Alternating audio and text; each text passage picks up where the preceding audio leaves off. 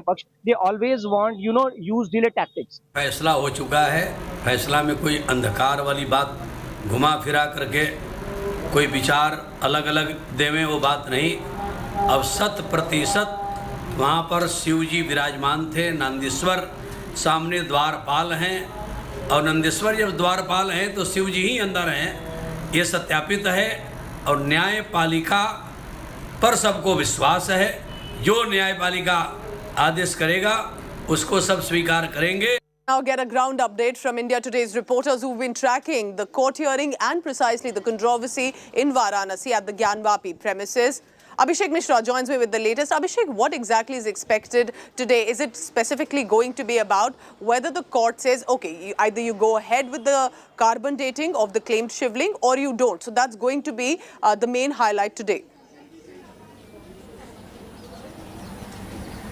Well, certainly, Pooja, it's going to be a very clear verdict by the district court about as far as this carbon dating thing is concerned, because the hearing has already happened, the verdict was reserved, and in the previous hearing, the Muslim side has also, made their arguments. They were saying that it is a violation of the Supreme Court order to preserve the object as it is, and on the other side, the Hindu side is very, optimistic that the verdict will come in their favor. Now, what is also important is how the court will take the matter. That remains to be seen, because there is already a report of the commission which happened, the survey which was happened there, so that argument needs to be done. But today in the verdict, the court will make clear whether they are going ahead with the carbon dating or any other scientific method to get the age of the object or that Shivalinga which has been claimed, or they will go ahead with the proceeding first and then will take this into consideration. So that is a very major thing. Today the verdict will be out and the court will make it very clear what is its stance as far as this carbon dating and the scientific testing of the claimed Shivlinga is concerned. Yes. Keep tracking all the latest. Abhishek Mishra will be in Varanasi to get us the latest about what is expected at the local court and whether carbon dating will actually be permitted by the court in Varanasi.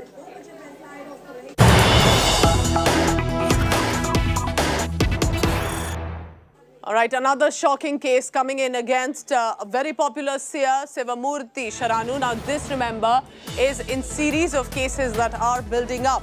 What we have now is another case of sexual assault against seer Sivamurthy Sharanu. 4 children were allegedly sexually assaulted by the seer. Complaint has been registered against the seer by the parents of the children at the Nazarabad police station in Mysuru. FIR has been filed against 7 people. This time, 2 more additional people have been added into the first information report. Apart from the 5 accused, whose names have been mentioned in the previous, 2 more have been added. Also, this time, Mahalingam and Kareba Savaiya. These are the 2 names that have been added. But what a shocking case. Terrible, absolutely. If this is now coming forth about sexual assault against children, many of these families take respite and shelter with these seers for different troubles that they face. Sagai Raj, India Today's reporter, getting us the details on that. Sagai, has this seer been in controversy in the past as well? How did this case surface? How did the parents suspect that there was something happening to their children and the blame is on this seer that they have claimed to put? If you notice, many of them we were talking in the ashram have told us that probably this particular things are happening for a long time, but now people are coming out and speaking about this. And after a series of cases which was been reported in the month of August against Seer Shivling, now more cases have come to light where family members of these children are coming out and registering cases against Seer. Remember, Seer and his followers and colleagues are inside the prison who are facing jail term, and it is more trouble for him, where the seriousness of case is clearly shows that he might not come out of the prison, because 4 more people have come out. Earlier it was 2 people, and totally 6 victims have come out and alleged that there was sexual assault case against them. And what we also get to learn from police is that one of the complainants is also working in the kitchen of this particular mutt in Chitradurga, and her kids were also sexually assaulted. by this particular fear. And Sagai, because of please keep tracking the latest on that. That's a big story. Charges of sexual assault of 4 children against this seer. Remember, this has been a case that had erupted earlier, but now seer Shivamurthy Sharanaru, where the FIR has been filed in Mysuru, faces charges of assault. But this is right now an FIR. The parents have complained. Further investigation will reveal about what exactly is the truth in this case.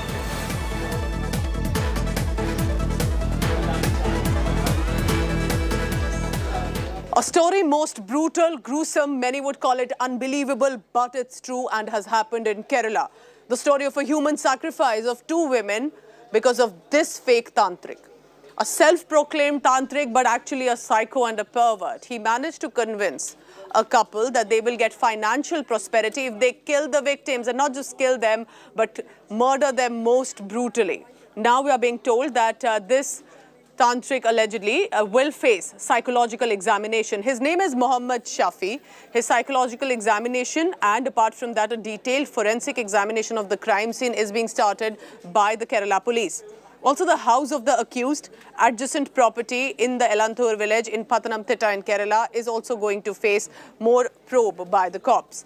Now, according to the police, the Shafi had convinced the couple that they need to do this human sacrifice. Then they killed these women who were just simply earning their daily bread by selling lottery tickets on the streets. The police commissioner has said victims' bodies were decomposed, but a DNA examination can be conducted after collecting samples also from the relatives and further details on that. Now, the cops said that the Shafi is actually a history sheeter, already had 10 cases against him in the past 15 years. Now, the court on Thursday granted 12-day police custody to 3 accused, which is this fake tantric, the pervert, psycho, and also the couple that indulged in that brutality of a murder. They're collecting further evidence and investigation is also on.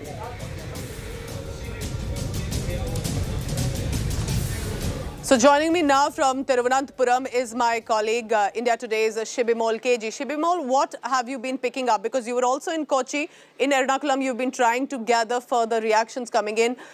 What is the police deciding to do? Why the psychological examination is also a part of the probe this time?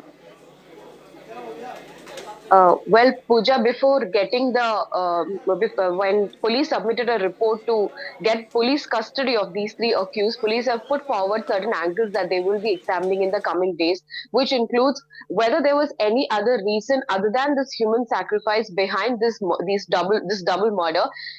Secondly, when the cannibalism angle, which has been discussed a lot, whether the police has been saying they did eat, they did cook and had the body parts of these victims, but we need to collect evidence to prove that. We also have to recover the jewelry and other belongings of these victims that had gone missing when they got abducted. So we also have to see whether all the missing cases in the recent past, whether any of it had any connection with this human sacrifice or with Shafi or with this circle is something that we need to seriously look into, is what the police had submitted before the court.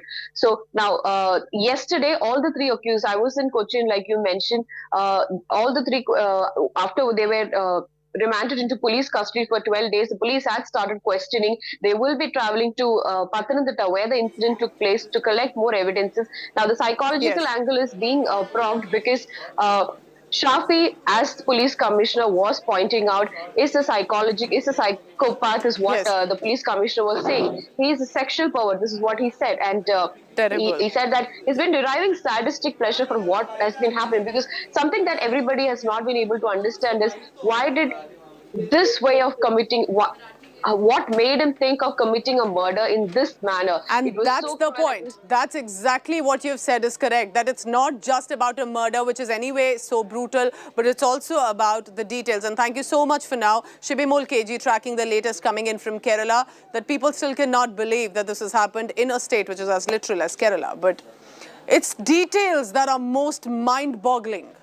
The gruesomeness of the murder that took place, not immediate murder, not just killing, not just sacrifice, but the manner in which it happened. What happened? First, in June 2022, Rosalind, one of the victims, is promised 10 lakh rupees for a role in an adult film.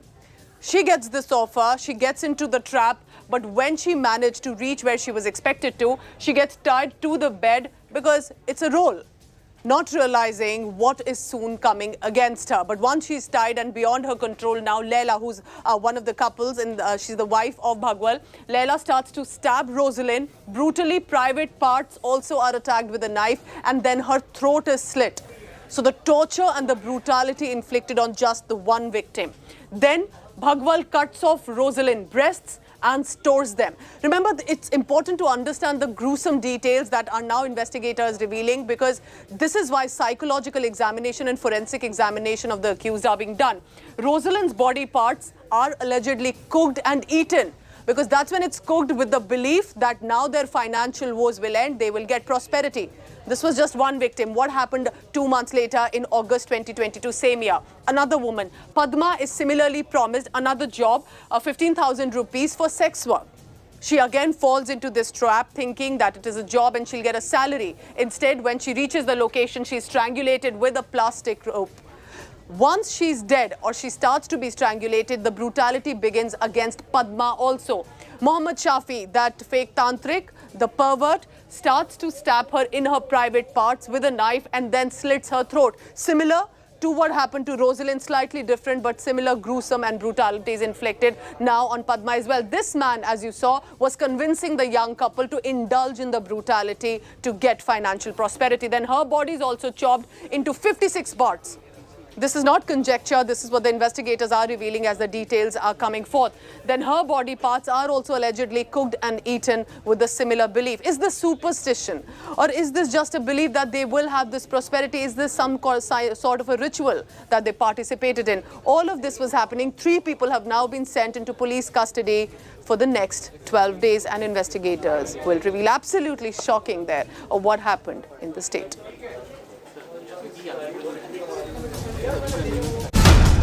Tantrik Mohammed Shafi, Bhagwal Singh and Leila, the masterminds behind the alleged human sacrifice in Kerala, have been granted 12 days police custody. The gut-wrenching double murders have sent shockwaves across the country. The police are piecing together the modus operandi followed by the Tantrik. Mohammed Shafi, a class 6 dropout, was a sexual offender and a practitioner of black magic rituals. The horror story started with Shafi creating a fake social media profile and befriending Bhagwal Singh. Once he convinced Bhagwal and his wife to allegedly commit human sacrifice to gain wealth, Shafi started the second phase. The area around the restaurant that he runs in Kochi is where he scouted for potential victims. He met the 2 women he lured to Pathanamthitta near the eatery. He alleged offered them huge amounts of money to act in porn films. It came to a point where Bhagwal Singh and Leila, the couple, started completely blindly believing him and trusting everything that he said, and decided to commit the murder of Rosalind first. When that didn't work, when they didn't gain any financial prosperity, they decided to sacrifice one more human life. It was a CCTV footage from Pathanamthitta that provided the first clue to the police in the case. The footage was of Padma, one of the 2 victims. It showed her climbing into a white Scorpio and later crossing a street. The man who accompanied her was the main accused, Mohammed Shafi. The police are now expanding the probe. They are gathering evidence to prove any possible cannibalism and, more importantly, find if there are more victims in the case. Bhagwal Singh's neighbors in Pathanamthitta are stunned by the events unfolding before them. We heard this news very shocking. I know him last 40 years. He is a social and a political worker. How he came in this type of incidents, we doesn't know. We never came this type of incidents. As Kerala comes to terms with the gory revelations of human sacrifice, another shocking incident of occult practice involving children has been reported from the same Pathanamthitta district. In this instance, alert residents informed the police, who arrested the accused. With Shibimul KG in Pathanamthitta, Bureau Report, India Today.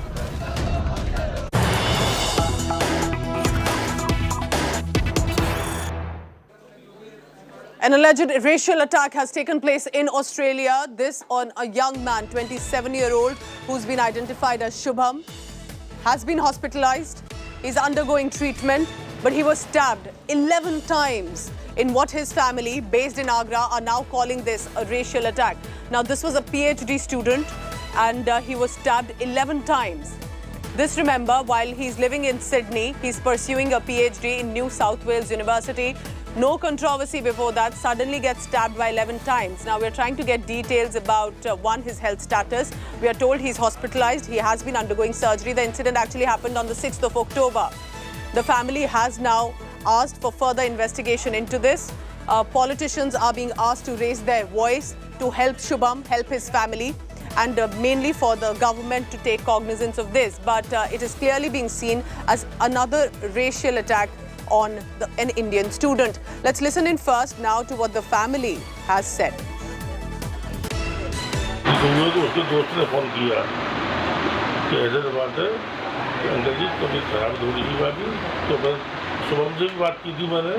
मैंने बेटा कहा हाँ बाबा जी कोई दिक्कत ना है बड़ा नहीं बात है लेकिन 11 घंटे में उसका ऑपरेशन हुआ है पेट का उसका जबड़ा बेकार कर दिया जबड़े में चाकू लगे हैं और पेट में चाकू लगे हैं हाथ पैरों में चाकू लगे 11 चाकू के निशान है 11 की मैं भारत सरकार से रिक्वेस्ट करता हूँ कि मेरे बच्चे की सुरक्षा दी जाए. So a young man just pursuing his university studies, a PhD, and then gets stabbed allegedly 11 times with a knife. He's at presently hospitalized. He's in a critical condition. His family is seeking urgent help and assistance. They are terming it as a racial attack. The parents are based in Agra, so clearly they are petrified, concerned about the health status of their son. They are saying that they are trying to get a visa for Australia, so at least one family member can head to the country and be with Shubham at this time. But there's no clarity if that visa clearance has come for now. Shubham, we are being told, also completed his Bachelor's of Technology and Master of Science degree from IIT Madras and then has gone to Australia just about a few months ago for further studies. They are saying, according to the family that we also just heard, that there appears to be grievous injuries on his body, specifically on abdomen and chest. 27-year, and the suspect is also of the same age. There is no clarity yet if they had befriended each other, if they knew each other, or this was a completely random racial attack on an Indian student. They are seeking assistance from the Ministry of External Affairs as well. One of the family members intending to go to Australia. Just telling you a background of the story. This happened on the 6th of October. The student was pursuing a PhD in the New South Wales University. They are based in Sydney, the student, and went recently as well. So he had been here in India for a long time, completing his studies. But for the PhD, he had decided to go to Australia, and in Sydney was pursuing his studies when this racial attack happened on him. 11 times stabbed with a knife.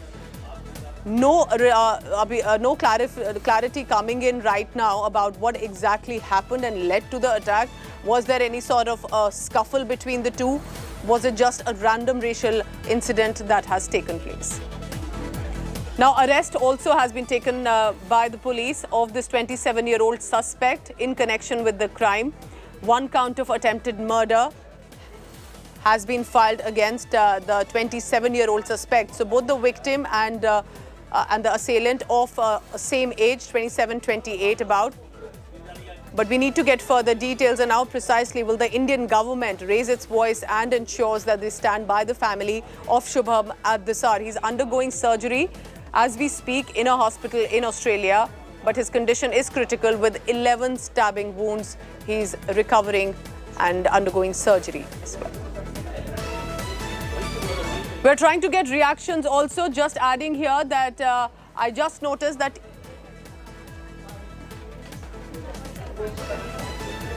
I'm now joined on the phone line by the father of Shubham Garg, Mr. Ramnivas Garg. Sir, abhi aap hame kya bata sakte hain? What is the condition of your son? What are you picking up on what happened and what do you expect, sir, from the government?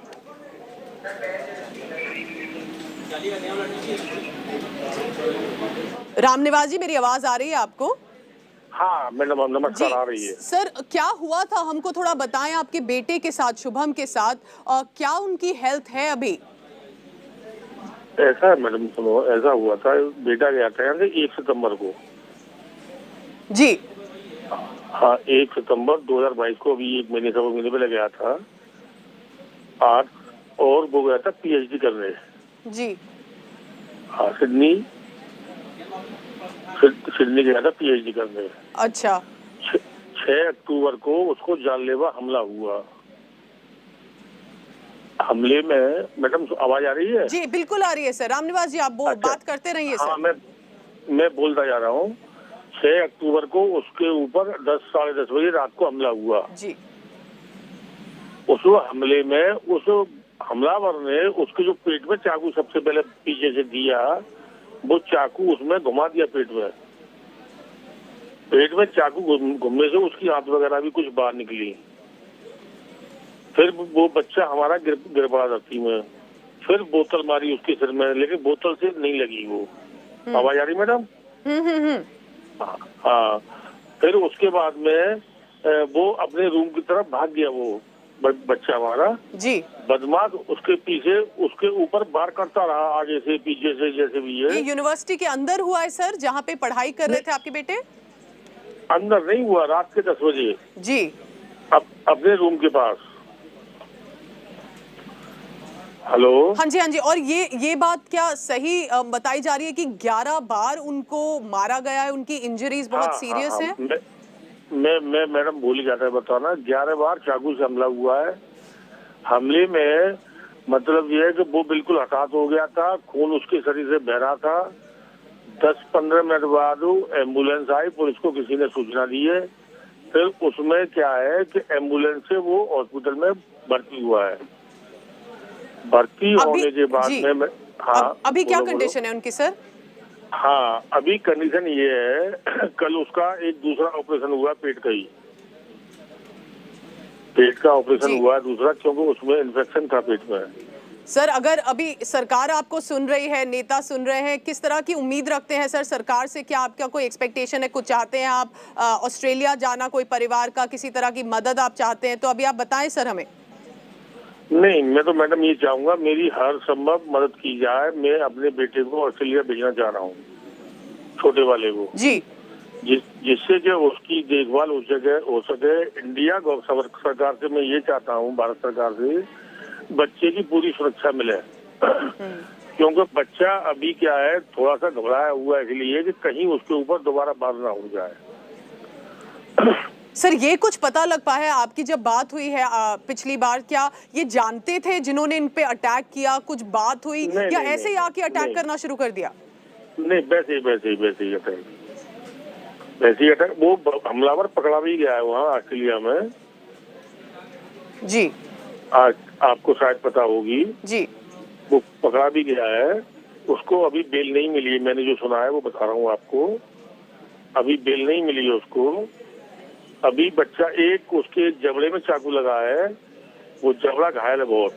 आप कह रहे हैं जबड़े में मारा है, मतलब jaw में मारा, पेट में मारा, पीछे बैक पे मारा? ये तो काफी सीरियस इंजरीज लग रही हैं सर। अभी कैसी कंडीशन है उनकी? आपसे बात हो पाई है? हाँ, बात हो पाई है। अब उसकी हालत थोड़ी सही है, लेकिन कल डॉक्टरों ने बात की थी, तो वो ये बता रहे हैं कि अभी 1-2 ऑपरेशन और करना पड़ सकता है पेट का। तो सर क्या कहेंगे? आपने इतनी उम्मीद से भेजा होगा, अभी महीना भर पहले ही बच्चा गया है ऑस्ट्रेलिया, पीएचडी करने गया, और फिर ये हादसा हो जाता है। जी, इतने अच्छे बच्चे को इन लोगों ने क्यों तंग किया, क्यों मारा पीटा, क्यों इसके ऊपर जानलेवा हमला हुआ, मेरी समझ में कुछ नहीं आ रहा। जी। क्या ऐसा ऑस्ट्रेलिया में होता है क्या? सर हुए हैं कुछ इंसिडेंट्स पहले, लेकिन ये तो बहुत ही गंभीर मामला लग रहा है। और क्यों ऐसे अटैक किया किसी को इतनी बार? लेकिन आप रामनिवास जी आप बिल्कुल स्ट्रांग रहें। हम इंश्योर करेंगे कि हम सरकार से भी पूछे, मदद करें, और हम प्रे करेंगे कि आपके जो बेटे हैं जल्द ही ठीक हो जाएं। और ये रेशियल अटैक क्यों हुआ, इसका रीज़न क्यों है, वो भी हम पता लगाने की कोशिश करेंगे। Ramniwas Garg, he is the father of Shubham Garg, who is about 27-28 years old, was stabbed 11 times. in chest, abdomen, back, even on his face. He's currently undergoing surgery and treatment, but he's concerned and he's asking the government to try and at least have a family member, a younger son, to be sent to Australia so he can help and be of assistance to his brother. He went just about a month ago to pursue a PhD, and this racial attack, as the family is calling, has taken place. We'll try and get details on that as well. But this is the big news coming in, and I want to now go across directly to Australia, because India Today is joining me. India Today's Vishal Moga is there to give us the latest. Vishal, what exactly happened in this case, and what are you picking up about the details? A racial attack, any sort of scuffle that took place, and the on-ground investigation in it? See, I just spoke to some of the sources in the New South Wales police, and what they've told us that this incident took place late night at around 10:30 when he was returning from work, going towards his room. And there was some verbal altercation with one of a young person named Daniel Nerold. He's been nabbed by the police, and the police have charged him with attempt to murder charges. He was produced before the New South Wales court, and he's still in the custody, and the next court of hearing is on 14 December. But what I can tell you is that this police do not believe that this could be a racial incident, but what I've been picking up from the friends of this guy, they are telling us that this could be a racial attack because he was very studious. He just wanted to study. He was working there. He just there have been certain incidents that have been going on in Australia which have been marked as racist. And this could be one of the attacks. That is what the students are saying. But indeed, the New South Wales police has conducted the search. They have arrested the person. He is behind the bars. And they're trying to investigate the matter, the motive behind the attack that is being ascertained by the New South Wales police. What's more important is that the Australian government is very sympathetic towards such kind of attack. The Australian government has taken a very strong view. And if you talk about the family members, they will be helped by the Australian government in all ways. If the brother wants to come in and take care of the brother, the Australian government is more than willing for such kind of acts. Vishal, keep tracking latest. Vishal Moga, senior journalist in Australia presently, is updating us about what exactly unfolded. Absolutely a nightmare, remember, for the family here in Agra, trying to find out what exactly happened. But he's currently recovering, and we pray that he recovers very fast. I'm heading to a very short break. When I come back, it is the Aam Aadmi Party versus the BJP political face-off in election-bound Gujarat. That is catching all the highlights because, of all people, it is Aam Aadmi Party's Gujarat unit president himself giving the biggest nightmare to its party. We get you the details on the video war after a very short break. He says Prime Minister Modi and his mother do drama all the time.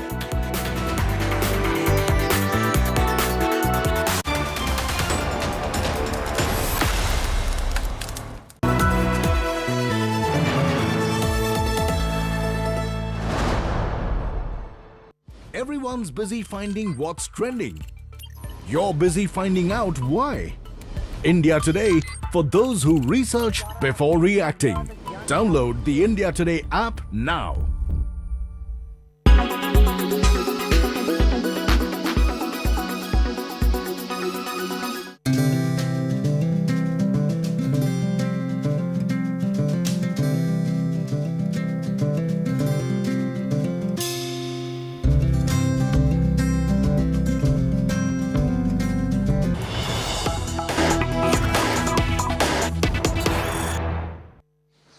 और अब आम आदमी party के इस नेता ने प्रधान सेवक की 100 वर्षीय मां का अपमान मात्र इसलिए किया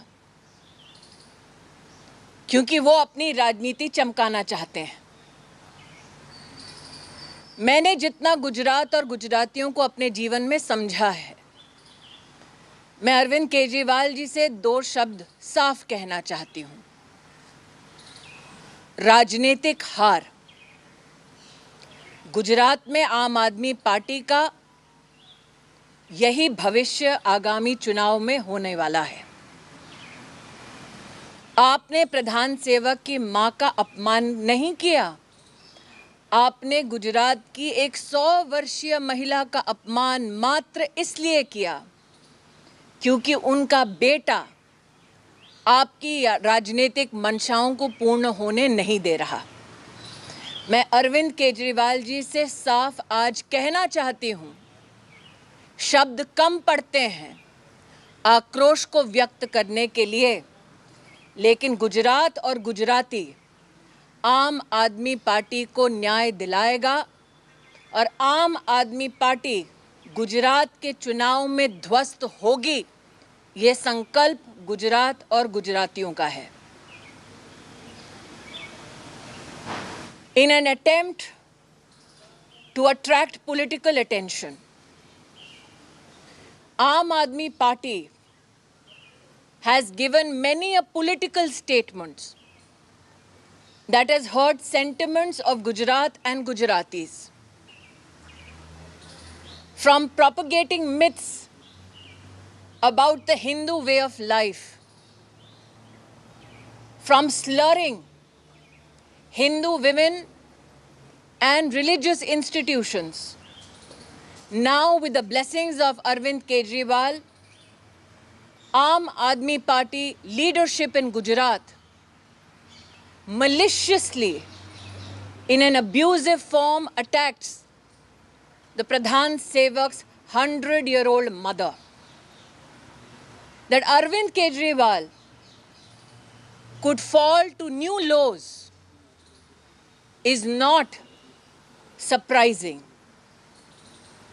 What Arvind Kejriwal and the Aam Aadmi Party does not realize is the esteem with which Gujarat and Gujaratis hold women and especially mothers in our society. Today, this message is for Arvind Kejriwal. In the forthcoming elections of Gujarat, Gujarat and Gujaratis will ensure political defeat of the Aam Aadmi Party. That you do not spare a 100-year-old lady. Her only crime is not that she's in politics, but that she gave birth to Narendra Modi. Your leaders and workers seek to punish her and abuse her. Mr. Kejriwal, the people of Gujarat have now decided to stand in your judgment. If you think abusing the Prime Minister's mother will help you gain political popularity in Gujarat, you are mistaken. And for that mistake, it is Gujarat and Gujaratis that will make you pay a political price in the forthcoming elections. Thank you.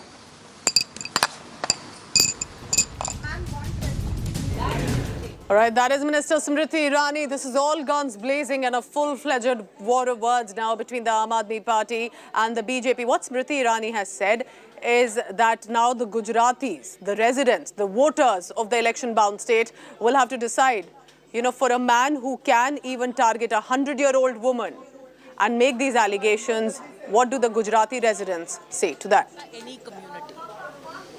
The fact that after abusing a mother who is not in politics, he seeks to hide behind new excuses, shows that the Aam Aadmi Party will use any political leverage, will use any community, will use any gender to meet their own political ends.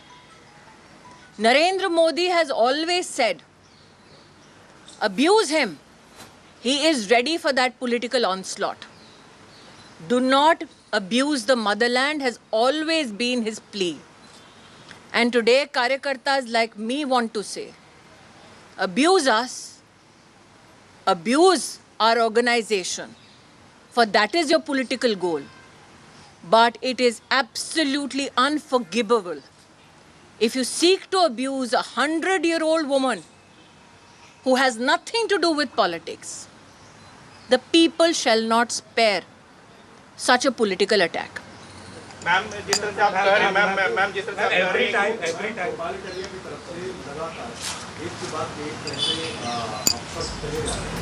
जानबूझकर कहे जा रहे हैं, जानबूझकर कहे जा रहे हैं। अरविंद केजरीवाल आम आदमी पार्टी के सर्वे सर्वा हैं। आम आदमी पार्टी का कोई भी नेता, कोई भी प्रवक्ता, कोई भी जनप्रतिनिधि बिना अरविंद केजरीवाल के डायरेक्शन, अरविंद केजरीवाल द्वारा सौंपा गया दायित्व, इसके बिना एक शब्द नहीं बोलता। तो आपको भले ही ये शब्द गुजरात के आम आदमी पार्टी के किसी कार्यकर्ता के लगते हों, आदेश लेकिन अरविंद केजरीवाल का है। क्या ये पहली बार है कि गुजरात के इस आम आदमी पार्टी के नेता ने मर्यादाओं का उल्लंघन किया है? हिंदू धर्म, हिंदू समाज, हिंदू महिलाएं, मंदिर, इस हर विषय पर टिप्पणी की गई है अमर्यादित। क्या अरविंद केजरीवाल नहीं जानते कि किस प्रकार का बयान उनके नेता कर रहे हैं? ये जानते हुए अरविंद केजरीवाल के इंस्ट्रक्शन पर नरेंद्र मोदी जी की माताजी पर इस प्रकार से अभद्र प्रहार हुआ है। शब्द आम आदमी पार्टी के एक नेता के भले ही हों, आदेश अरविंद केजरीवाल का है। एनसीडब्ल्यू बुलाया गया तो वहां पर प्रदर्शन भी हुआ और फिर वो बाहर जब डिटेन होने के विषय दोबारा मैं आपसे कहती हूँ, अपने लिए राजनीतिक किसी ना किसी प्रकार से लाइमलाइट में रहने के लिए आपको भले ही लगता हो इस प्रकार के वाक्य कहे गए हैं, लेकिन आज मैं आपसे पूछती हूँ, क्या आप अपनी पॉलिटिकल प्रॉफिट के लिए इस हद तक गिर सकते हैं? तो ये एक पॉलिटिकल स्ट्रैटेजी नहीं है मात्र, ये अंदर का चरित्र का प्रमाण है, द्वेष का प्रमाण है। मेरा प्रश्न ही उठता है, उस 100 साल की महिला ने क्या पाप किया?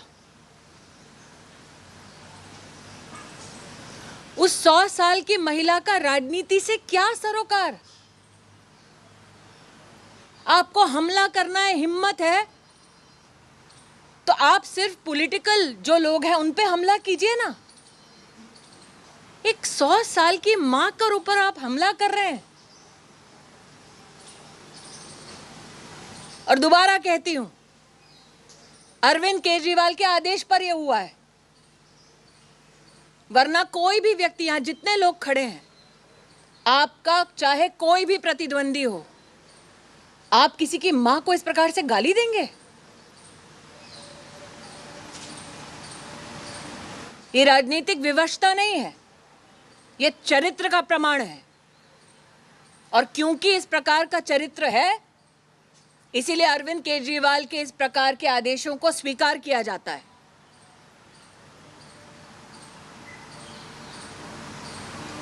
Not a single Aam Aadmi Party leader has come out and condemned the statement. In fact, they are coming out and That's because it is under the direction of Arvind Kejriwal.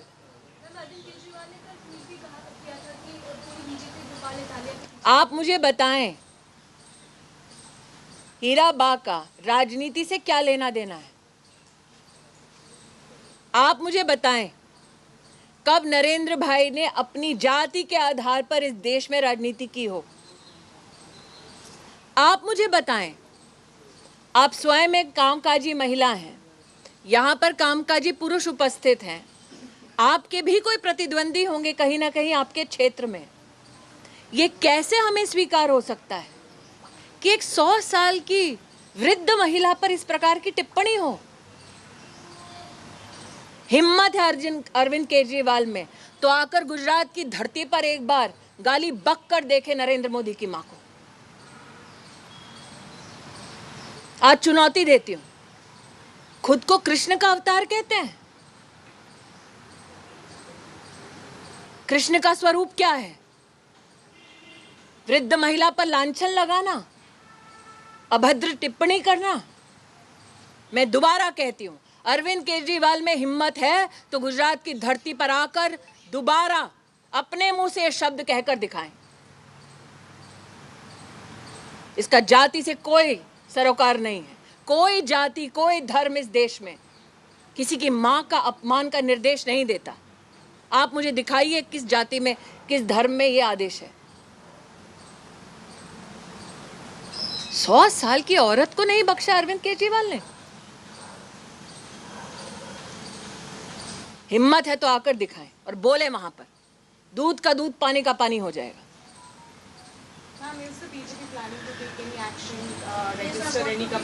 My issue is this. Can everybody please come together and ask Arvind Kejriwal, why has he not only condemned but thrown out such a man from his political organization? राजनीतिक profit क्या इतनी बड़ी बला है कि सारी मर्यादाएं त्याग दोगे?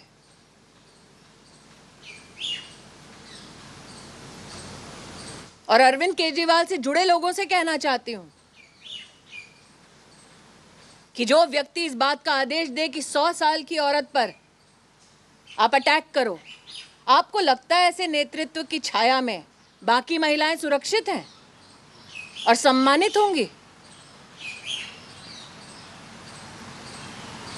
There will be punitive electoral action by the people of Gujarat.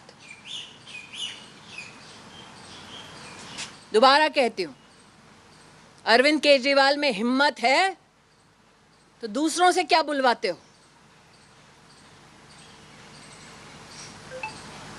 और छुपना बंद करें शब्दों के पीछे Arvind Kejriwal.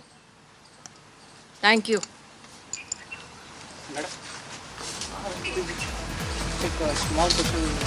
All right, so that's the Minister Smriti Irani now clearly hitting out and very strong words being chosen for Arvind Kejriwal, challenging him, asking him if he dares to come and fight elections for Gujarat, primarily after one of the very important members of his party, who is the chief of the Gujarat unit, is not only mocking Prime Minister Modi and has called him objectionable words at least twice in the past of the videos that are now surfacing, but this time also targeting his mother, saying, and I can quote the video here that has gone viral, that Prime Minister Modi himself is about 70 years of age, his mother is about 100, but both of them have been doing drama for many years. Now, these words, of course, being taken strong cognizance of. Smriti Irani is leading the charge now against Gopal Italia, who has already been detained, though, for the past few hours yesterday in Delhi. But Arvind Kejriwal hasn't yet given a statement about or a clarification about this specific video that has now emerged, with the BJP ensuring that it is escalating this matter one by one. It is interestingly the BJP digging out all the videos and releasing it one by one. Is Gopal Italia, who's the Gujarat unit chief, becoming the biggest headache, the biggest nightmare for Arvind Kejriwal, who intends to make inroads into Gujarat by erasing the Congress party and taking on the BJP? Let's listen in now to Smriti Irani's reaction coming. Today, this message is for Arvind Kejriwal. In the forthcoming elections of Gujarat and Gujaratis will ensure political defeat of the Aam Aadmi Party. That you do not spare a 100-year-old lady. Her only crime is not that she is in politics, but that she gave birth to Narendra Modi. Your leaders and workers seek to punish her and abuse her. Mr. Kejriwal, the people of Gujarat have now decided to stand in your judgment. If you think abusing the Prime Minister's mother will help you gain political popularity in Gujarat, you are mistaken.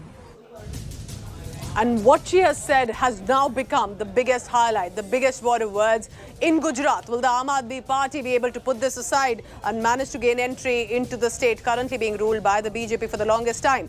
That and more after a very short break. Continuous coverage on India Today. Thank you for watching.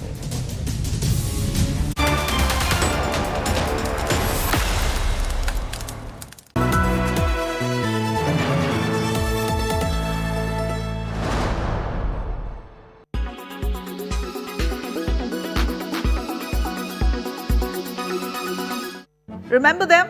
Amber Heard and Johnny Depp have both been busy with their lives ever since the defamation trial. And everything seems to be going quite well for Johnny. He's returning to movies with the role of King Louis XV in Gyanvapi, has found love in his former lawyer, Joel Rich, and recently made 20 times the profit for his Queensland mansion.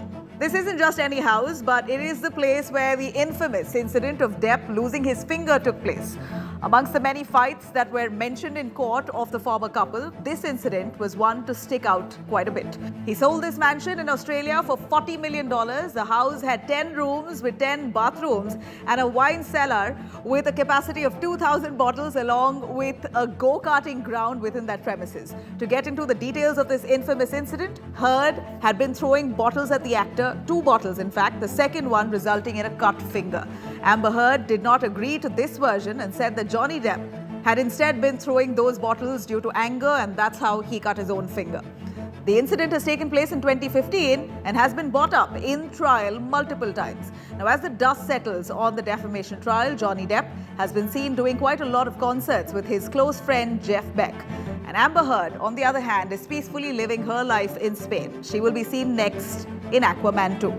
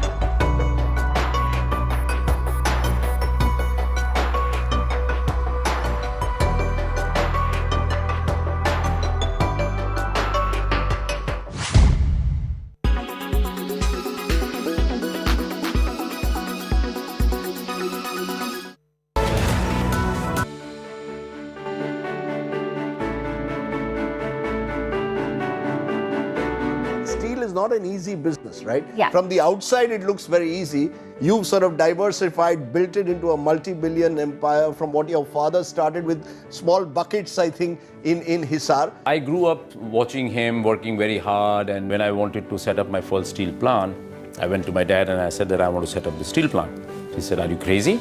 You know, steel plant is not a joke. You know, you will develop a blood pressure, you will have diabetes, and you will lose your sleep, lose your appetite. I don't want you to do that. You must enjoy your life, and we have now enough. Why you want to do all that?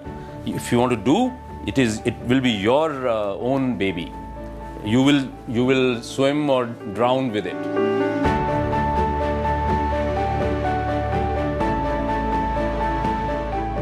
Co-presented by Only OLX Autos gives the best price for your car. Co-presented by Macho Hint, Fashion Bade Aaram Se. Powered by Ashirwad Shubh Chakki Aata, Raho Char Kadam Aage. Watch Maharani Season 2 on Sony Live now.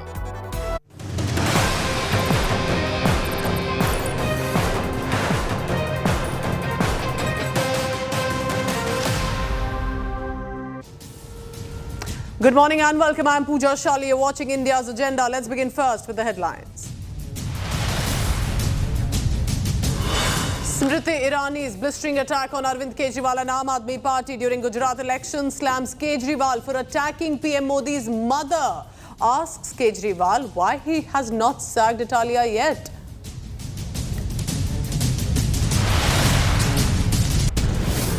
It's the big day today in the Gyanvapi Temple Mosque controversy. Court is likely to decide on the claimed Shivling carbon dating process. Now, the Hindu side is split over the carbon dating and the mosque panel has completely opposed it. It's the secrets of Kerala's House of Horror. The pervert, psychopath, fake Tantrik who gave orders for cannibalism to face psychological evaluation now. Also, a forensic examination at the crime scene to be conducted.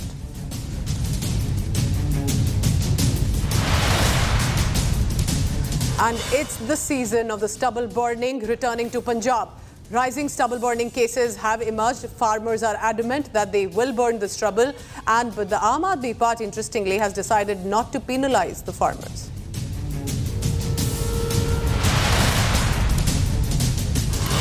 Flood fury in several parts of the country, heavy rainfall lashing. And this time even the Saryu Ghar has been inundated in Ayodhya. Even Assam is battling its third flood, this time in 2022.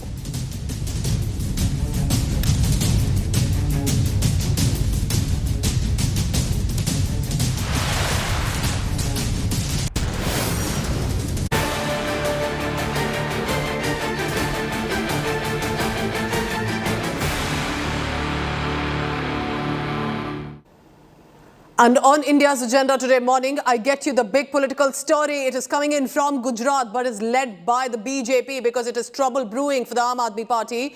Gujarat's Aam Aadmi Party president, Gopal Italia, and his troubles are refusing to die down. A new video now has emerged of him having abused Prime Minister Modi. But that's not all. He's even attacked Prime Minister Modi's elderly mother.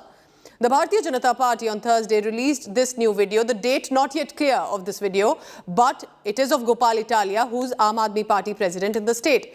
He appears to be heard mocking PM Modi and his mother. So he's calling Prime Minister Modi and using the objectionable word "neech" again, like he's used in an earlier video, and asking him to reveal expenses of his public meetings. Then he goes on to attack the mother of Prime Minister, Hiraben, an old woman, accusing her of staging a drama. He further says Modi is now close to 70 years of age, while Hiraben will turn 100 years old. But both of them, both the mother and son, continue with their drama constantly. Responding to these jibes, Minister Smriti Irani launched a scathing attack, used strong words against Arvind Kejriwal, saying he should dare to speak like Italia in Gujarat, and we'll see how the Gujarati residents then respond. He also, at the insult of Prime Minister Modi's mother, she's called it shocking, and is now challenging Arvind Kejriwal to fight. Narendra મોદીની સભાનો ખર્ચો કેમ નથી માંગતા તમે?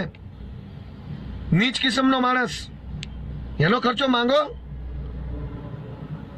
અને હીરાબા આવીને પાછા નાટકો કરે. આપણને બોલતા શરમ આવે એટલી મોટી ઉંમરના વ્યક્તિ વિશે, પણ એ લોકો નથી શરમાતા.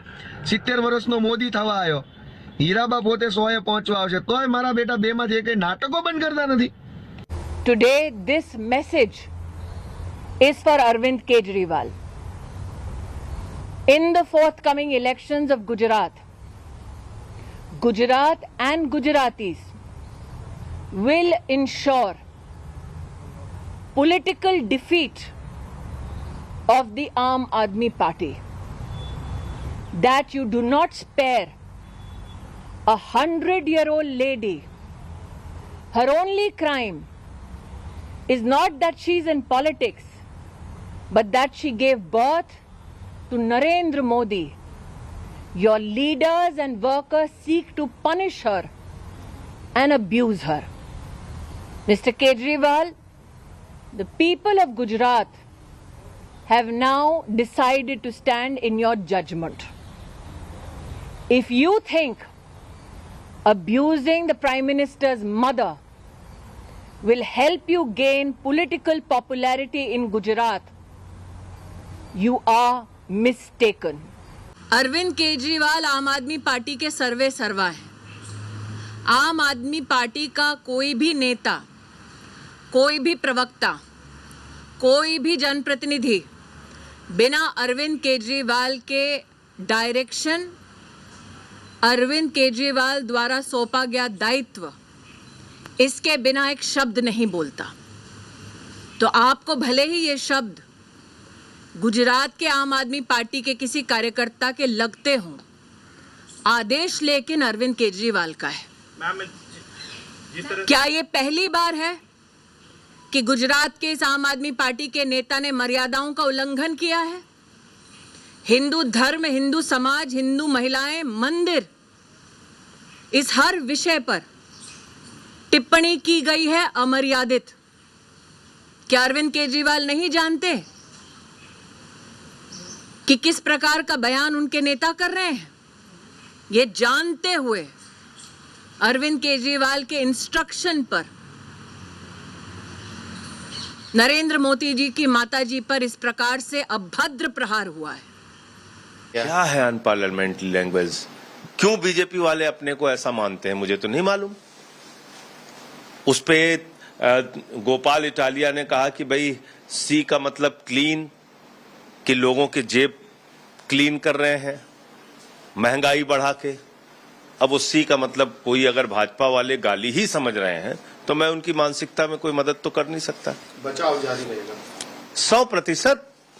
गोपाल इटालिया और पटेल समाज के साथ आम आदमी पार्टी खड़ी है।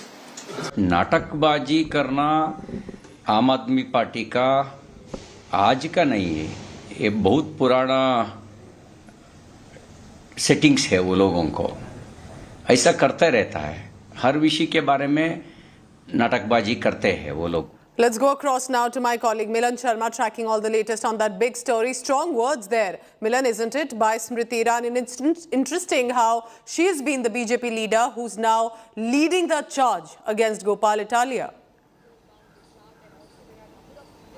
Yes, Pooja. In fact, the strong words that have been used by Smriti Irani for what Gopal Italia has said on Prime Minister Narendra Modi's mother is clearly an indictment to the fact that whatever the Aam Aadmi Party leaders or party workers are saying is directly coming from the head of the party, which is Arvind Kejriwal. And that is the claim that Smriti Irani makes when she says that the party does not do anything without the ticks, checks and balances of the party leader, and which is why she says this is at the behest of Arvind Kejriwal himself that Gopal Italia has used such words and would perhaps keep using such words. The video there you see, it's undated, so it's still to be known when that video was actually created. But the point that is being made at this moment by the BJP is that why Gopal Italia has not been removed from the party, just like when Rajendra Pal Gautam spoke against Hindu deities in one of the mass conversion events of the Ambedkar Wadis.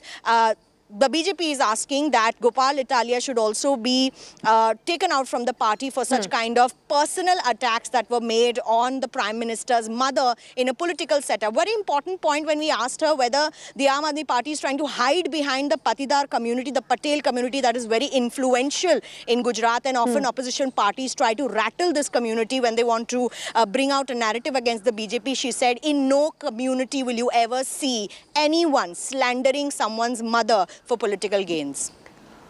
Milan, also it's interesting that, this has now become the big highlight ahead of Gujarat elections. Has Arvind Kejriwal reacted to yet? Because it's the silence that's also being questioned. And how bizarre is it, even for the Aam Aadmi Party, that of all people, it is Gopal Italia who's become their worst nightmare right now? Well, absolutely. It perhaps looks a way that the political mileage that Aam Aadmi Party was trying to gain in Gujarat, urban especially, is now being shrouded with this controversy, because Gopal Italia and their party members also claiming that he's been attacked or targeted because he belongs to the Patidar community, and that seems to be another bone of contention. But clearly, even as his ministers, just like Rajendra Pal Gautam, was taken off because he made such derogatory statements towards one religion or the other. Gopal Italia currently was also called by the National Commission for Women Chief, and entire ruckus was created over there as well. But certainly at the Aam Aadmi Party, we have spokespersons like Sanjay Singh who've reacted to the matter. But other than that, no reaction has come in from the party chief, that is Arvind Kejriwal at the moment. Very interesting. Milan, please stay on with me, because for the viewer joining in, why has this Gopal Italia, who's the Aam Aadmi Party Gujarat chief, suddenly become in controversy? He was already also detained yesterday for a few hours in the national capital, Delhi, with regard to the alleged derogatory remarks against Prime Minister Modi in other videos previously, way before this video surfaced, where he's attacking not only PM Modi but his mother as well. Words like neech and more has been used against the Prime Minister. Listen in. इस्तेमाल हो रहा है, आप नीच किस्म के आदमी, मुख्य वड़ा प्रधान नरेंद्र मोदी, मैं इस बात की पुष्टि नहीं करता हूँ, लेकिन आज यहाँ पे चुनाव चल रहा है। मुझे आप सब लोगों से जानना है कि क्या भूतकाल में कभी भी किसी भी बड़ा प्रधान ने ऐसा नौटंकी किया है वोट देने जाने के लिए? ये नीच किस्म का आदमी यहाँ पे रोड शो कर रहा है और दिखा रहा है कि कैसे मैं पूरे देश को सी बना रहा हूँ। सी फॉर, समझ लीजिएगा, मैं कैसे इस पूरे भारत देश को सी बना रहा हूँ। मैं बात करता हूँ डिजिटल इंडिया की और खुद दिल्ली से दौड़ा दौड़ा यहाँ पे वोट देने आता हूँ। देखिए मैं आप लोगों को कैसे सी बनाता हूँ। तो ये नीच किस्म का आदमी हमें ये संदेश दे रहा है कि मैं पूरे देश को सी बना रहा हूँ। મારી તમારી માતા બહેનોને પણ રિક્વેસ્ટ કરવી જોઈએ કે હે મારી માવડીઓ, હે મારી બહેનો, હે મારી દીકરીઓ, કથાઓમાં કે મંદિરોમાં તમારું કંઈ વળવાનું છે નહીં। એ શોષણના ઘર છે। જો તમારે તમારો અધિકાર જોતો હોય, આ દેશ ઉપર તમારે શાસન કરવું હોય, સમાન દરજ્જો જોતો હોય, તો કથાઓમાં જે નાચવાના બદલે મારી બહેનો, મારી માવડીઓ આ વાંચો।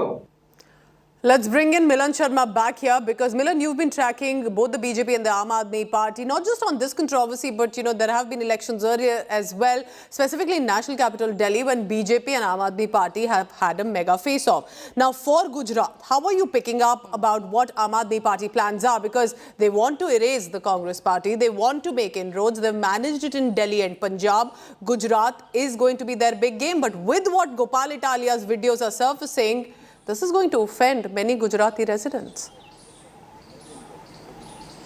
Well, that's exactly what Smriti Irani also meant to say, Yes. because it's absolutely offensive when you are using and abusing political party members and their family members for political gains. These are the words of Smriti Irani.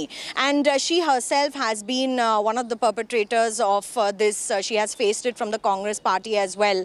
And in this particular context, when we asked her whether the party is planning to take any further action, she said that it's perhaps the pride of the Gujarati man that has been hurt at this moment, because slander of a Prime Minister's mother should not be an acceptable choice of words in politics. And perhaps, Pooja, you and I both know that with the Congress party perhaps downing out in Gujarat, it's going to be a political face-off between the BJP and the Aam Aadmi Party, and perhaps that's what the Aam Aadmi Party wants as well. And as we are speaking of elections, Milan, I have some big news coming in over Gujarat elections. Let's take a look at that. That's the big news. Remember, it's going to be election season for the next few months, and that for Gujarat and Himachal Pradesh. Let's take a look at this news coming in.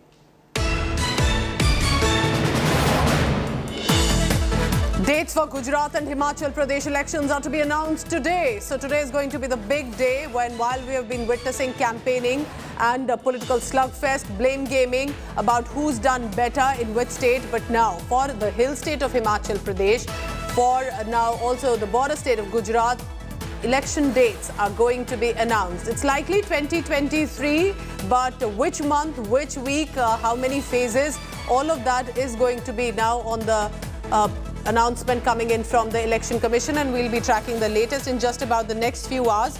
We'll have that big announcement coming in. Let's go across now to Milan Sharma for the latest. So Milan, while we wait for that official announcement, all eyes are likely to be more on Gujarat, because if the Aam Aadmi Party manages to make inroads, it's going to be big. BJP is the strongest in Gujarat, and Narendra Modi, Amit Shah are sons of the soil. They have been voted repeatedly by the residents of Gujarat. They still hold a very strong strength, and Aam Aadmi Party aiming high, and so is Congress Party, of course. Of course, Pooja, now with the Election Commission of India finally coming out and stating that there will be a press conference at 3 p.m. today to announce the elections in the two states, one in the hill state of Himachal Pradesh and other in the state of Gujarat, from where, of course, Prime Minister Narendra Modi also comes, and a lot will go out in Gujarat especially. Perhaps we'll know at 3 p.m. What will be the election phase decision, because Himachal, as we know, perhaps could happen in one phase, but perhaps Gujarat could happen in one or two phases. We'll have to wait for the Election Commissioner of India to make that announcement. But as yes, as you said, the contest is going to be interesting in Gujarat at the moment, because the Aam Aadmi Party is definitely making inroads into the state of Gujarat, and with the political potboiler that Gujarat is currently, is there hope for BJP that has been facing anti-incumbency for some years now, but has still a strong hold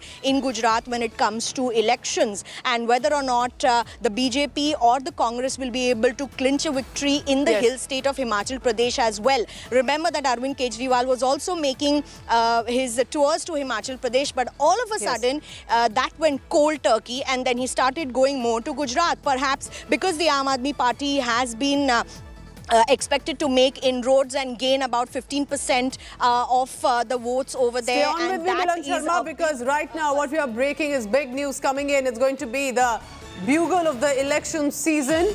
Himachal Pradesh, Gujarat will have their dates announced today by the Election Commission of India. So this is going to be an official press conference by the senior most officials of the Election Commission. So which month, which week, how many phases? All eyes primarily on Gujarat, also on Himachal Pradesh, but it will be in Gujarat where the political slugfest has been the biggest highlight. And Aam Aadmi Party entering into the political fray for Gujarat has definitely led to a lot of debate, discussions, and what we witnessed in the Gopal Italia case. Even in Himachal Pradesh, Prime Minister Modi has already started the inaugurations, the launchings, and Aishwarya Paliwal, Manjeet Sehgal now join me for the latest on that. First to Aishwarya Paliwal, because Aishwarya has broken that big news for us. What time can we expect the press conference, Aishwarya? And so both Gujarat and Himachal Pradesh dates to be announced. Well, 3 p.m. is when the very crucial press conference will take place. Pooja, from what I'm gathering from the Election Commission sources, we could see Himachal Pradesh happening early in November, and we could see Gujarat elections early in December. We could expect the dates, the results to be out by the second week of December for both the states. It could be one phase for Himachal Pradesh because that is how it has been over the past many years, and also, the snowfall takes place in Himachal, so we could expect, the elections, the commission to be wrapping up the elections by the 15th, and we could also see, 2 phases for Gujarat. That's what we are gathering at the moment, but the very crucial date announcement for both the states will take place today at 3 p.m. Pooja. So 3 p.m. is that big news, and I will be tracking all the latest on that. And also Manjeet Sehgal is now joining me. Manjeet, you've been in Himachal Pradesh tracking Prime Minister Modi's big inaugurations and the Vande Bharat Express 4th phase that was also being flagged off. So BJP, all guns blazing in Himachal Pradesh, while it is the Congress and the Aam Aadmi Party trying to fight the BJP in Gujarat.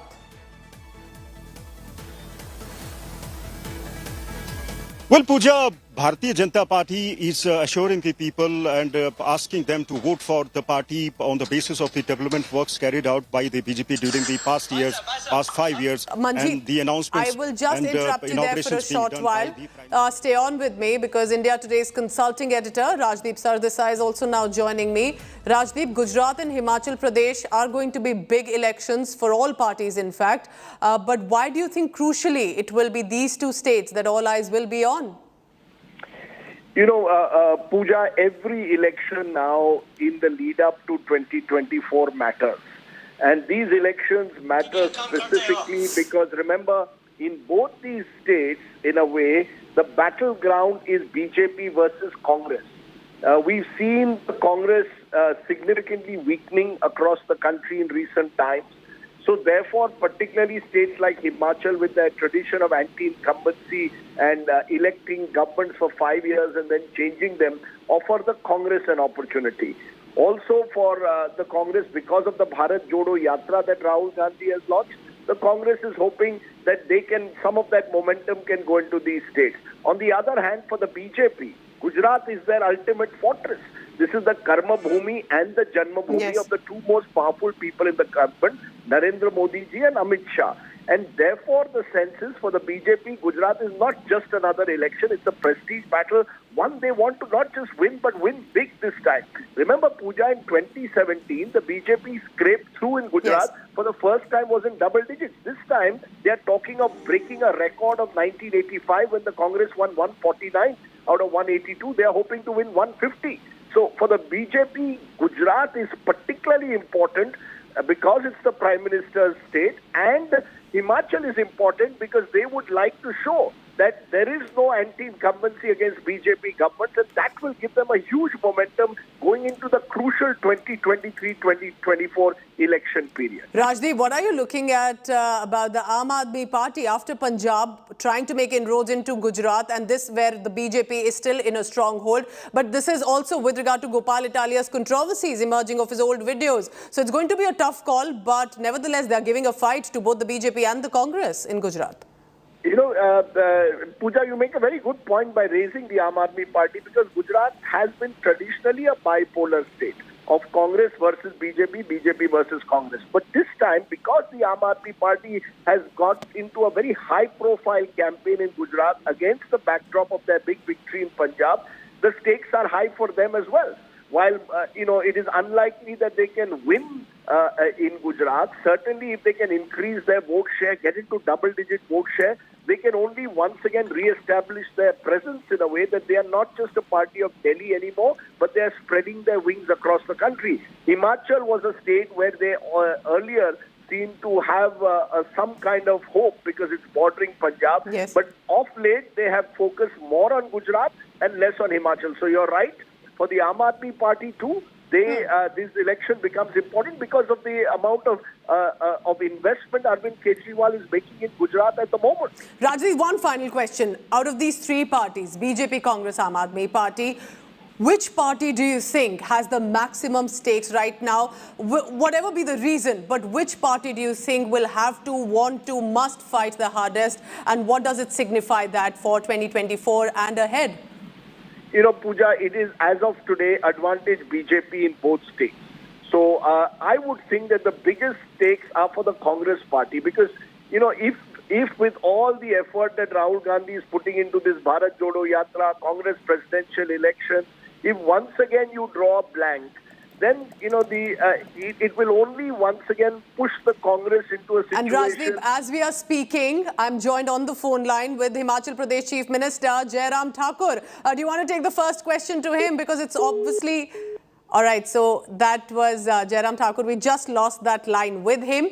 Himachal Pradesh Chief Minister.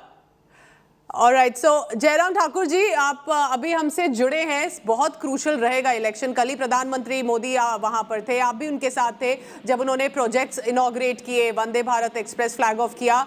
लेकिन दूसरी parties भी हैं, Congress party अभी भी पूरा लड़ने की कोशिश में है. क्यों बीजेपी वापस आएगी आपको लगता है आज? क्योंकि डेट्स अनाउंस होंगी, फेजेस पता लगेंगे, लेकिन कैंपेन तो अभी से चालू है. देखिए, पूरे देश भर में परिस्थितियां बदली हैं. जिन राज्यों में भाजपा की सरकारें नहीं होती थी वहां भाजपा की सरकारें बनी. जिन राज्यों में भाजपा की सरकारें 5 वर्ष के बाद फिर सत्ता में वापस नहीं आ पाती थी वहां पर भाजपा की सरकारें पुनः सत्ता में आई हैं. चाहे वो उत्तर प्रदेश है, चाहे वो उत्तराखंड है, चाहे वो और भी प्रदेश है, चाहे हरियाणा है.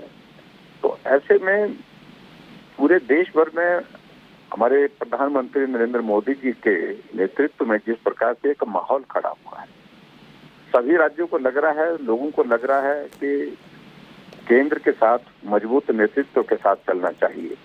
उसमें प्रदेश का भला है और स्वाभाविक रूप से हिमाचल के लोग भी अब की बार इस बात को अनुभव कर रहे हैं, महसूस कर रहे हैं.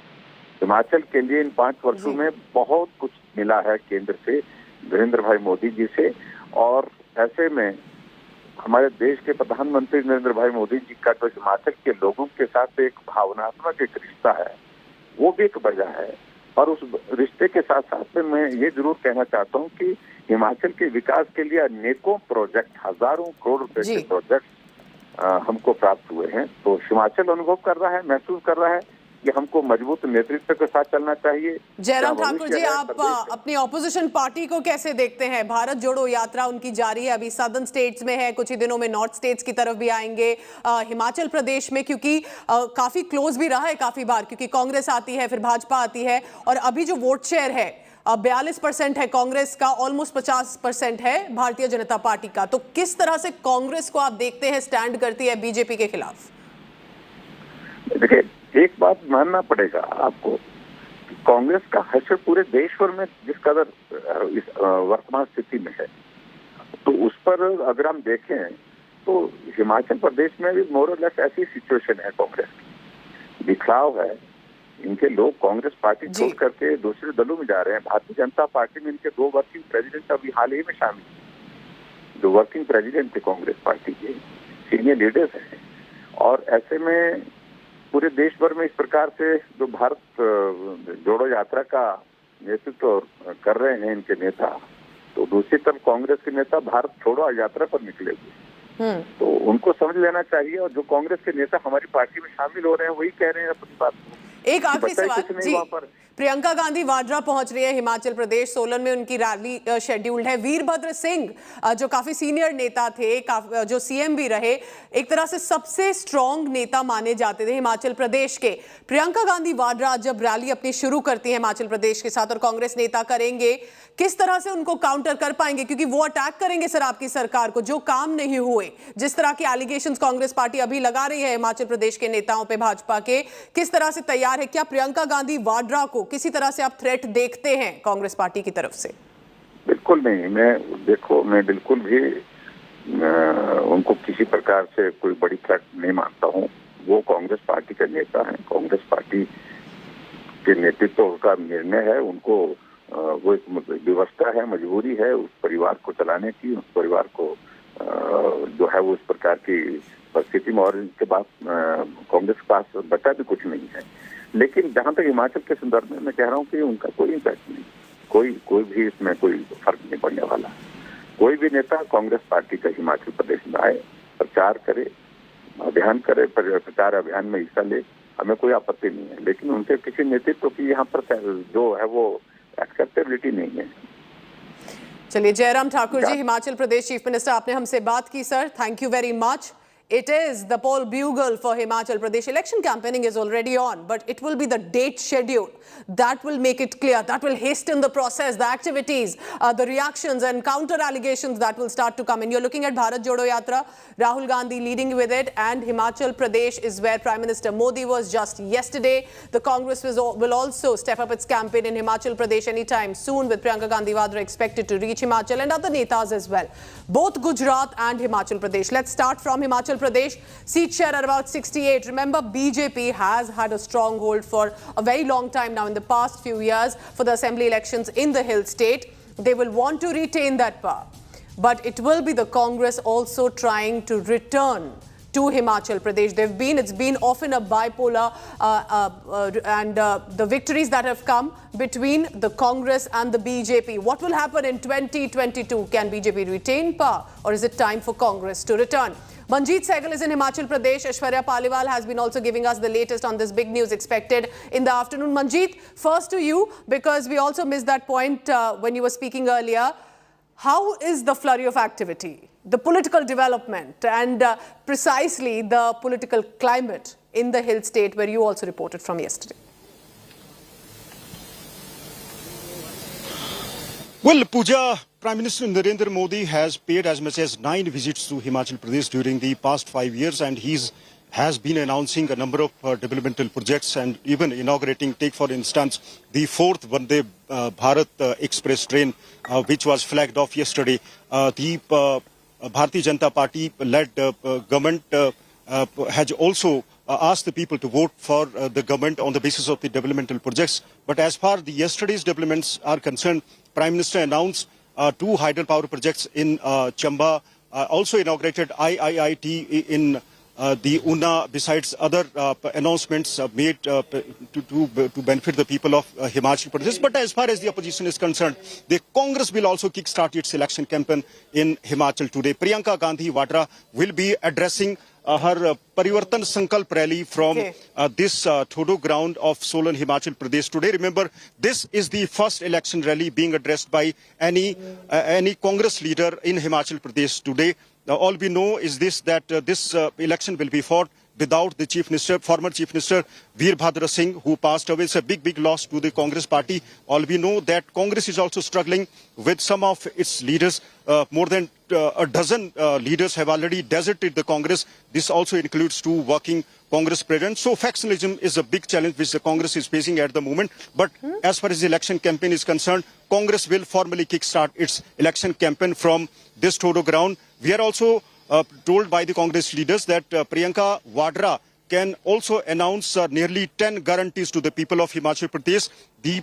One of the guarantees will be to provide 1,500 rupees to each woman if the Congress forms the government in Himachal Pradesh. But as far as the Aam Aadmi Party is concerned, Aam Aadmi Party leaders have also been touring to Himachal Pradesh, be it Manish Sisodia, be it Arvind Kejriwal and other leaders. They have been organizing rallies in the BJP's strongholds, be it the Mandi, be it Kangra, Shimla, everywhere. So this time the contest is likely to be a triangular. But as far as the people of Himachal Pradesh are concerned, a government was never repeated in Himachal. Congress wants to return to the power by pointing out, by putting the BJP in the corner, citing various developmental projects which were promised during the past elections but were not fulfilled. Unemployment is one of the biggest issues besides the developmental projects which the Congress and Aam Aadmi Party will be using as a poll plank in Himachal Pradesh. But BJP is banking on the development it's done during starting the 5 already. years. Congress heating up its campaign, and it will be a beautiful small town of Solan today, where Priyanka Gandhi is coming in. I have fond memories of Solan, have some childhood memories of some vacations. Family has been living there for a while. But so enjoy your time there. Manjeet Sehgal with the Congress campaigning there. Milan Sharma also continues to be with us. So has Akshay Dongre now joining us from the Election Commission in Delhi. So Akshay, where you are standing right now is going to be at about 3 p.m, that big press conference. Now this is a protocol, it's a procedure. But it will also then have these parties speed up their campaigns. And importantly, it will be the phases that we will be looking at both for Himachal and Gujarat.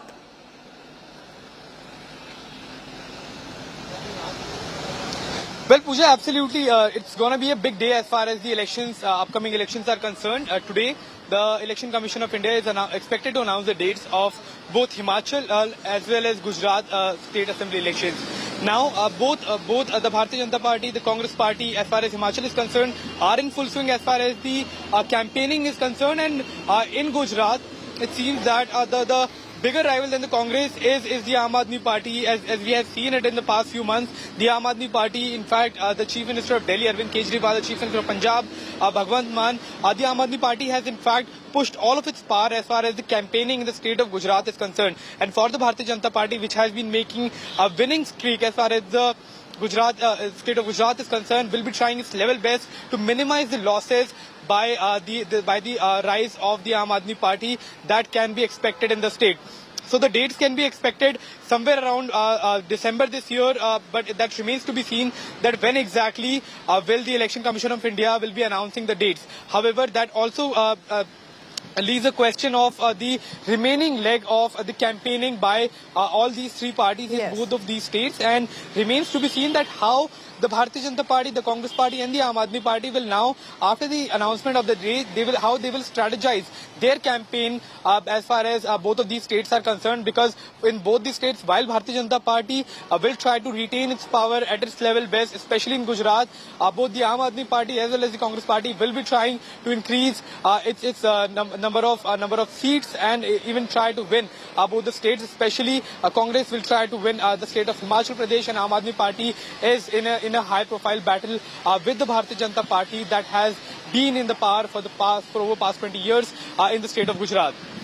All right, Akshay Dongre, absolutely. What he's saying is very significant, specifically because it will have these other parties want to now decide and schedule when their biggest and topmost netas start arriving in Gujarat and Himachal Pradesh. Let's go across now to Milan Sharma. Milan, like we were talking, for Himachal Pradesh, it's between usually the Congress and the BJP that have alternated in power. And of course, this time the Congress will want to return to power and the BJP wants to stop it. But it's in Gujarat where it could now become a triangular contest with the Aam Aadmi Party trying to make inroads. And we are talking about already since morning Smriti Irani's charge on Gopal Italia's video. Do you see Gujarat becoming perhaps a little more significant in terms of the parties that are fighting, the allegations and counter-allegations that are coming in?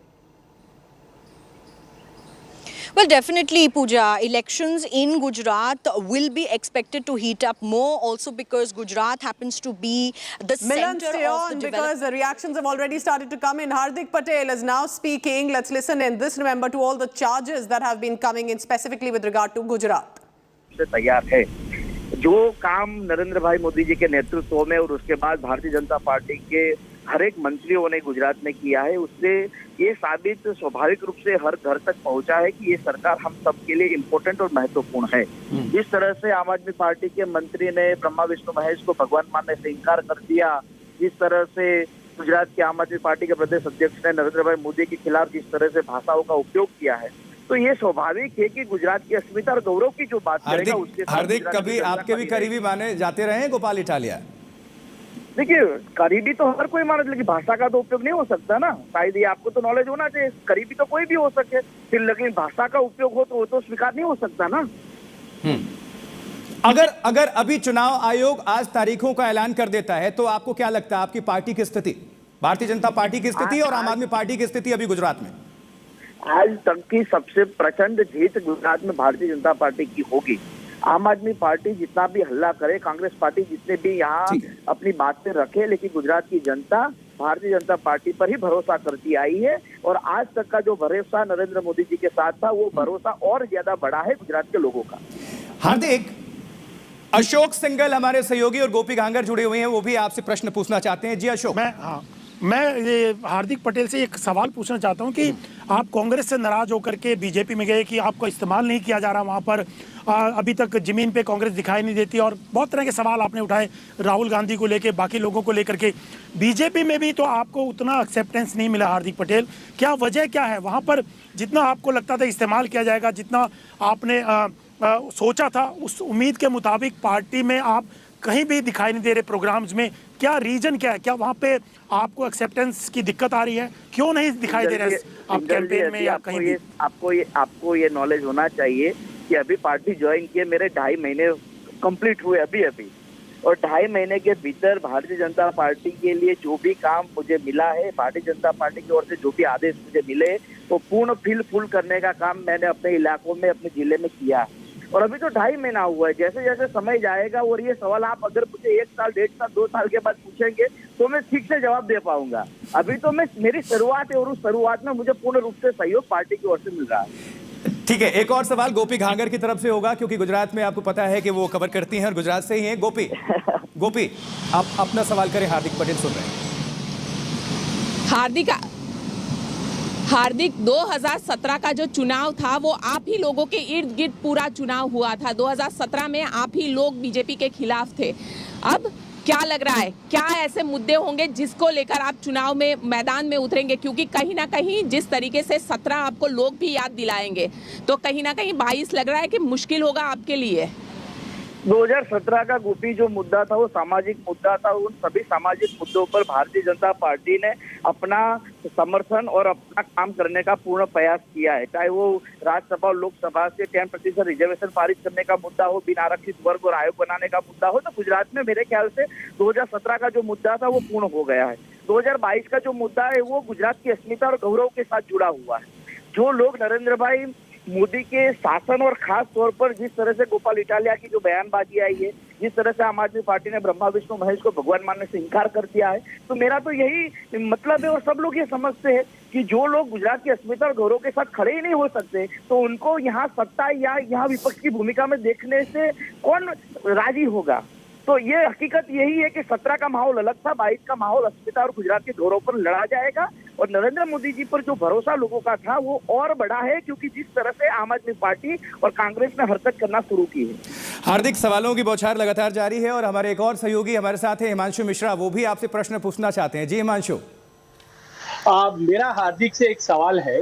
गोपी ने ये बात सही कही है कि वो जब 2017 के चुनाव थे वो किसी पार्टी के साथ नहीं थे, वो पाटीदार आंदोलन का जो है नेतृत्व कर रहे थे। हार्दिक, मेरा सवाल ये है आपसे कि क्या आप 2022 में चुनाव लड़ेंगे और किस सीट से लड़ेंगे? इसके लिए आपने कोई तैयारी की है? पार्टी में कोई बातचीत हुई है, या फिर आप अभी चुनाव नहीं लड़ेंगे? क्योंकि 2017 में तो आपकी जो उम्र थी वो चुनाव लड़ने लायक नहीं थी, 25 साल नहीं हुए थे। अब तो आपकी उम्र जो है इलेक्शन कमीशन के हिसाब से चुनाव लड़ने की हो चुकी है, तो आपने तैयारी की है किसी सीट से?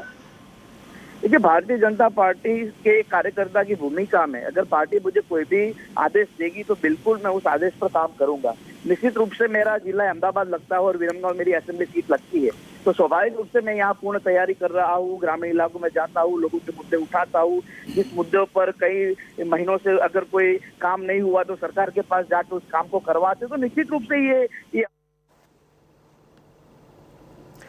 All right, so there is now already reactions and counter-reactions that have started. I'm going across now to National Affairs Editor Rahul Srivastav joining us in this telecast. Remember, a team of reporters already on the ground, not just in Delhi at the Election Commission, but in respective states, tracking every movement of these netas. Rahul Srivastav also now joins me. Rahul, we have Himachal Pradesh, where the BJP and the Congress have alternated in path. The Congress wants to return, BJP wants to stay. But in Gujarat, it's going to be a triangular contest, or at least what it looks like. Which of these states do you think holds more significance and will be more interesting with regard to 2024? Chezi, extremely critical, both the states, primarily because though there is now a shadow of a triangular contest in Gujarat, it's extremely important that elections to these states will be held where Congress and the BJP are the main rivals. The Congress is taking out under Rahul Gandhi, a Bharat Jodo Yatra, which definitely has a political import. And remember, Rahul Gandhi's Bharat Jodo Yatra is not visiting Gujarat. So one will have to wait and see what kind of fortunes the election creates as far as the Congress party is concerned. But definitely for the Congress, for the BJP, very important to win, because remember, Gujarat is a battle BJP cannot lose, because if there is a brand Modi, and if there was a brand Gujarat, which was sold all across the country in 2014, and the BJP successfully did that in the Gujarat model being accepted in the country as a model of governance, the BJP cannot lose Gujarat. Though in 2017, the Congress put up a very spirited fight, and it is because of that spirited fight, you had the BJP below the 100 mark in 2017. And that definitely gave the BJP a bit of scare, because the Congress touched 77. There were 6 others in the two-phase election, which was held last time on the 9th and the 14th of December, while the counting was done on the 18th of December. So one will have to wait and see whether the two-phase election in Gujarat and one phase in Himachal, last time around it was only one phase in Himachal, which was on the 9th of December. Yes. Now, importantly also for the BJP, Himachal Pradesh, this is one state where the swing factor always works, that once it is BJP and then it is Congress, especially after Veerbhadra Singh, the tall leader of the Congress party is not there now this time around to steer the Congress. Whether the BJP is going to fare, whether it is going to be pro-incumbency for Mr. Jairam Thakur, I think a lot of questions for people in Himachal also as far as the elections are concerned. Rahul, one more question before I go across to our team of reporters, both in Himachal Pradesh and in Gujarat. Now, earlier, it had been about, for Gujarat elections, primarily about Narendra Modi, who was their star campaigner, had managed to retain power for 3 terms. But this time, we see these younger netas coming up. Hardik Patel of the BJP, Gopal Italia, so to say, even if it's controversial for the Aam Aadmi Party. Do you think that also is changing? It's about the new age netas, their share of controversies, and Gopal Italia perhaps attracting more controversy than Aam Aadmi Party would have liked him to be. See, that's a very interesting question. I think it does summarize the Gujarat election this time. But if you see what is happening in Gujarat over the last so many years now, especially since 2002 and the rise of Narendra Modi, Gujarat has 2 votes left primarily now. One is before the BJP and one against the BJP. Who goes with what is against the BJP is going to be the decisive factor. Last time around also, the BJP was a bit jittery, but it was Narendra Modi after the initial phase. He threw himself into the campaign and ensured that the BJP was pulled up. This time around also, if one goes on the ground, I have had a 10-15 day trip already, and I found that there is definitely a fatigue factor as far as the BJP is concerned. It's not huge anti-incumbency, but fatigue. Fatigue means somebody has been in power for too long and people are not as enthusiastic. But then there is the Narendra Modi factor. Yes. That has to be accounted for. This time around, Mr. Kejriwal's party has created a buzz in Gujarat. Absolutely. Why I say that? Something like 300 units free power. Gujarat definitely gaining a lot of traction. Unemployment dole of 3,000 rupees, 1,000 rupees for women every month. These are bread and butter issues. Say, for example, electricity. 1.6 crore consumers of electricity in Gujarat. 1.2 crore are all people who consume less than 300. That's one segment in which there might be traction. So Kejriwal is creating traction. The BJP is now attacking Arvind Kejriwal. There can be twin reasons. One, either to discredit Aam Aadmi Party, or secondly to prop him up so that Arvind Kejriwal eats into the Congress's votes. And clearly the Aam Aadmi Party would not mind that either, isn't it? If the Congress is erased, they manage to make inroads. This, remember, in a state where the BJP has a stronghold. Stay on with me, Rahul Srivastava. I want to show to our viewers, our reporters on the ground in Gujarat. The dates are going to be announced in just a short while, and in Himachal Pradesh, that also will be the press conference at about 3 p.m. Manjeet Sehgal in Himachal Pradesh, Saurabh Vakhtani in Gujarat. Saurabh, bringing you in now into this telecast. This is going to be very interesting. Gopal Italia, while is the highlight, and Smriti Irani has jumped in today. This has been about allegations, counter-allegations. BJP wants to retain power. Aam Aadmi Party wants to make inroads. Congress is attacking both BJP and the Aam Aadmi Party, saying that you are deliberately bringing in the Aam Aadmi Party because you're scared of the Congress. What is Gujarat looking like right now? And how many phases has Gujarat usually seen in elections? Because we'll be waiting for the phases announcement also today. So, well, Pooja, very interesting elections which are going to happen in Gujarat, because let me tell you, the traditional war between the BJP and Congress is not going to happen this time around, because this time it is going to be between Congress, BJP and Aam Aadmi Party. The most importantly, let me tell you that how Aam Aadmi Party has come into this whole election fight. Like they have announced so many, total 8 guarantees Aam Aadmi Party has already. BJP, they have came into the campaigning a little late, because Aam Aadmi Party is here since last few months, and how they are here announcing guarantees and freebies and so many other things. For Congress, it is going to be a very tough fight. Let me tell you, all the central leadership from BJP and Aam Aadmi Party are here campaigning in Gujarat. But for Congress, I have not seen a single central leadership over here. In fact, the screening committee which was formed to decide their candidate, the meeting is yet to be finalized. So for Congress, it is going to be a very tough time. But let me tell you, Congress has some leaders from different castes, and they are the main. They are going to attract a lot of vote banks. And let me tell you that Congress might regain the votes which it has getting for the last couple of elections. But for Aam Aadmi, they are actually making a move. They are very active on social media. They are very active on ground. They are going to people.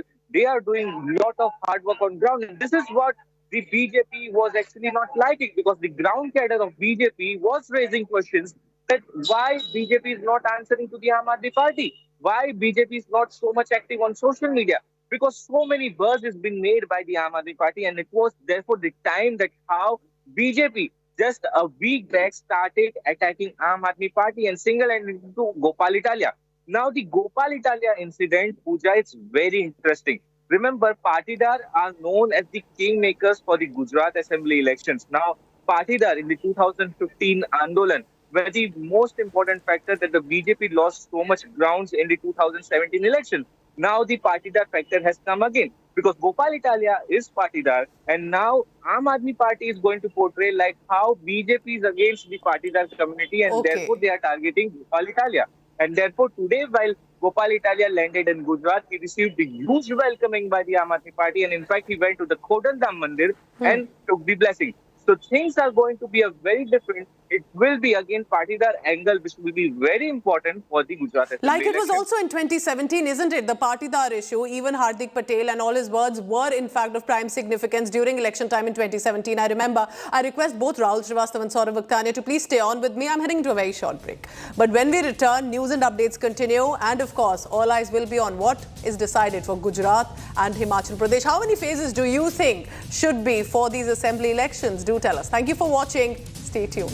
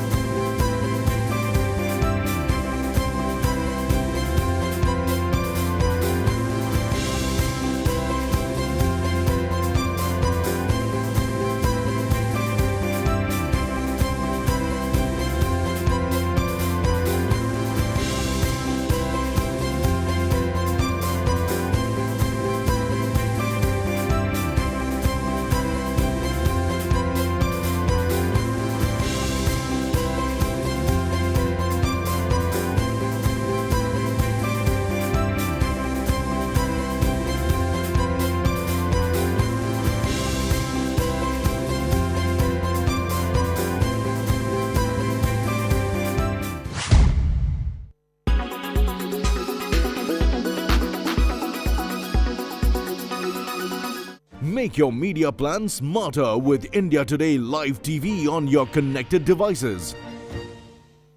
Everyone's busy finding what's trending. You're busy finding out why. India Today, for those who research before reacting. Download the India Today app now.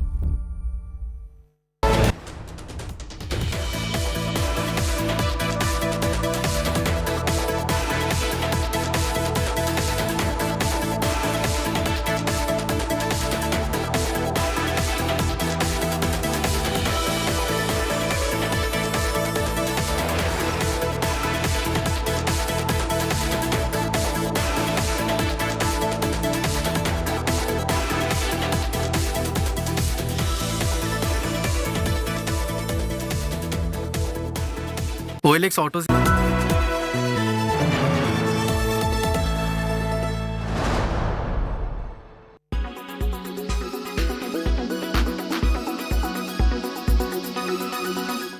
A shocking revelation has rocked the chess world.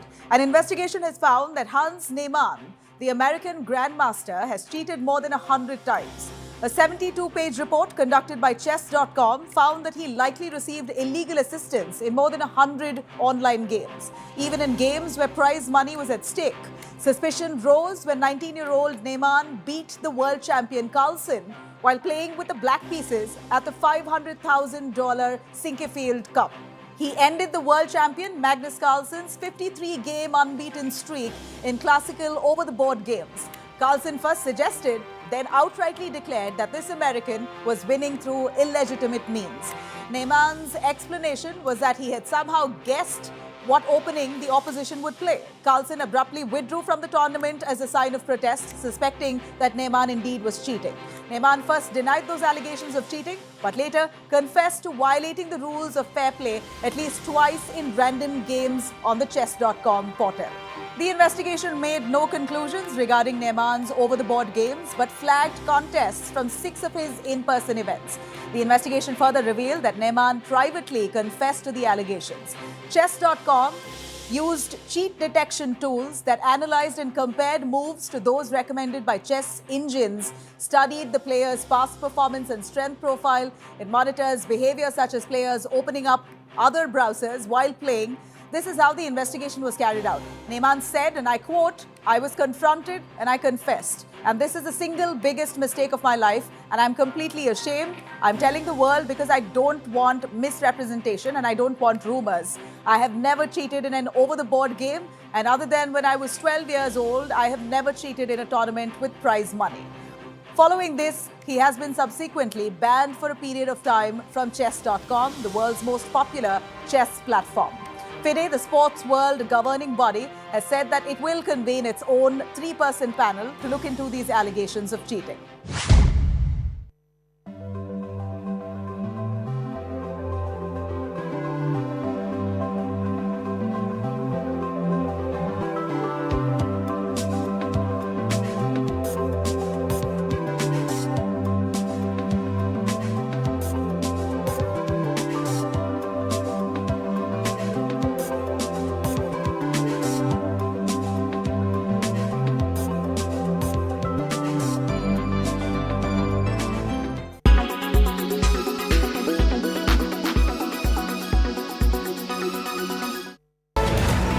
Presented by धूल आए पर घर पे ना टिक पाए।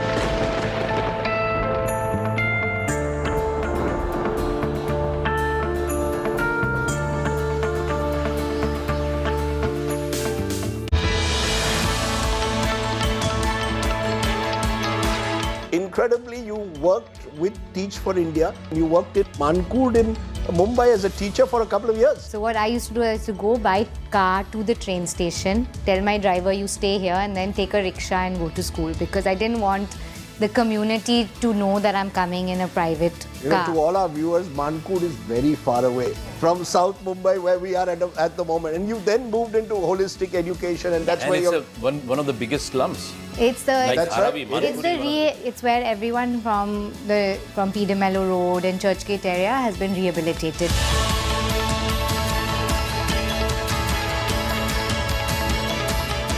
Co-presented by Only OLX Autos gives the best price for your car. Co-presented by Macho Hint, Fashion Bade Aaram Se. Powered by Ashirwad Shubh Chakki Atta, Raho Char Kadam Aage.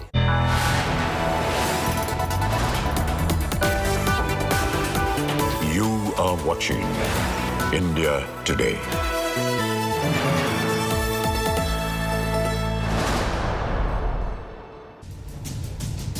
Good morning and a warm welcome to India Today. I'm Paulami Saha. These are the headlines we're tracking at the top of this hour.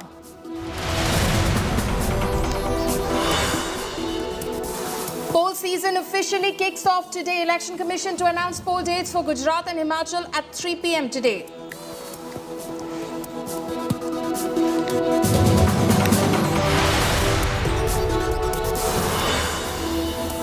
Smriti Irani's blistering attack on Kejriwal and Aam Aadmi Party slams Kejriwal for attacking Prime Minister Modi's mother. Asks Kejriwal why he didn't sack Italia.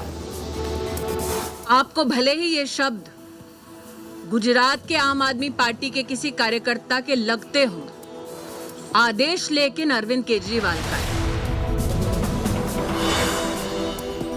Punjab stubble burning continues. Rising stubble burning cases in Punjab. Farmers adamant on burning stubble, but AAP won't penalise farmers.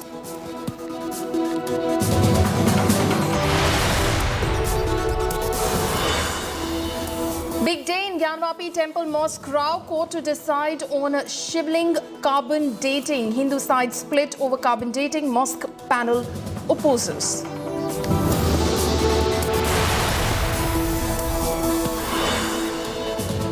Secrets of Kerala's House of Horrors. Pervert psychopath tantric who gave orders for cannibalism to face psychological evaluation. Forensic examination at crime scene to be conducted.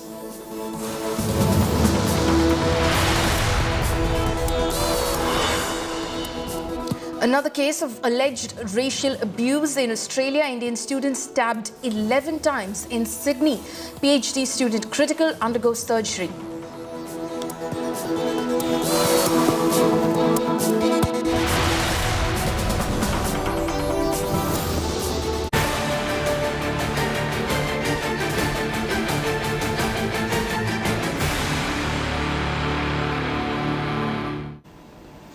It seems there is no respite for Arvind Kejriwal as he looks to make inroads in poll-bound Gujarat. After his party leader and Gujarat chief Gopal Italia faced flack for abusing Prime Minister Modi and insulting temples, the BJP has released a new video in which he is heard mocking Prime Minister Modi and his mother. In the latest video, Italia is purportedly heard attacking Prime Minister Modi by calling him neech and asking him to reveal the expenses of his public meetings. Italia went on to attack Prime Minister's mother, Hiraben, accusing her of staging drama. He further said that Modi is nearing 70 years while Hiraben will turn 100 years old, but still both mother and son continue with their drama. Smriti Irani has launched a scathing attack both on Kejriwal and Italia, accusing them of insulting a 100-year-old woman, calling the act lowest of low in politics.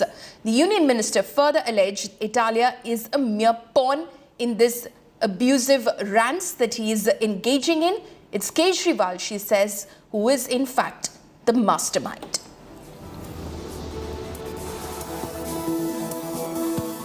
નીચ નરેન્દ્ર મોદીની સભાનો ખર્ચો કેમ નથી માંગતા તમે? નીચ કિસ્મનો માણસ, એનો ખર્ચો માંગો. અને હીરાબા આવીને પાછા નાટકો કરે. આપણને બોલતા શરમ આવે એટલી મોટી ઉંમરના વ્યક્તિ વિશે, પણ એ લોકો નથી શરમાતા. 70 વર્ષનો મોદી થવા આવ્યો, હીરાબા પોતે 100એ પહોંચવા આવશે, તોય મારા બેટા બે માંથી એક નાટકો બંધ કરતા નથી. Today, this message Arvind Kejriwal आम आदमी पार्टी के सर्वे सर्वा है। आम आदमी पार्टी का कोई भी नेता, कोई भी प्रवक्ता, कोई भी जनप्रतिनिधि बिना अरविंद केजरीवाल के डायरेक्शन, अरविंद केजरीवाल द्वारा सौंपा गया दायित्व, इसके बिना एक शब्द नहीं बोलता। तो आपको भले ही ये शब्द गुजरात के आम आदमी पार्टी के किसी कार्यकर्ता के लगते हों, आदेश लेकिन अरविंद केजरीवाल का है। क्या ये पहली बार है कि गुजरात के इस आम आदमी पार्टी के नेता ने मर्यादाओं का उल्लंघन किया है? हिंदू धर्म, हिंदू समाज, हिंदू महिलाएं, मंदिर, इस हर विषय पर टिप्पणी की गई है अमर्यादित। क्या अरविंद केजरीवाल नहीं जानते कि किस प्रकार का बयान उनके नेता कर रहे हैं? ये जानते हुए अरविंद केजरीवाल के इंस्ट्रक्शन पर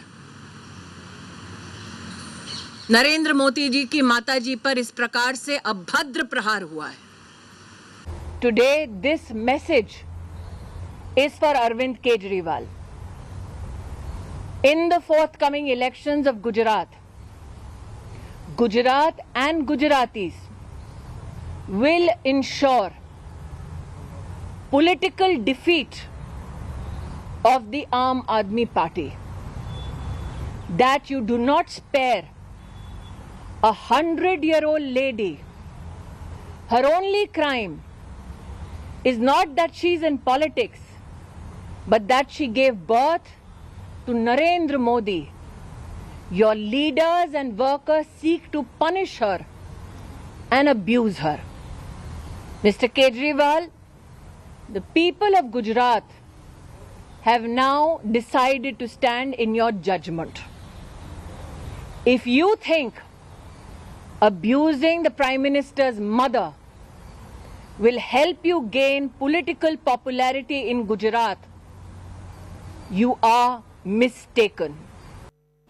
My colleague Milan Sharma is now joining me live on this. Milan, it clearly seems that the AAP is under attack specifically because of the utterances of their Gujarat chief Gopal Italia. The BJP, of course, producing video after video to say that he, in fact, uses coarse language. He is abusive in the language that he uses. And this is not the first time, in fact, that he's called the Prime Minister using this derogatory term. There is another time and another video as well for which he was summoned by the NCW for using the exact same term against the Prime Minister.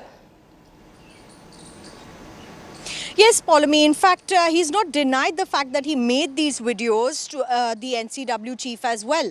But he has been let off at this moment because the party line there, the Aam Aadmi Party is taking at the moment is also that he's been targeted because of being from the Patidar or the Patel community. Milan, just hold on for a second. Shehzad Poonawala of the Bharatiya Janata Party is over the phone line with us right now. Shehzad, another video of Gopal Italia. He, of course, gave mixed responses yesterday to the NCW. In his written statement, he of course did not deny that that video was indeed featuring him, because he denied it in his oral statement where he basically said, I am not in that video. But this is not the first time that indeed he's made this comment against the Prime Minister. Now another video surfacing where he's called the Prime Minister using a derogatory term and of course also dragged in his mother.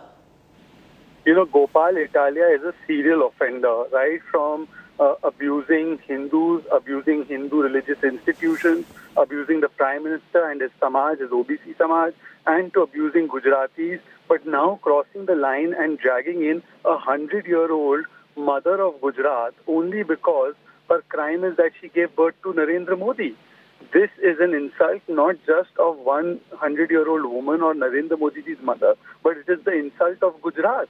And to call her Nautanki Baaz, who speaks in this language. But you know, the real problem is that Mr. Kejriwal endorses, sanctions and patronizes this because he has stood hand in hand, shoulder to shoulder with these kinds of elements, be it Rajinder Pal, who abused or insulted Hindus, who has not been sacked from the party, or Gopal Italia, who abuses and insults women, the mother of Gujarat and others on a serial basis, is being stood and defended by the Aam Aadmi Party. And therefore, all we are saying is that we are not going to outrage. We have nothing to say except that people of Gujarat will respond to this in the right fashion and in the right manner. If Mr. Kejriwal thinks that Gopal Italia should be a part of his party when he says these kinds of things merely because he wants to score a few vote bank points in the upcoming elections where he's getting a 0 in all surveys, well, then the people of Gujarat will respond in kind.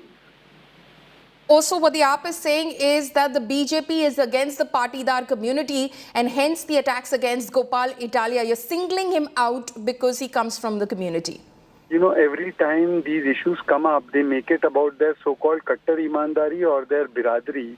The last time they played this caste victimhood card with Sisodia when he was caught with corruption. Then they made this about caste in another instance too. He has abused the entire people of Gujarat and called them thief because they voted for Narendra Modi ji. He has abused a 100-year-old proud Gujarati woman. And they are saying that they are we are against certain community. We have built the Statue of Unity, the tallest tribute to Sardar Patel. We have a chief minister from the Patidar community. This is not about communities and castes. This is about the attitude of Gopal Italia against Hindus, against women, which is being sanctioned and protected by Mr. Kejriwal. So he can play this victimhood card. The people of Gujarat will answer him in kind in the elections that come. Okay.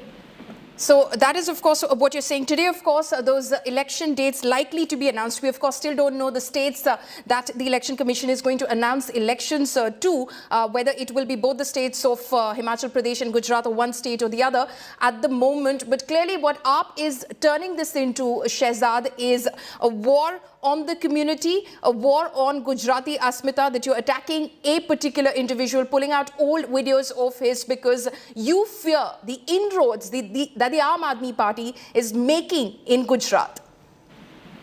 Well, you know, Mr. Gopal Italia's past and the elements that he has mingled with and the kind of propaganda and lies he spread about Gujarat's proud development track record, about Gujarat's performance, about Gujarati people, and even about Gujarat's most sacred traditions, whether it's going to Kathas or to mandirs or to people from Gujarat, is all there in the public domain. And therefore, who is for Gujarati Asmita and who is there only for vote bank ka Akida is very, very clear to the people of Gujarat. And they will reject this vote bank ka Akida and they will vote for those who have for 27 years always stood for Gujarati Asmita. Yesterday, of course, when Gopal Italia was detained by Delhi Police, Shehzad, on the NCW's complaint, the Aam Aadmi Party went on to say that the BJP pulls the strings as far as NCW is concerned and its chief is concerned. Follow me, when is the last time they have had any faith in any institution of constitution in this country? They question the courts which have not given bail to Satyendra Jain and they say Satyendra Jain is Kattar Imandar. The LG takes action on their corruption. They call the LG all kinds of names and the LG. They sit on dharna against 26 January programs. They advocate anarchy in this country and taking rule of law into their own hands. And now when it comes to this institution, which is a constitutional and statutory institution, they summoned him for his anti-women misogynistic statements he's made against 100-year-old women. And there, instead of appearing, they come and start doing hooliganism. And when the police detains them, they call all kinds of names to the NCW and to a respected person of the NCW, the chairperson who works for women's causes. It only shows their deep-seated hatred for women, for Hindus and for Gujaratis and for all kinds of communities that they feel they should abuse in order to appeal to one vote bank. People of Gujarat are watching and they will definitely respond in kind.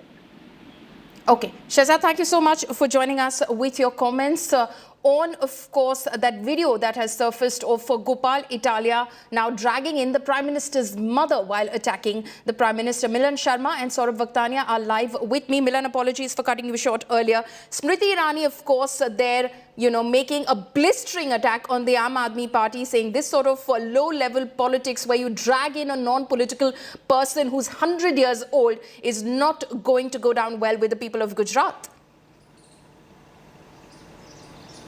Well, yes, Paulami, as I was saying that this is being used at the behest of Kejriwal is what Smriti Irani has said, because Kejriwal is the chief of the party and the party line is such that nothing happens in the party or not even a step is taken by any of the party members or leaders without Arvind Kejriwal saying so. And these are the charges made by Smriti Irani there. And she also said that when we questioned her on whether Italia is using this as against the BJP BJP and saying that they are going to target him because he's from the Patidar or the Patel community. So she said that there is no community anywhere that would perhaps legitimize slandering someone's mother for political gains, and that is what the Aam Aadmi Party is achieving to do in Gujarat. But the Gujarati pride has been hurt, and which is why such kind of low-level politics does not have any space. And he said, okay, so that is of course the BJP's attack against Gopal Italia and Arvind Kejriwal. But here's news that's coming in from Gujarat. At the moment, Gopal Italia, in fact, receives a grand welcome in Gujarat. Amid row over abuses, the AAP is defiant. Listen in. NCW માં કાલે હું હાજર થવા ગયો તો NCW ના chairperson madam જે હતા એમણે સીધું જ કોઈ પણ વાત કર્યા વગર અંદર ગયો, મારી સાથે ધમકી ભરી ભાષામાં ગાળાગાળી કરી અને સીધા પોલીસ બોલાવી અને મને પોલીસ સ્ટેશનમાં મોકલી દેવામાં આવ્યો. આ આખો ઘટનાક્રમ બતાવે છે કે ગુજરાતમાં જે રીતે પાટીદાર સમાજમાંથી આવતો એક સાધારણ પરિવારનો યુવાન પાર્ટીની અંદર પ્રદેશ અધ્યક્ષ કેવી રીતે બની ગયો, a young Patidar community member became ઈર્ષા થઈ રહી છે. AAP party chief in Gujarat. It has become a cause of jealousy. મારવામાં આવી, એમાંથી જે બચી ગયા એમની ઉપર ખોટા કેસો કરી જેલમાં પૂરવામાં આવ્યા, એમાંથી જે બચી ગયા એને ભાજપમાં જોડી દેવામાં આવ્યા. Putting false cases on people. They're trying to force people into the BJP. સક્રિય છે એ વાતને લઈને સતત ભાજપને નફરત થઈ રહી છે, ચીડ ચડી રહી છે. BJP is hating that someone is of course pushing through yet.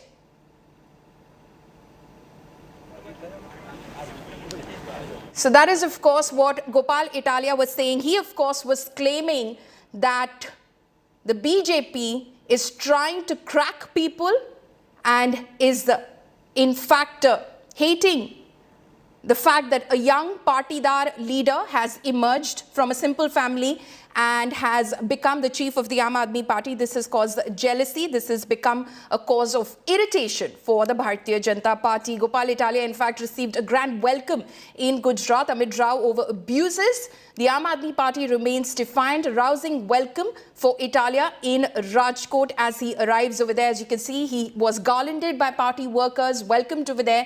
And he, of course, said that the BJP is only targeting those who refuse to crack under their might and pressure. Either they are lodging false cases against them or they're forcing them into the Bharatiya Janata Party.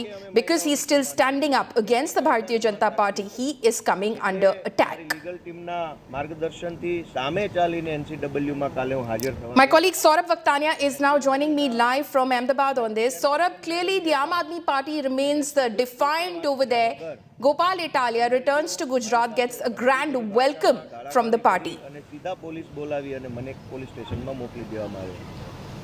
Well, absolutely, and this was expected because, you know, now this whole incident is going to be turned into a Patidar factor because, remember, Patidar are a very important vote bank for the Gujarat Assembly election. They are as well called as the kingmakers for the elections. And let me tell you, after the 2015 protest of Patidar, BJP had suffered heavily in the 2017 Assembly elections, and therefore BJP does not want to take any chances. And now Aam Aadmi Party is banking on this whole incident. What they are telling is that BJP is against the Patidars, BJP does not like the Patidar community, and therefore they have made this whole incident against the Gopal Italia. Now, from the top leader, remember, from top leader of Aam Aadmi Party, from Arvind Kejriwal to all the other leaders are saying that how BJP is against Patidar. Now, what Aam Aadmi Party is doing is portraying Gopal Italia as a big hero of Patidar community, and therefore, after coming from Delhi, he straight went to Rajkot. Remember, Gopal Italia is from Surat, the main party head office is in Ahmedabad, but Gopal Italia straight landed in Rajkot. Now he's heading to the Khodaldam Trust Temple. Now, the Khodaldam Temple is very important for the Patidar community, and now Gopal Italia is in that particular temple taking blessings, and so you can understand that how this whole incident has twisted into the Patidar factor. Remember, like I told you, that the Patidar factor will be very important, and Aam Aadmi Party wants to bank on this whole incident. But time and again, several videos of Gopal Italia, the previous old videos of Gopal Italia are now coming forward, that how he's been abusing the Prime Minister Narendra Modi and his family as well. But Aam Aadmi Party is taking this matter into another level, making it as a Patidar factor. So it will be very important to see that how the Patidar factor even in this particular election takes place, because you know Hardik Patel was the one who was the face of Patidar Andolan in 2015, and in 2017 he actually campaigned against BJP. Now same Hardik Patel is in BJP party who will be campaigning for BJP, and now Aam Aadmi Party has a Patidar face in Gopal Italia. So this is going to be a very important, and again Patidar factor will be very important to watch out for. Absolutely, it's turning out to be very interesting, Saurabh, over there. Like you said, 2017 was about the Patidar Andolan of 2015. The BJP suffered certain damages because of that Andolan in the 2017 election. Looks like it is again the Patidar factor which is coming to the fore ahead of the 2022 assembly elections as well. Saurabh Vakhtania, Milan Sharma, thank you so much for joining us with those details. Now, the political temperatures are high, with the Election Commission likely to announce the dates for poll-bound Gujarat and Himachal Pradesh today. The BJP is eyeing another historic 7th term in Gujarat, a state that the Aam Aadmi Party has been attempting to make inroads into with a keen eye on Mission 2024. While for the Congress, these polls will serve as a litmus test for the Gandhis and company. The BJP has retained power in Gujarat for almost 27 years now, a streak it claims to be confident of winning, with the 2024 national polls being a key focus. But a fierce battle is likely, with Arvind Kejriwal and company moving for a Punjab repeat on Modi's turf. Meanwhile, Himachal Pradesh will also see a three-way battle between the BJP, Congress and the Aam Aadmi Party. With this, the official poll bugle will be sounded for Gujarat and Himachal Pradesh, most likely at about 3 p.m. today.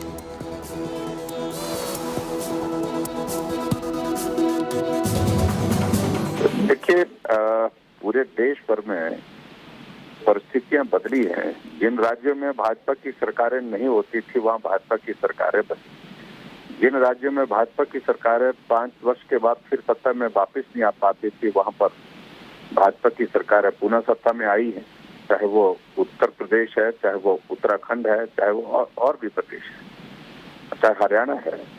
तो ऐसे में पूरे देश भर में हमारे प्रधानमंत्री नरेंद्र मोदी जी के नेतृत्व में जिस प्रकार से एक माहौल खड़ा हुआ है, सभी राज्यों को लग रहा है, लोगों को लग रहा है कि केंद्र के साथ मजबूत नेतृत्व के साथ चलना चाहिए, उसमें प्रदेश का भला है। और स्वाभाविक रूप से हिमाचल के लोग भी अब की बार इस बात को अनुभव कर रहे हैं, महसूस कर रहे हैं। जो काम नरेंद्र भाई मोदी जी के नेतृत्व में और उसके बाद भारतीय जनता पार्टी के हर एक मंत्रियों ने गुजरात में किया है, उससे ये साबित स्वाभाविक रूप से हर घर तक पहुंचा है कि ये सरकार हम सबके लिए इम्पोर्टेंट और महत्वपूर्ण है। जिस तरह से आम आदमी पार्टी के मंत्री ने ब्रह्मा विष्णु महेश को भगवान मानने से इनकार कर दिया, जिस तरह से गुजरात के आम आदमी पार्टी के प्रदेश अध्यक्ष ने नरेंद्र भाई मोदी के खिलाफ जिस तरह से भाषाओं का उपयोग किया है, देखिए करीबी तो हर कोई माना, लेकिन भाषा का तो उपयोग नहीं हो सकता ना। शायद ये आपको तो नॉलेज होना चाहिए, करीबी तो कोई भी हो सके, फिर लेकिन भाषा का उपयोग हो तो वो तो स्वीकार नहीं हो सकता ना। आम आदमी पार्टी जितना भी हल्ला करे, कांग्रेस पार्टी जितने भी यहाँ अपनी बातें रखे, लेकिन गुजरात की जनता भारतीय जनता पार्टी पर ही भरोसा करती आई है। उत्तर प्रदेश सहित कई जगहों पे एक होती जवाबी कव्वाली, दोनों का खेल मिला जुला होता है। जैसे कुश्ती में दो पहलवान मिलजुल कर लड़ लेते हैं, उसे नूरा कुश्ती कहते हैं। गुजरात में भारतीय जनता पार्टी और आम आदमी पार्टी के बीच में नूरा कुश्ती हो रही है, मिली जुली कुश्ती हो रही है, जिससे कांग्रेस को मुख्य टक्कर से बाहर निकाल। तो गुजरात की जनता समझदार है, वो आम आदमी पार्टी और भाजपा के नाटक नौटंकी को समझ गई है। So, this afternoon at 3 p.m., the Election Commission is likely to announce poll dates. Remember, there are at least 2 poll-bound states, Himachal Pradesh and Gujarat. The Election Commission hasn't yet officially announced if it is revealing the dates for both states today or one by one, but we will, of course, find out at about 3 p.m. this afternoon. My colleagues Saurabh Vakhtania, Milan Sharma, Akshay Dongre are joining me live this morning. Saurabh, I'll come across to you. At the moment, of course, the high-stakes battle will be in the state of Gujarat. 182 assembly seats that will go to polls. The BJP already saying Amit Shetty's claim that 2/3 is what the party is likely to get in this election, Saurabh. Well, BJP is claiming that they are going to win the highest number of seats which are ever recorded. Remember, in 1985, it was Congress Madhav Singh Solanki government which had won over 149 seats. And during when Prime Minister Narendra Modi was Chief Minister of Gujarat, that time the highest number of seats won by BJP was 127. And this time, what the BJP is saying that they are going to cross the 150 mark. But it should be a very interesting poll-bound state, because let me tell you, this is not the traditional war, because unlike the BJP and Congress, it is going to be the Aam Aadmi factor which has come in for the last few months.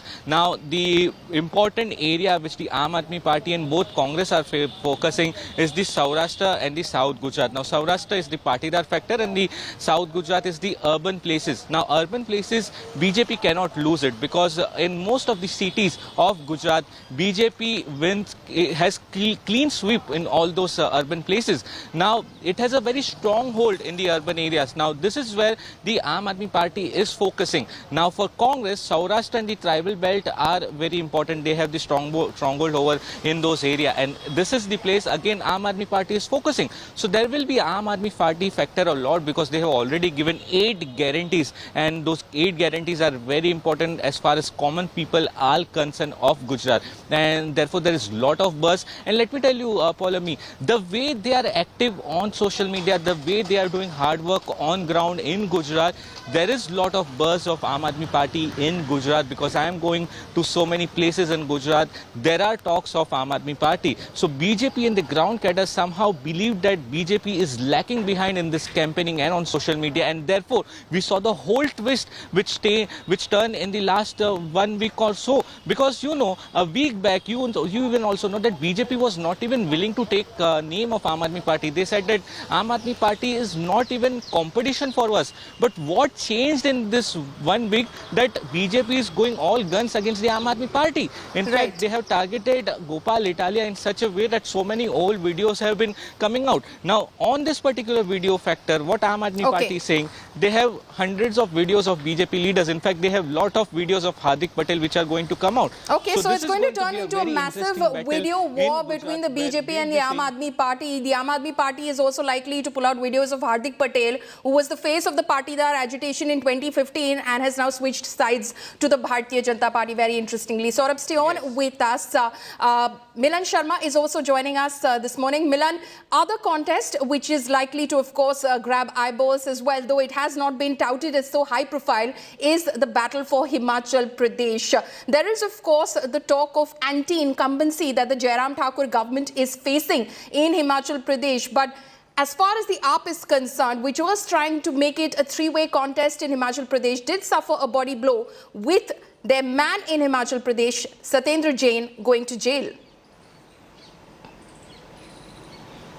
Well, Paulami, you've put it rightly, but I would believe that the election for Himachal will also be pretty important for the BJP, because going forward from here, you and I both know that everything now centers on 2024 as well. And both states, Gujarat as well as Himachal, are going to be very crucially important for the BJP to quell the talk of anti-incumbency, because as the state of Himachal has just 68 seats, but certainly whether the BJP is able to retain their hold on the state will decide a lot for the neighboring states of Haryana as well as Punjab, where Punjab, of course, BJP is finished. But we're looking at this election in Himachal. The PM has perhaps visited Himachal about 9 times in the past so many years and has announced big ticket projects for the state that looks at a bulk of manufacturing of medicines, etc. There's a train that has been announced, Vande Bharat Express, from all the way from Una to Delhi, and that kind of road connectivity and network connectivity is very important for the citizens of the state of Himachal Pradesh. And certainly, as you were pointing out, Arvind Kejriwal was perhaps very enthusiastic in the initial part of the year, this year, going all the way to Mandi, Hamirpur and other districts of Himachal Pradesh to say that Aam Aadmi Party would perhaps make inroads in the hill state. But they have for some time backed out because of their own internal party surveys that say perhaps Aam Aadmi Party has better chances of creating inroads in the state of Gujarat. So at the moment, the Himachal state campaign for the Aam Aadmi Party is cold turkey, but definitely Congress is still in the fight because as we speak, Priyanka Vadra Gandhi is going to also be addressing a rally in Solan in Himachal Pradesh today, and that is also going to be crucial to understand because the fight in Himachal is perhaps going to be between the old guard, the Congress party and the BJP that will fight to retain their power in the state of Himachal, and a lot can be decided based on how many states BJP needs also in future as we spoke, because 2024 is also a very important target.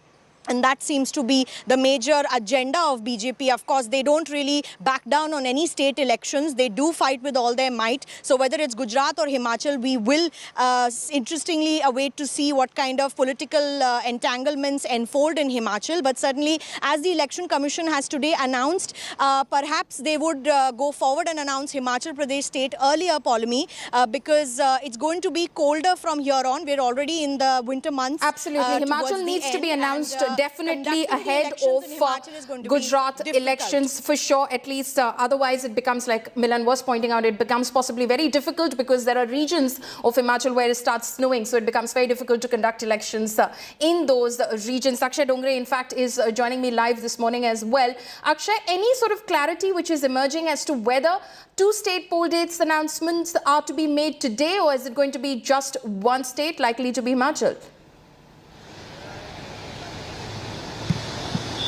Well, Polumi, as far as today's announcements are concerned, the Election Commission has called for a press conference today at 3 p.m. in the national capital.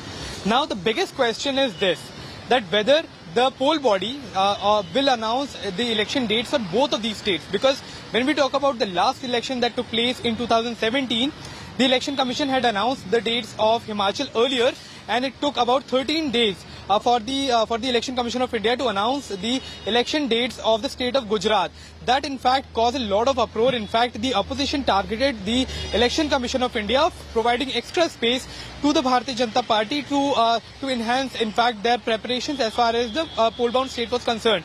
Now, and then the Election Commission of India had given a clarification that because of the flood-like situation in the state of Gujarat, they had to make extra preparation. Now, this time there is no such situation in Gujarat right now. However, it remains to be seen that whether the poll-bound body will be announcing the election date for both the states, because the tenure of the Himachal Assembly will be ending in the second week of January. Whereas the tenure of the Gujarat Assembly will be ending after the mid of February, so more than a month later. So that remains to be seen, that whether the announcement of the dates of election will be done at the same time, or whether, like the last time in 2017, the Election Commission of India will give some sort of time more to the preparations in the state of Gujarat as far as the preparation for the elections are concerned. And if that happens, then certainly we can expect some sort of uproar by the opposition once again, especially the Aam Aadmi Party and the Congress Party, that Election Commission of India is acting in a bipartisan manner. Okay. Akshay, Milan and Saurabh, thank you so much for joining us this morning. We've got some breaking news.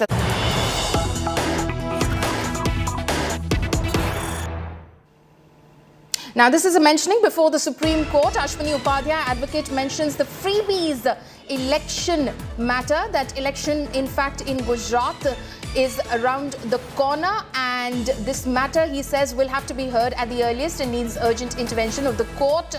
That is what the advocate has said. The Chief Justice of India has said, let me see what can be done in this, and has directed his staff to send the case file to his chamber. So the petitioner in the matter has sought for an urgent intervention of the Supreme Court of India in the Freebies case, saying that elections in the state of Gujarat are just around the corner. So this is going to have a bearing, so to say, on the elections that will be shortly announced by the Election Commission. Again, not clear whether the Election Commission this afternoon will be announcing polls to both states of Himachal and Gujarat, or one state and then the next state subsequently. The Chief Justice of India has told the petitioner in this case, advocate Ashwini Upadhyay, that let me see what can be done in this, and has directed his staff to send the case file to his chamber.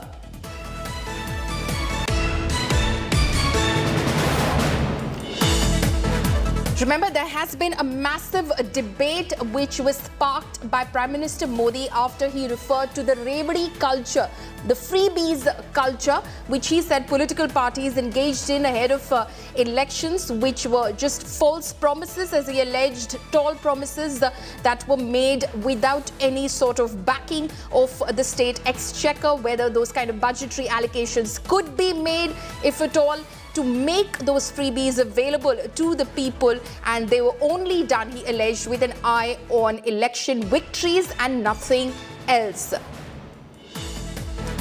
My colleague Kanu Sharda is joining me over the phone line right now. Kanu, give us a sense of where the case stands at the moment and what has Advocate Ashwini Upadhyay sought today from the court.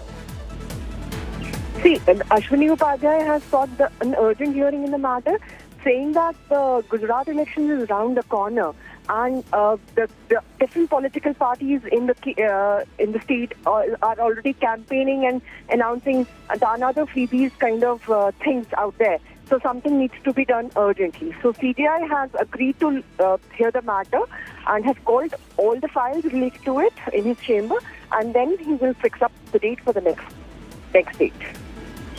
Okay. Kanu, thank you so much for joining us with those details. We're slipping into a very short break. Coming up next, big day in Gyanvapi Temple Mosque crowd. Court to decide on Shivling carbon dating. Details on the other side of this break.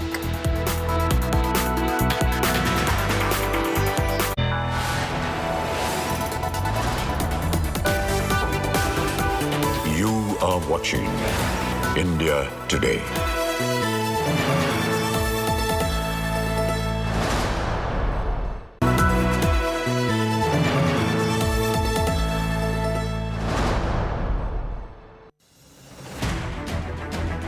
I don't read the news.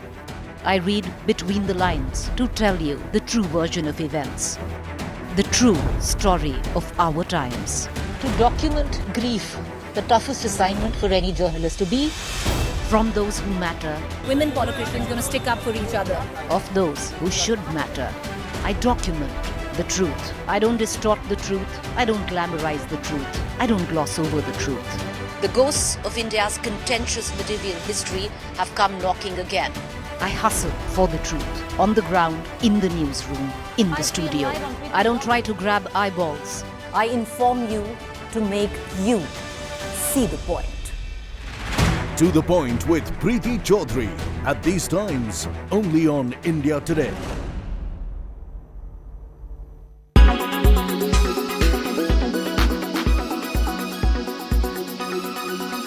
We must fall in love with what we do, because being an entrepreneur is a lot of hard work and overcoming a lot of adversity.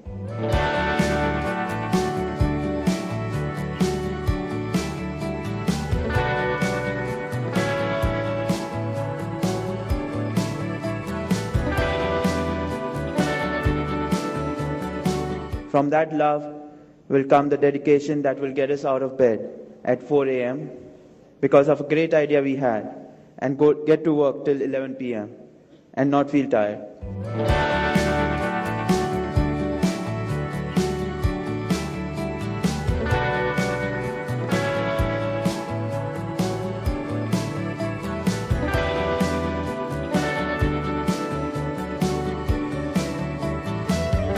In 2013, Mundra right now is the second largest port in India with 80 million tons of handling. In this journey of 19 years, starting from zero, we have been able to achieve a top line of 2,500 crores, EBITDA of 1,500 crores, and a market cap of 30,000 crores. This is entrepreneurship.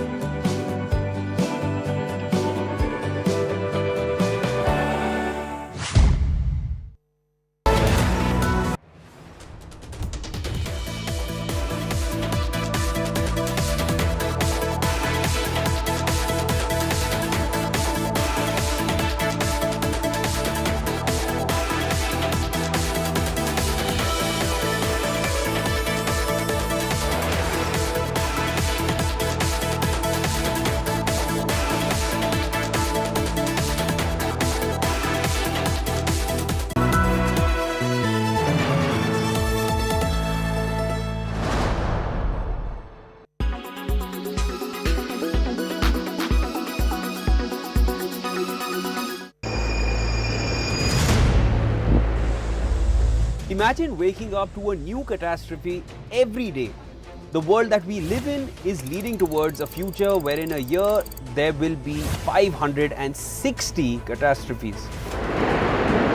This is not a plot of a horror movie, but instead this will be our reality, according to the UN. Yes, the UN has said if we don't act on climate change now, by the year 2030, we will have 560 catastrophes a year. Report by the UN paints a grim picture. It says most disasters would be weather-related, like fires and floods. But many will be hazards such as pandemics or chemical accidents. The scientific report said climate change is increasing the magnitude, frequency, duration and severity of climate-related hazards. It has become a major driver for disaster losses and development achievement setbacks. We currently are experiencing many heat waves. The report says that by the year 2030, the number of heat waves will be 3 times of what it was in 2001. The scariest part is this. The report talked not just about climate disasters, it looked at COVID-19, economic meltdowns, food shortage, all triggered by climate change. Decisions made by humans are too narrow and have been over-optimistic about the risk of the potential disasters. This leaves the world unprepared. The chief of the UN Office of Disaster Risk Reduction, Mami Mizutori, said if we don't get ahead of the curve, it will reach a point where we cannot manage the consequences of the disaster.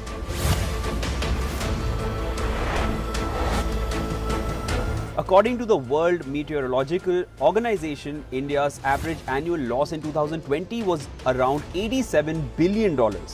This was due to floods, cyclones and droughts. In 1990, disasters cost the world about $70 billion a year. Cut to now, they cost more than $170 billion. This is after adjusting for inflation and it doesn't include the indirect costs. Amina J. Mohammed, UN Deputy Secretary General, said the world needs to do more to incorporate disaster risk in how we live, build and invest, which is setting humanity on a spiral of self-destruction. We must turn our collective complacency to action. Not just this, but the Asia-Pacific region suffers the highest damage. The region loses an average of 1.6% of their GDP annually to disasters. Climate change demands action now.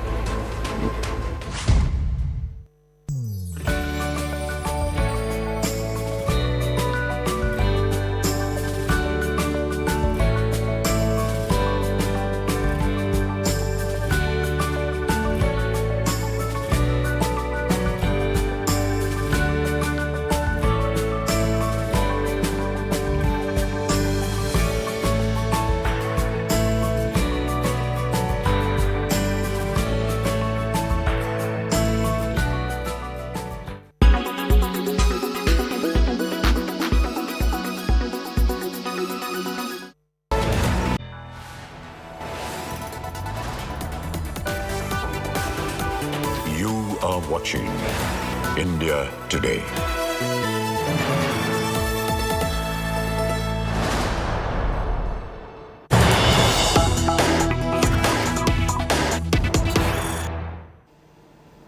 News coming in right now. Setback for BS Yediyurappa in land scam. Chief Justice of India recuses himself from hearing BSY plea. CJI says won't hear BS Yediyurappa plea to quash FIR. The Chief Justice of India in fact says place matter for the bench I'm not part of. The Chief Justice of India recuses himself from hearing the plea by former Karnataka Chief Minister BS Yediyurappa against the Karnataka High Court's order of refusing to quash an FIR registered under the Prevention of Corruption Act for allegedly denotifying parcels of land and allotting it to entrepreneurs during his tenure as the Deputy Chief Minister of the state. The Chief Justice of India says that let this matter be placed before the bench where I am not a part. So the CJI, in fact, now UU Lalit has in fact recused himself from hearing former Karnataka Chief Minister BS Yediyurappa's plea before the Apex Court seeking a quashing of the Karnataka High Court order which had refused to quash the FIR against him registered under the Prevention of Corruption Act for allegedly denotifying parcels of land and allotting it to entrepreneurs during his tenure as the Deputy Chief Minister of the state. The Chief Justice of India has said, and I quote, "Let this matter be placed before a bench where I am not the part." So the CJI now has recused himself from hearing B.S. Yediyurappa's plea before the apex court.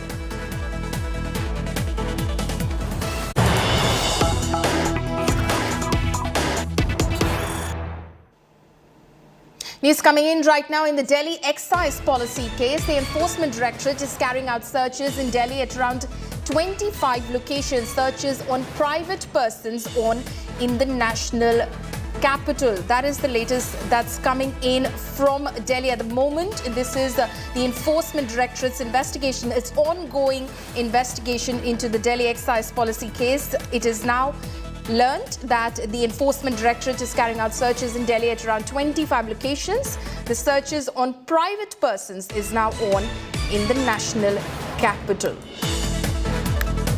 Those are details, of course, emerging from this investigation. Remember that both the CBI and the Enforcement Directorate are carrying out their investigations into the Delhi liquor policy case, which in fact has seen multiple arrests already and raids as well, including the house of the residence of Delhi Deputy Chief Minister and Excise Minister Manish Sisodia.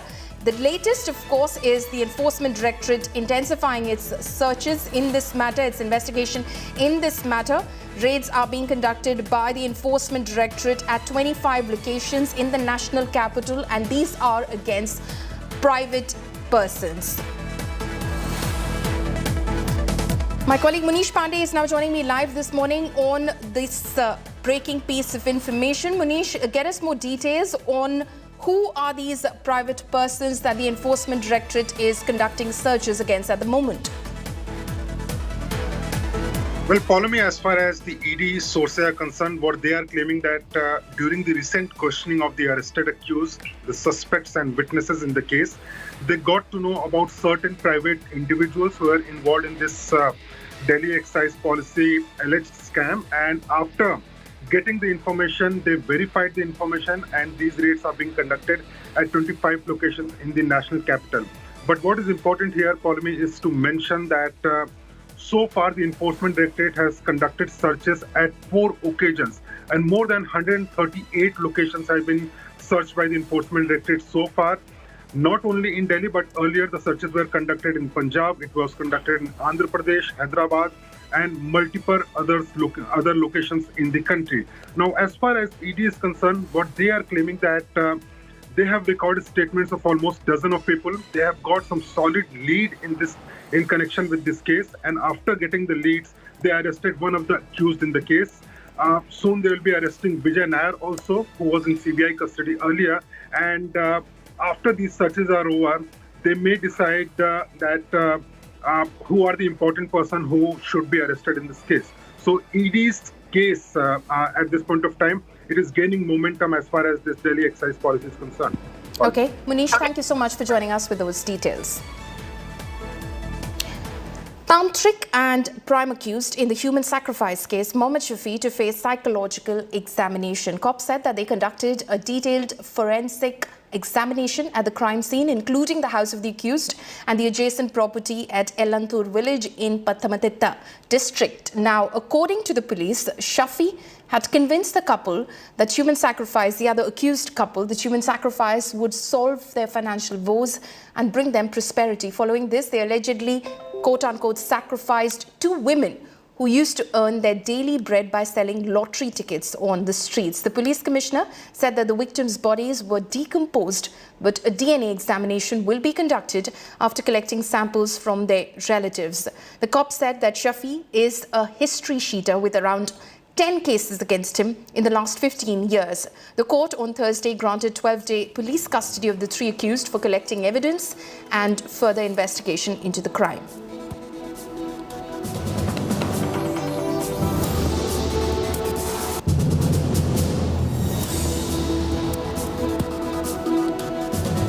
And here are the other top stories that we're tracking from across the nation. Heavy rains in Uttar Pradesh's Prayagraj have caused a flood-like situation in the low-lying areas of the district after rise in water levels of the Ganga and Yamuna rivers.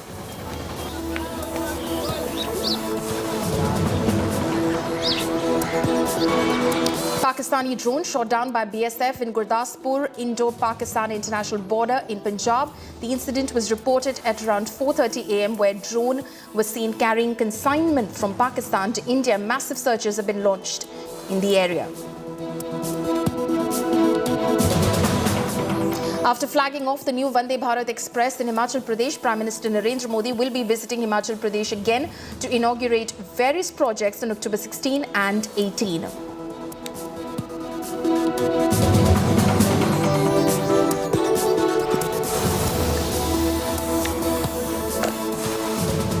So these are some of the top stories that we're tracking at the moment. Stay with us. We're slipping into a very short break. News and updates will continue on the other side of this break.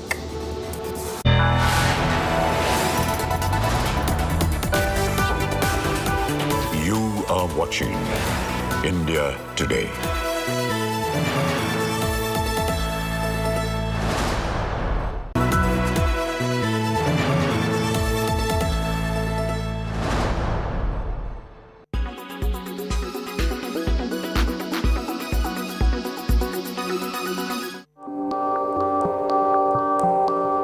Listening to music puts you in a good mood, but have you ever heard of music that gets you high?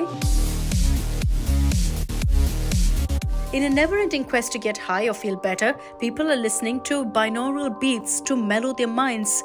A study shows that many have been trying binaural beats as a form of therapy or even an intoxicant. The term binaural means two sounds, and binaural recording without the beats refers to a kind of stereo recording wherein the listener feels totally surrounded by the musicians. Everyday sounds range from 250 to about 6,000 Hz. Binaural beats are usually below 1,000 Hz, which is in the low range of average human hearing. Hector Orozco Perez, an author of a recent study on the mysterious beats, puts it this way. What happens is when you listen to two pure tones separated into each other, the tiny difference causes a frequency mismatch as the sound travels to the auditory part of your brainstem. Simply put, if your right ear is hearing 260 Hz and your left ear is hearing 250 Hz, then your binaural beat comes in around 10 Hz. What makes binaural beats interesting is the ability to synchronize or entrain your brain's electrical response to adhere to a certain rhythm, and rhythmic stimuli can help people concentrate. There are several types of beats. Delta is the lowest frequency, just 0.5 to 4 Hz. Next is theta, between 4 and 7 Hz. Alpha beats range from 7 to 13 Hz, and beta is from 13 to 30 Hz. Finally, gamma includes sounds from 30 to 50 Hz apart. Delta binaural beats may help people sleep more deeply, while beta beats may help people stay more alert. The Global Drug Survey, an independent research company based in London, conducted a survey of voluntary participants. It found that 5.3% of respondents, over 1,600 people who completed the survey, reported using binaural beats either alone or in combination with other drugs or treatments. Respondents most commonly used binaural beats to relax or fall asleep, that's 72.2%, and to change their mood, about 34.7%, while 11.7% reported trying to get a similar effect to that of other drugs. The effect of music on people has been studied for long. For instance, it's said if babies are made to listen to classical music, they'll turn out to be smarter. Studies showed that those who listened to Mozart and Strauss had markedly low systolic and diastolic blood pressure, as well as lower heart rates. ABBA's tunes, on the other hand, didn't produce the same effects. There's also Mozart's music that can increase your general intelligence. What are your views about this?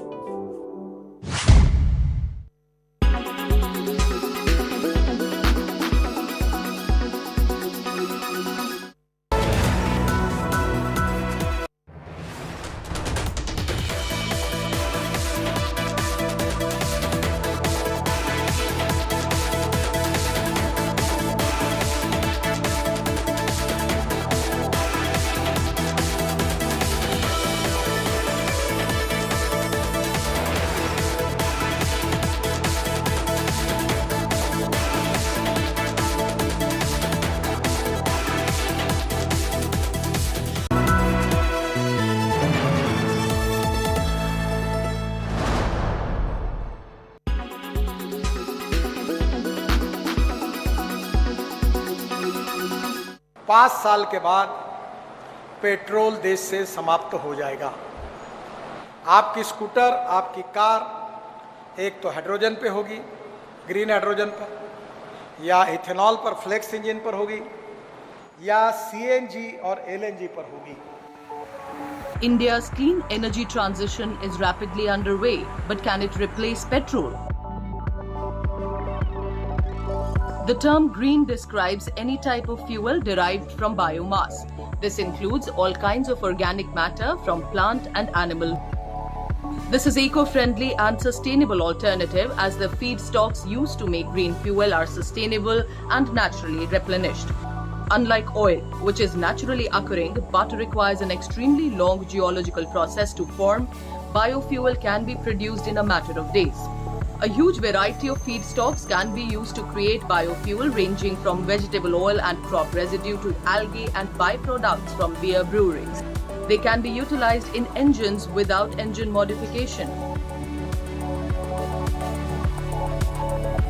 Between April to September 2021, CNG car sales saw a surge of 96%.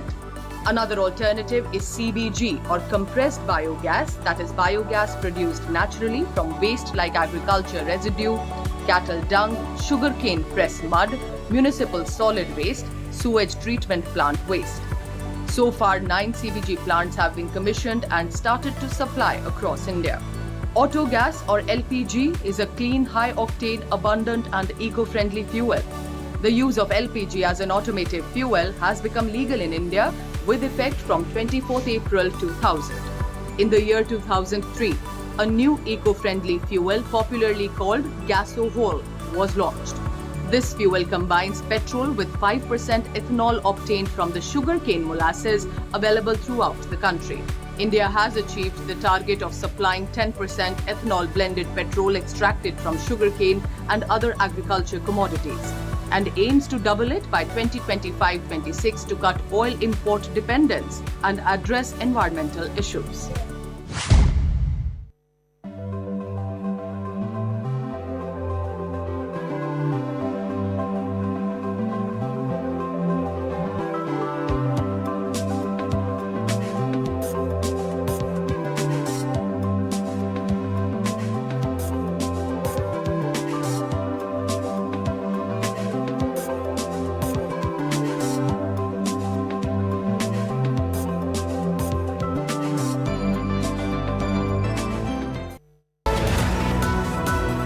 Presented by धूल आए पर घर पे ना टिक पाए।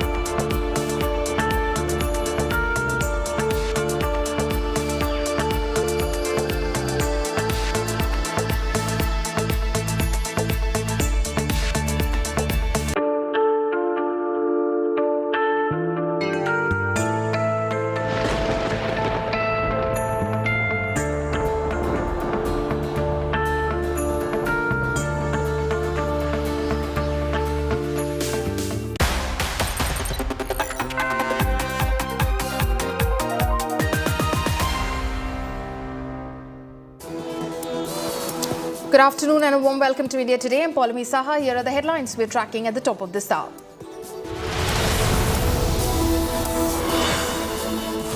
Poll season officially kicks off today. Election Commission to announce poll dates for Himachal at 3 p.m. today.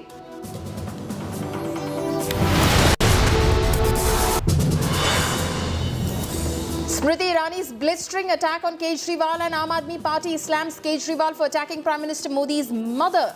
Asked Kejriwal why he didn't sack Italia. आपको भले ही ये शब्द गुजरात के आम आदमी पार्टी के किसी कार्यकर्ता के लगते हो, आदेश लेकिन अरविंद केजरीवाल का है। Punjab stubble burning continues. Rising stubble burning cases in Punjab. Farmers adamant on burning stubble, but Aam Aadmi Party won't penalise farmers.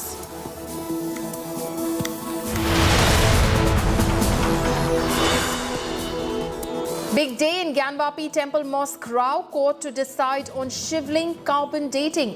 Hindu side split over carbon dating. Mosque panel opposes.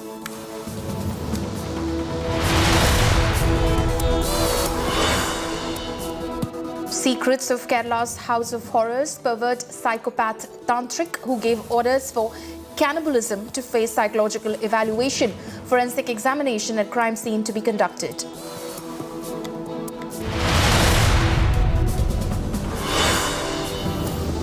Another case of alleged racial abuse in Australia. Indian student stabbed 11 times in Sydney. PhD student critical undergoes surgery.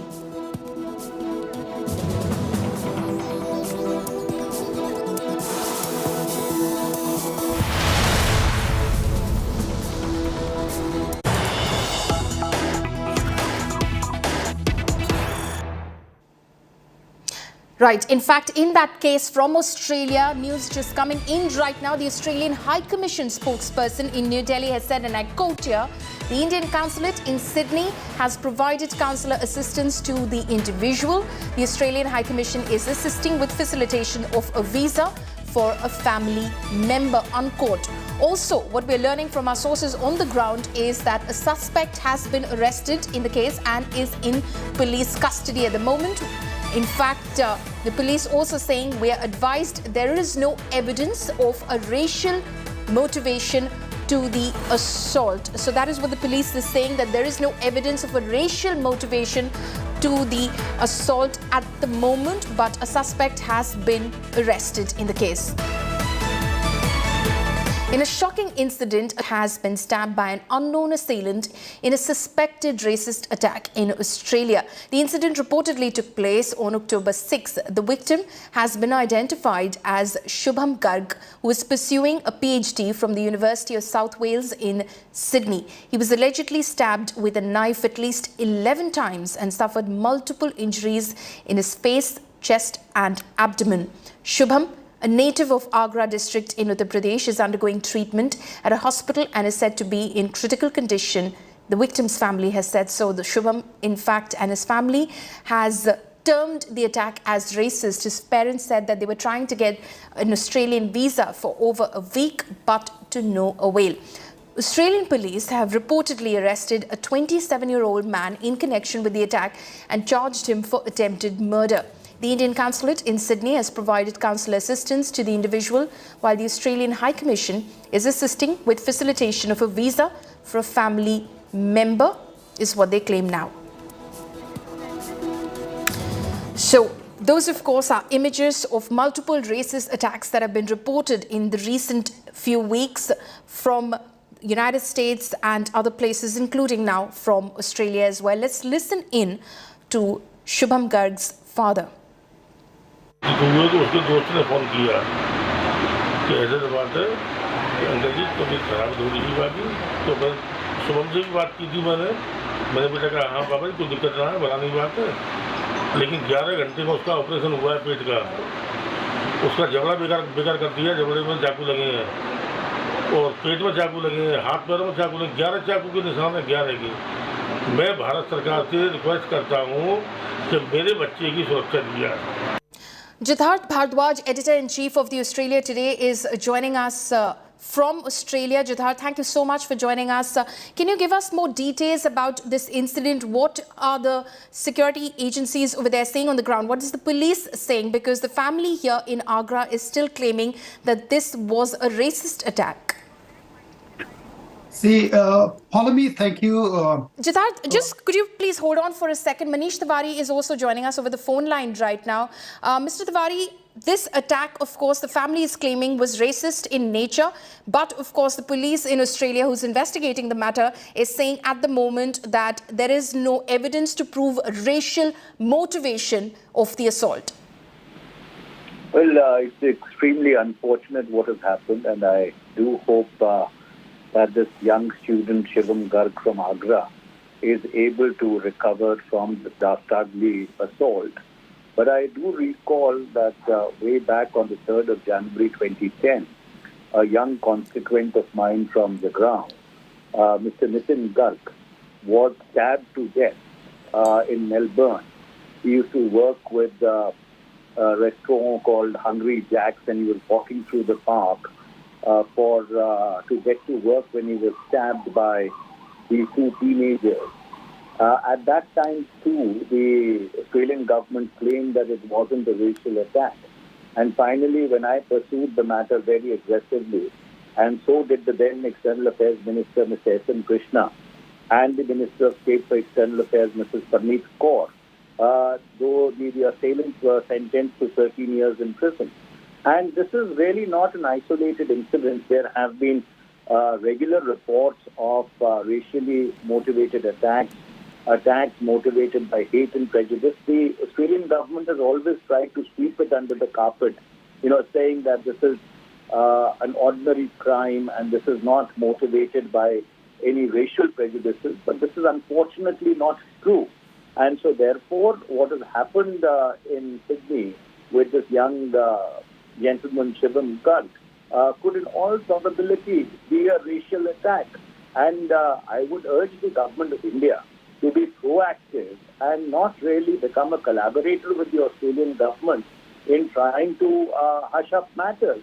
Because unfortunately, Minister Jaishankar, when it comes to protecting the is always found wanting. His predecessor, Mrs. Pushpa Swaraj, used to be extremely proactive when it came to the diaspora, but he's kind of engaged in high strategy and statecraft. And I don't think he has mind space for the welfare of the Indian diaspora at all. So those are very strong words that you're using. You're saying you're urging the Indian government to not become a collaborator with the Australian government in trying to hush up the matter. Yes, because of the simple reason that if the parents of the child are not able to get a visa for one long week, what is the government of India doing? What is the Ministry of External Affairs doing? Why do we have a Ministry of External Affairs when they are not able to help Indian citizens in distress? And the utter insensitivity of the Australian government is appalling, for the lack of a better word, that when you have somebody's young child struggling between life and death, and the parents have to, for 7 days, keep knocking at the door and question asking for a visa, can there be anything more shocking than that? Right. Mr. Tiwari, thank you so much for joining us this morning on India Today. Of course, Manish Tiwari there asking questions of the government of India. What are you doing to help the family? Because they've been struggling to simply get a visa to go and see their son, who is in a critical condition. Jitharth Bhardwaj continues to be live with us. Jitharth, apologies for cutting you short over there. You, of course, were telling us the facts of the case. What have you learned so far from the ground, Jitharth? See, Paulamy, first of all, I would like to tell that Mr. Tiwari have got no idea what's going on. He just, unless you know all the facts, this lashing out is very good for politics. But I can tell you for the fact that Rohit's family's visa was not applied till last evening India time. So it was one of the migration agent based here in Australia. She volunteered to help this family from Australia to launch their visa application. Here, I have been reading newspapers from India and watching news channels. Everyone is telling that this family has not got the visa for last 1 week or 10 days or something.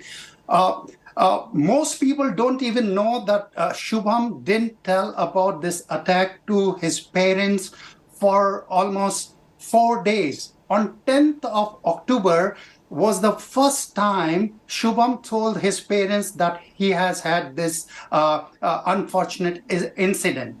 So saying that visa has not been issued to him by Australian authorities for 1 week is absurd.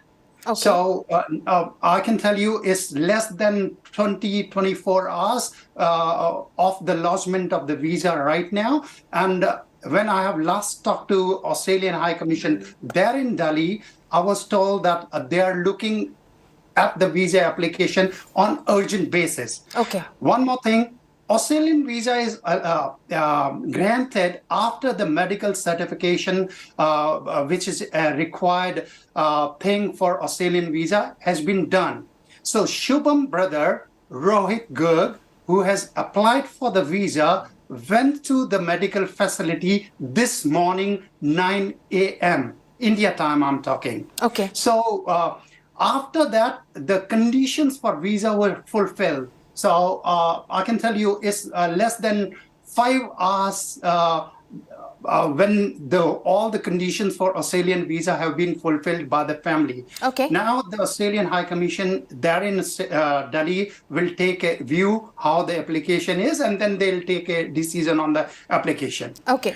Another thing, this was not a racist attack. Categorically, I'm telling you, I have talked to the victim, I have talked to the police, and I have talked to all other stakeholders in this case. So it was not a racial attack. Yes, it was a very opportunist attack. 10:30 in the night, a lonely person walking through a pathway where this thug was there. He demanded cash. He demanded his phone, Shubham Garg's phone, and unfortunately, what we know as he was attacked by a knife, trying to rob him or whatever you want to call it. But Australian police has taken a very strong decision to charge him with attempted murder. None less than attempted murder. Jitharth, you said that you've spoken to the victim, so that means you've spoken to Shubham Garg. What is he telling you? What is his version of events? If you can recount that for us, sir.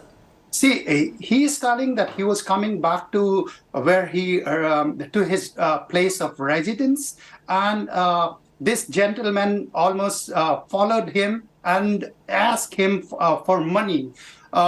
If I can tell you, there are thugs, there are crime in cities of Australia. I will not deny that there is no racism, but this incident, yes, he was attacked because the person allegedly who attacked him tried to snatch the phone and whatever money Shubham Garg had with him at that point in time. Okay. And what is the police saying in terms of the investigation, which has, of course, taken place subsequent to the attack, Jitharth? If you can fill us in on the details of that. Okay. When the attack happened, this gentleman Shubham Garg was attacked. He was bleeding. He went to the nearest house and knocked the door. That was the person in that house helped Shubham, called ambulance and called police. Police came there, allocated Shubham, ambulance came and they took him, stabilized and took him to the hospital. And the police arrested the perpetrator. Jitharth, I would request you to hold on for a minute because we believe we have Shubham's uncle on the phone line right now. Sir, अगर आप मेरी बात सुन पा रहे हैं, शुभम से आपकी बात हुई है. शुभम आपको क्या बता रहे हैं कि वाकया क्या हुआ, हादसा क्या हुआ था? सर, एक सितंबर को ये गवर्नमेंट की स्कॉलरशिप पे ऑस्ट्रेलिया गया था पीएचडी करने जी.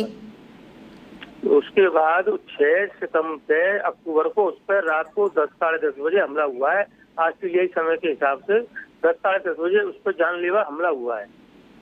तो उसकी पूरी बॉडी में 11 चाकू लगे हैं, जिसमें कि 2-3 चाकू पेट में लगे हैं, 3-4 चाकू जबड़े में और चेहरे पे लगे हैं, 2-3 छाती पे, चेस्ट पे लगे हैं और 2-3 उसके लेफ्ट हैंड में लगे हैं. तो क्या आप इसे रेशियल अटैक मानते हैं सर? जब मुझे तो मैडम ये समझ में नहीं आ रहा है कि उस बच्ची की किसी से कोई दुश्मनी नहीं है. अभी 1 महीने हुआ है. अब मैं तो उसको क्या मानूं, मुझे तो समझ में नहीं आ रहा है मैडम क्या हो गया उसके साथ. तो कोई अगर 2-4 साल हो जाते उसको तो ये होता है कि किसी बच्चे से उसकी कोई चैट वगैरह हुई हो तो कोई उसने रंजिश में किया हो. 1 महीने हुआ है उसको क्या पता है उसके ऑस्ट्रेलिया के बारे में, कैसा है क्या होता है यहाँ पे. उसने तो उस पर जानलेवा अटैक ही किया है डायरेक्ट. वो भागता रहा है, उसमें चाकू मारता रहा है. ये जो बदमाश है वो चाकू मारता रहा है और ये अपने रूम की तरफ भागता रहा है. जी सर. जहाँ चाकू लगे हैं वहाँ चाकू मारते ही गया है वो. जी जी शुक्रिया हमसे बातचीत करने के लिए. Also thank you to Jitad Bhardwaj for joining us from Australia, giving us a sense of the facts of the case, so to say, as far as what exactly happened in Sydney.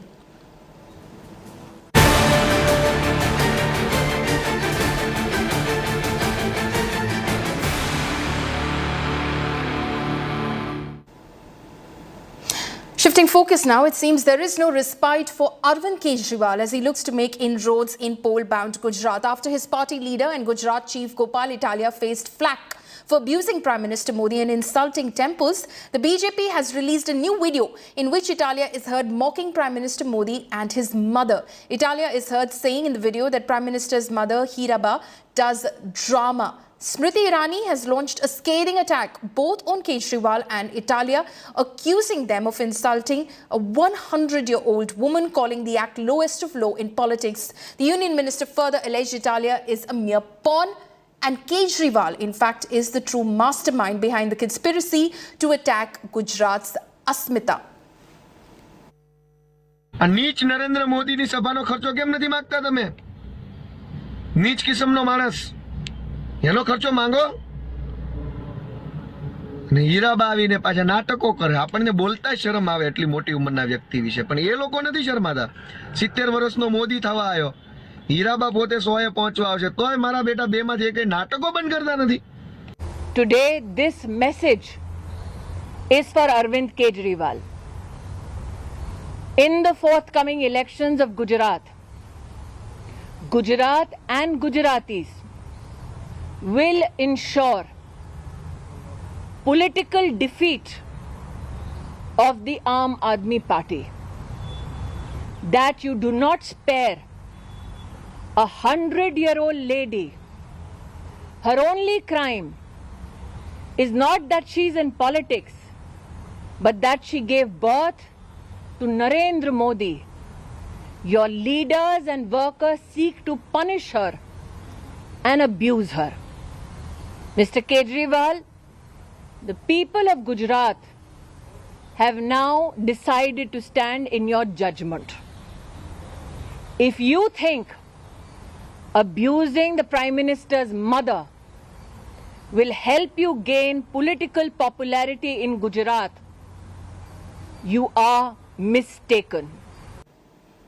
My colleague Milan Sharma is now joining me live on this. Milan, while of course the BJP is attacking the Aam Aadmi Party and saying that their party chief in Gujarat is known to make offensive, obscene, derogatory remarks against the Prime Minister, even his mother, the AAP of course trying to give it a spin and saying that the BJP is against the Patel community. Well, that's right, Paulami. The Aam Aadmi Party is trying to make this a narrative about the Patel or the Patidar community, which happens to be an extremely influential community when it comes to vote and politics, as well as business and industries. And which is why this is a manner in which they are using this event. But fact remains that Gopal Italia has made those videos. He has not denied it also in front of the National Commission of Women Chairperson Rekha Sharma. And he has used derogatory language not just for the Prime Minister but also for his mother. Smriti Irani's charge is that in the sphere of politics it is not right to use such kind of language and slander for a political member of the political clan and slander their relatives, near and dear ones. Especially in this case, she happens to be the mother of the Prime Minister. She calls him the Pradhan Sevak, who has been working for the nation, and she says that his only mistake is that he was born to her and she is his mother. Otherwise, the charges that have been levelled on Gopal Italia, the party is not coming forward. The BJP is not coming forward and saying what kind of action they are planning to take in future. But the Aam Aadmi Party has also not taken any action against Gopal Italia. In fact, he has been welcomed to a rousing welcome in Gujarat this morning. And so the Aam Aadmi Party, of course, remains defiant in Gujarat. So this face-off between the BJP and the AAP is going to be extremely interesting going into the Gujarat elections. Milan, thank you so much for joining us with those details. While the Aam Aadmi Party has jumped to defend its abusive neta, the BJP continues to mount pressure on Kejriwal. Listen in to these reactions that have been coming in. क्या है unparliamentary language? क्यों BJP वाले अपने को ऐसा मानते हैं मुझे तो नहीं मालूम. उस पे गोपाल इटालिया ने कहा कि भाई सी का मतलब क्लीन, कि लोगों के जेब क्लीन कर रहे हैं महंगाई बढ़ा के। अब उस सी का मतलब कोई अगर भाजपा वाले गाली ही समझ रहे हैं तो मैं उनकी मानसिकता में कोई मदद तो कर नहीं सकता। बचाव जारी रहेगा 100%। गोपाल इटालिया और पटेल समाज के साथ आम आदमी पार्टी खड़ी है। नाटकबाजी करना आम आदमी पार्टी का आज का नहीं है, ये बहुत पुराना सेटिंग्स है। वो लोगों को ऐसा करते रहता है, हर विषय के बारे में नाटकबाजी करते हैं वो लोग। Now, Aam Aadmi Party Gujarat chief Gopal Italia was detained for a few hours in Delhi on Thursday for his alleged derogatory comments against Prime Minister Modi in an old video. Remember, in the past as well, Gopal Italia has slammed the Prime Minister, calling him quote-unquote niche, who is fooling the people of this country. Let's listen in. इस्तेमाल हो रहा है, आप नीच किस्म के आदमी। मुख्य बड़ा प्रधान नरेंद्र मोदी, मैं इस बात की पुष्टि नहीं करता हूँ, लेकिन आज यहाँ पे चुनाव चल रहा है। मुझे आप सब लोगों से जानना है कि क्या भूतकाल में कभी भी किसी भी बड़ा प्रधान ने ऐसा नौटंकी किया है वोट देने जाने के लिए? ये नीच किस्म का आदमी यहाँ पे रोड शो कर रहा है और दिखा रहा है कि कैसे मैं पूरे देश को सी बना रहा हूँ। सी फॉर, समझ लीजिएगा, मैं कैसे इस पूरे भारत देश को सी बना रहा हूँ। मैं बात करता हूँ डिजिटल इंडिया की और खुद दिल्ली से दौड़ा दौड़ा यहाँ पे वोट देने आता हूँ। देखिए मैं आप लोगों को कैसे सी बनाता हूँ। तो ये नीच किस्म का आदमी हमें ये संदेश दे रहा है कि मैं पूरे देश को सी बना रहा हूँ। મારી તમારી માતા બહેનોને પણ રિક્વેસ્ટ કરવી જોઈએ કે હે મારી માવડીઓ, હે મારી બહેનો, હે મારી દીકરીઓ, કથાઓમાં કે મંદિરોમાં તમારું કંઈ વળવાનું છે નહીં। એ શોષણના ઘર છે। જો તમારે તમારો અધિકાર જોતો હોય, આ દેશ ઉપર તમારે શાસન કરવું હોય, સમાન દરજ્જો જોતો હોય, તો કથાઓમાં જે નાચવાના બદલે મારી બહેનો, મારી માવડીઓ આ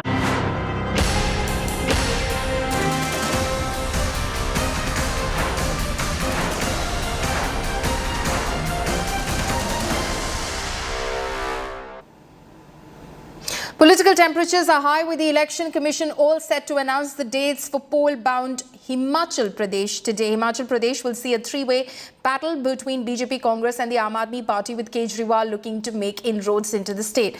While for the Congress, these polls will serve as a litmus test for the Gandhis and company. If the poll panel announces the dates at 3 p.m. today, the official poll bugle will likely be sounded, in fact, for Himachal Pradesh and possibly for Gujarat, though official confirmation on that is awaited at the moment. देखिए, पूरे देश भर में परिस्थितियां बदली हैं। जिन राज्यों में भाजपा की सरकारें नहीं होती थी वहां भाजपा की सरकारें बनी। जिन राज्यों में भाजपा की सरकारें 5 वर्ष के बाद फिर सत्ता में वापस नहीं आ पाती थी वहां पर भाजपा की सरकारें पुनः सत्ता में आई हैं। चाहे वो उत्तर प्रदेश है, चाहे वो उत्तराखंड है, चाहे वो और भी प्रदेश है, चाहे हरियाणा है। तो ऐसे में पूरे देश भर में हमारे प्रधानमंत्री नरेंद्र मोदी जी के नेतृत्व में जिस प्रकार से एक माहौल खड़ा हुआ है, सभी राज्यों को लग रहा है, लोगों को लग रहा है कि केंद्र के साथ मजबूत नेतृत्व के साथ चलना चाहिए, उसमें प्रदेश का भला है। और स्वाभाविक रूप से हिमाचल के लोग भी अब की बार इस बात को अनुभव कर रहे हैं, महसूस कर रहे हैं। लोग पूछ रहे हैं 5 साल डबल इंजन की सरकार कहां गायब थी? पूरी बेरोजगारी ने, नशे ने, महंगाई ने अपने शिकंजे में लिया हिमाचल को।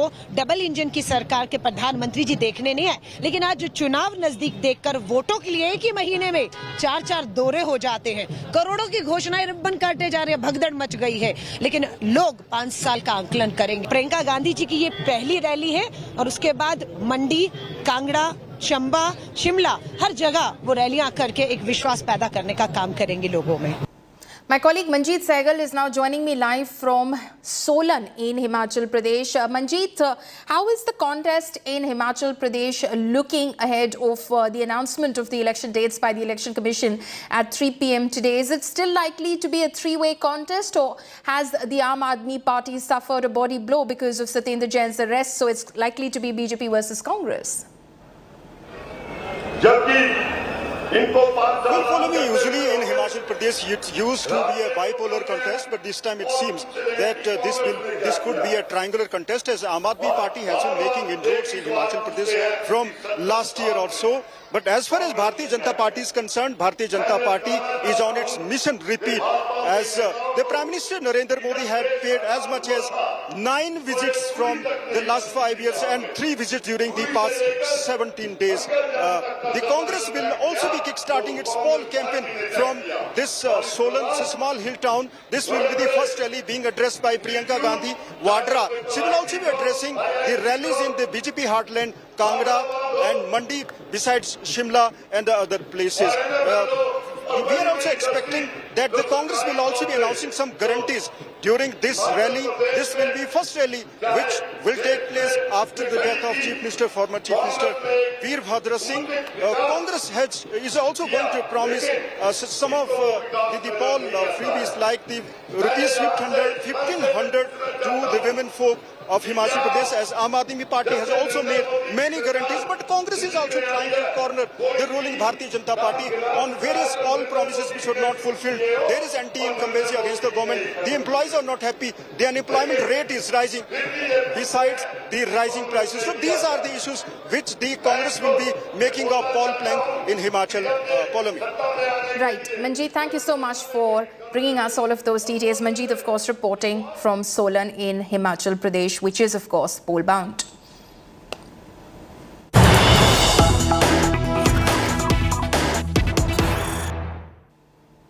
News coming in right now. In a shocking incident at SL Hospital at Shailabanda in Hyderabad, miscreants attacked the doctors and 8 hospital staff at the hospital premises over argument over car parking. The injured doctors have been admitted to another hospital. One doctor, in fact, is in ICU at the moment. Those images of that shocking incident emerging from SL Hospital in Hyderabad, where miscreants attacked doctors and other hospital staff over argument over the issue of car parking. In fact, some of those injured doctors have been admitted into another hospital as we speak. One of them, a doctor, is in the ICU receiving treatment at the moment. Those images of the CCTV footage from inside the hospital, you can see how those miscreants are attacking the hospital staff and the doctors, creating absolute ruckus, in the process of which doctors have been injured.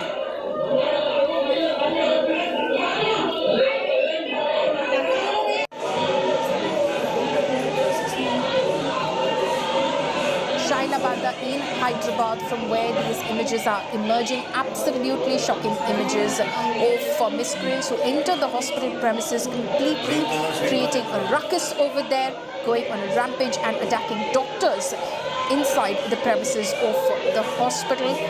In fact, doctors have been injured and are receiving treatment in another hospital as we speak, one of them in ICU. Slipping into a short break, coming up next, big day in Gyanvapi Temple Mosque crowd. Court to decide on Shivling carbon dating. Details on the other side of this break.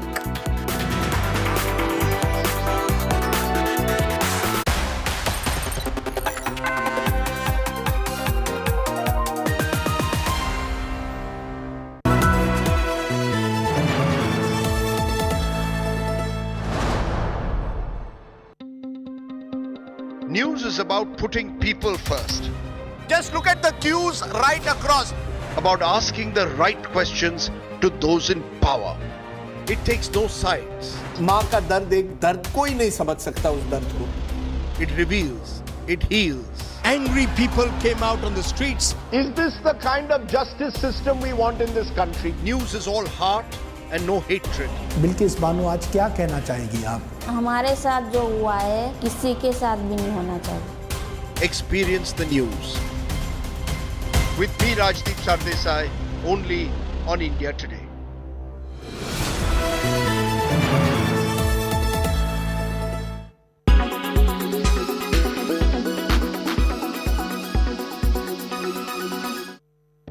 Black holes. Did you ever worry that Earth could get sucked into one of them? Black holes do have a massive gravitational pull that allows it to swallow anything that gets in its way. Let's find out more about them. Black holes have been lurking in the galaxies for billions of years. The most powerful known forces in the universe, their gravitational field is so strong that nothing, not even light, can escape from them. They're actually packed full of space matter, so they're not really holes. There are at least two types of black holes. Stellar mass black holes form when a huge star, more than 10 times bigger than our sun, burns up all its fuel and collapses in on itself. Scientists say there could be billions in our galaxy, the Milky Way alone. They grow by gobbling up other stars or merging with other black holes to become a supermassive black hole, millions to billions of times bigger than the sun. Humans can't even see black holes, but we can observe their effect on matter close by. When normal stars are sucked in, they accelerate and heat up, emitting X-rays which are detected by orbiting space telescopes.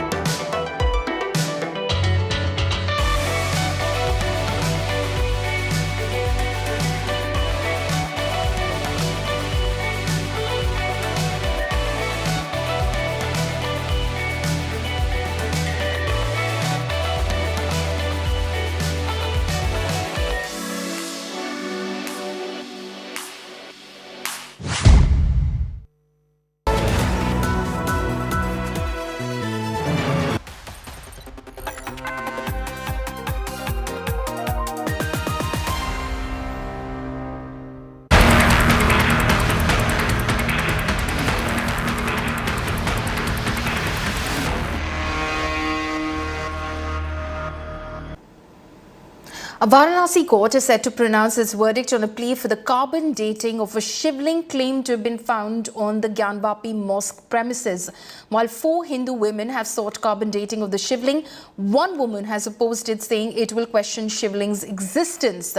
Hindu petitioners during a court-mandated videography survey of the mosque premises claim that a Shivling was found close to the Wazukhana, a claim which the Muslim side rejected. Lawyer for the Muslim side even said that if the object will get damaged in the name of carbon dating, it will eventually amount to the defiance of the order of the Supreme Court.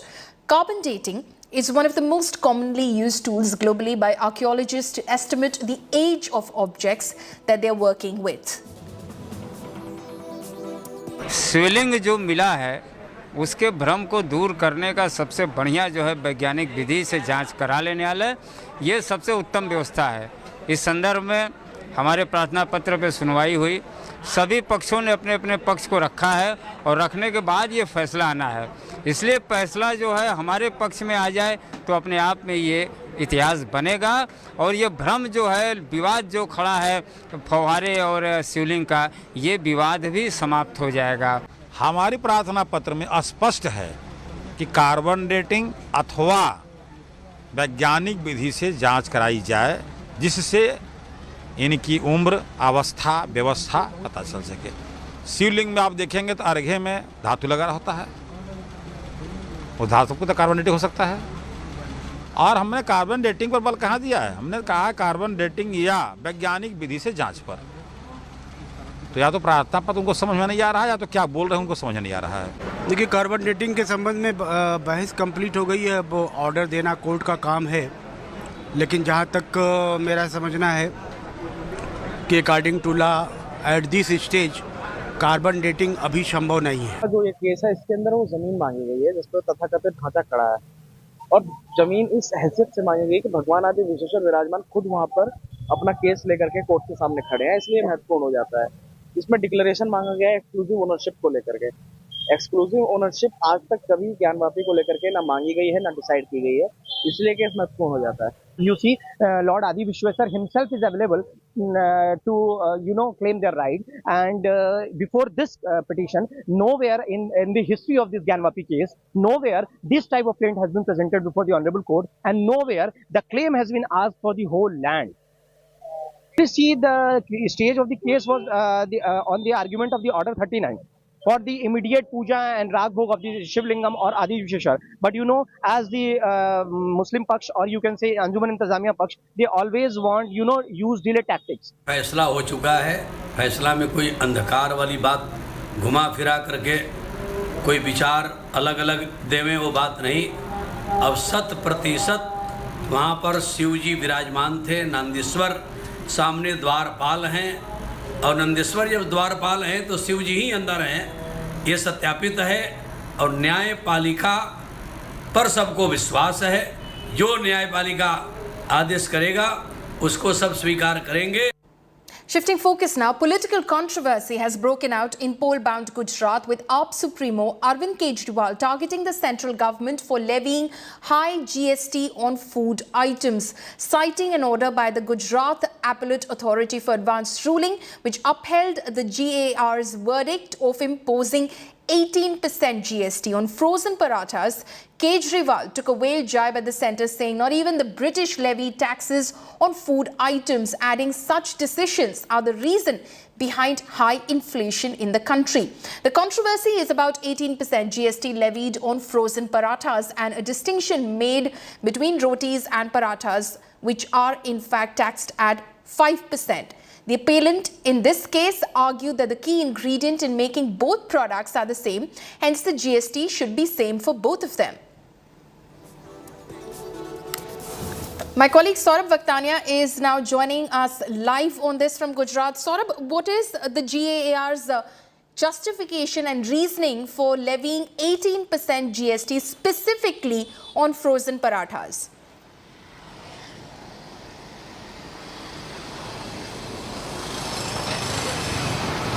Okay, we'll try and connect with Saurabh. He possibly can't hear me, but Saurabh, if you can, the question that I'm asking is, what is the GAAR's justification behind levying 18% GST specifically on frozen parathas? We try and connect with my colleague Saurabh Vaktania, but that is what the Arvind Kejriwal party, the Aam Aadmi Party, is now attacking the BJP over. Remember that the AAP is, of course, posing a stiff challenge to the BJP and upping the ante against the BJP in poll-bound Gujarat. And now Arvind Kejriwal is saying that the high taxes that are levied on food items are in fact behind high inflation in the country. He in fact mocked the centre and said that even the British did not levy taxes on food items and attacked the central government over the GST which has been levied on frozen parathas, specifically the Gujarat Appellate Authority, in fact levying 18% GST on frozen parathas.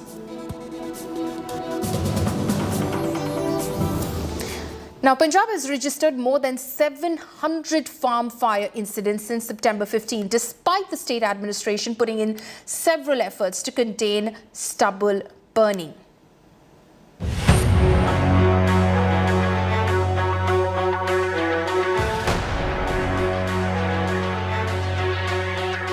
It's that time of the year again. Farmers in Punjab and Haryana have started burning stubble on their farms. A few weeks from now, unless the state governments get their act together, the national capital will face its annual nightmare, smog. Scientists gathered for a brainstorming session on air quality at IIT Delhi on Thursday. They have warned that the stubble burning that has been delayed by a month due to rains will happen simultaneously and could cause much severe pollution than usual. The Bhagwant Mann government in Punjab, which will face its first litmus test, is formulating a plan. Chief minister साहब पहला clear कर चुके हैं ये जो समस्या है ना मुकदमे वगैरह दर्ज करके हल होने वाली नहीं है ये समस्या एक बहुत बड़ी समस्या है हमने छोटे किसानों को बोला कि 2-2 3-3 एकड़ वाले को बोला कि जी आप नहीं कर सकते तो हम आपकी वो भी मत कर सकते level Farmers on the other hand are claiming they are not getting any aid from the government. इसका जो है ना कणक तो बीजी जाती है बाबूजी ये आलू लगाते हैं जिस जौन से खेत में उसमें फूकने वगैरह हल्ले कोई नहीं हैगा ये या तो फिर गवर्नमेंट इसका इंतजाम दे हमारे कोई हम ना जलाएं इसको कोई जरूर हमको शौक नहीं है जलाने का हमको सिर्फ इसका मजबूरी कारण ये काम करना पड़ता है जलाने वाला The opposition is targeting the Aam Aadmi Party government over the issue.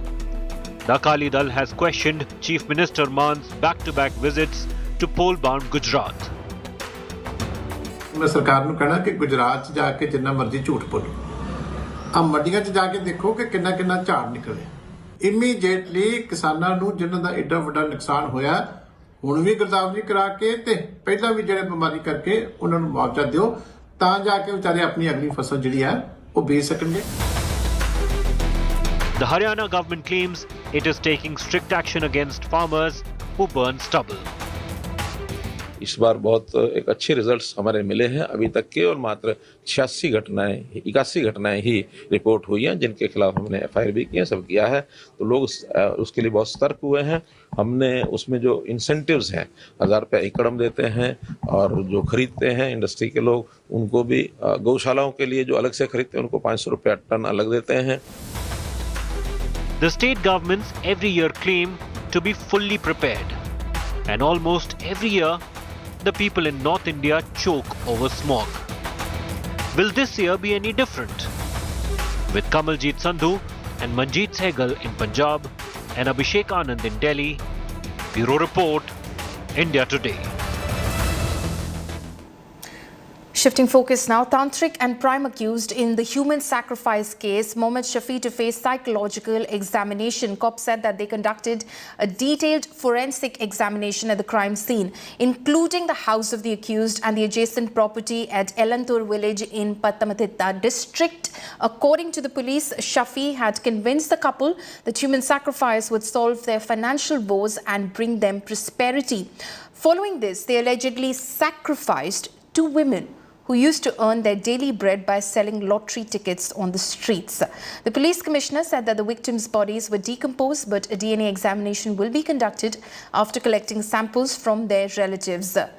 The cops said Shafi is a history sheeter with around 10 cases against him in the last 15 years. The court on Thursday granted 12-day police custody of the 3 accused for collecting evidence and further investigation into the crime. So today, a psychological evaluation of the prime accused in the Pattamatitta case, human sacrifice case, will be conducted.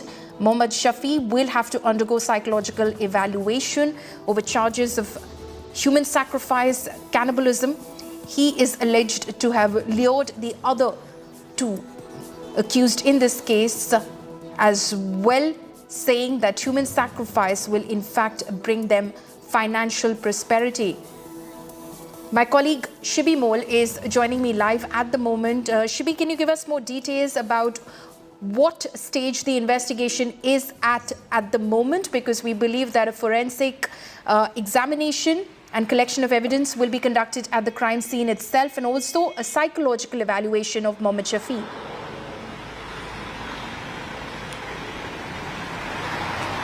Yes, Paulami, exactly. The investigation, in fact, all the three accused are in police custody. They'll be in police custody for the next 12 days.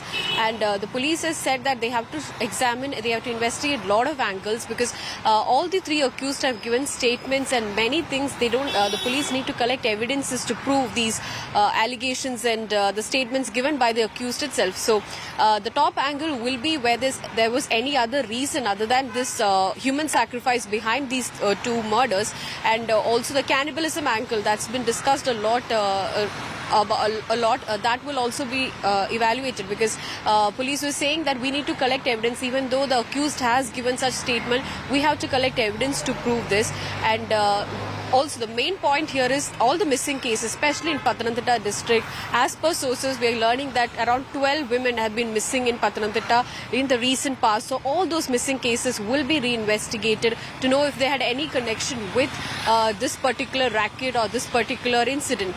And also the victims here, both Patma and Rosalind's jewellery and other belongings were missing. So police need to collect evidence, and they need to investigate where has that gone, what has Shafi done with those belongings is another thing that they need to investigate. Yes, Mohammed Shafi's a psychological evaluation will be conducted, because what's shocking here is the way the murder was conducted. More than the murder, the modus operandi used was something that shocked everybody. So the police has constantly said and repeatedly said that he is a psychopath and who derived sadistic pleasure from all these murders. So police need to evaluate. Even in fact, Commissioner was also saying that initially when they were questioning Shafi, it was very difficult to get something from him, because he was constantly changing statements. He was constantly revealing different things. So they need to examine his mental space, mental status right now, and only then that can lead them can give them leads. And in fact, all these three accused will be taken to the crime spot in Pathanamthitta, and the police will lead the investigation after taking them to Pathanamthitta. Yesterday, the questioning was going on after they were left for police custody. The police was conducting the questioning, and now they will be taken to Pathanamthitta is what we're so the three accused are likely to be taken to the crime scene, because the police, of course, needs to, loop in all the details of this crime, this horrific crime which has been committed by the three accused. Shibi Mole, thank you so much for joining us with all of those details. We're slipping into a very short break. Coming up next, heavy rain slashed several parts of India, from Uttar Pradesh to Andhra Pradesh. Assam battles third flood season in 2022. More on the other side.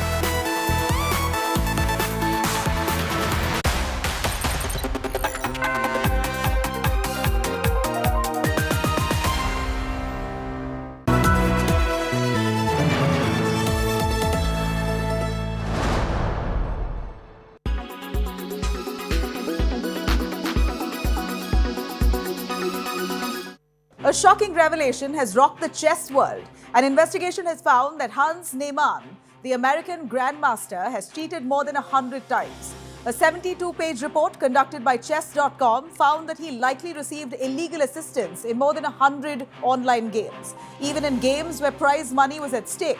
Suspicion rose when 19-year-old Niemann beat the world champion Carlsen while playing with the black pieces at the $500,000 Sinquefield Cup. He ended the world champion Magnus Carlsen's 53-game unbeaten streak in classical over-the-board games. Carlsen first suggested, then outrightly declared that this American was winning through illegitimate means.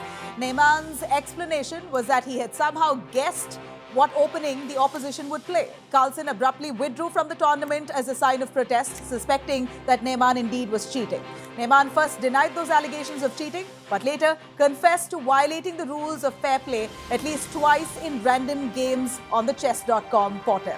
The investigation made no conclusions regarding Neyman's over-the-board games, but flagged contests from 6 of his in-person events. The investigation further revealed that Neyman privately confessed to the allegations. Chess.com used cheat detection tools that analyzed and compared moves to those recommended by chess engines, studied the player's past performance and strength profile. It monitors behavior such as players opening up other browsers while playing.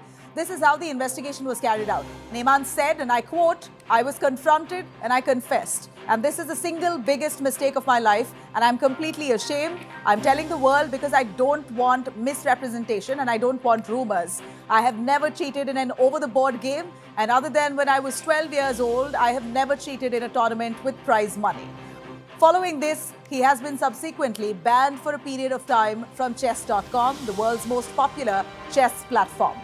FIDE, the sports world governing body, has said that it will convene its own 3-person panel to look into these allegations of cheating.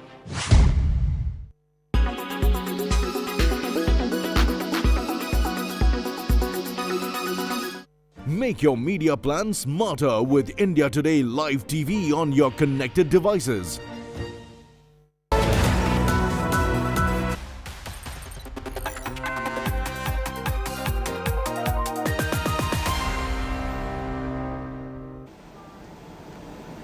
Heavy rainfall has been battering several states in India for the past few days, right from Uttar Pradesh to Andhra Pradesh. Heavy downpour has brought lives to a standstill in the country.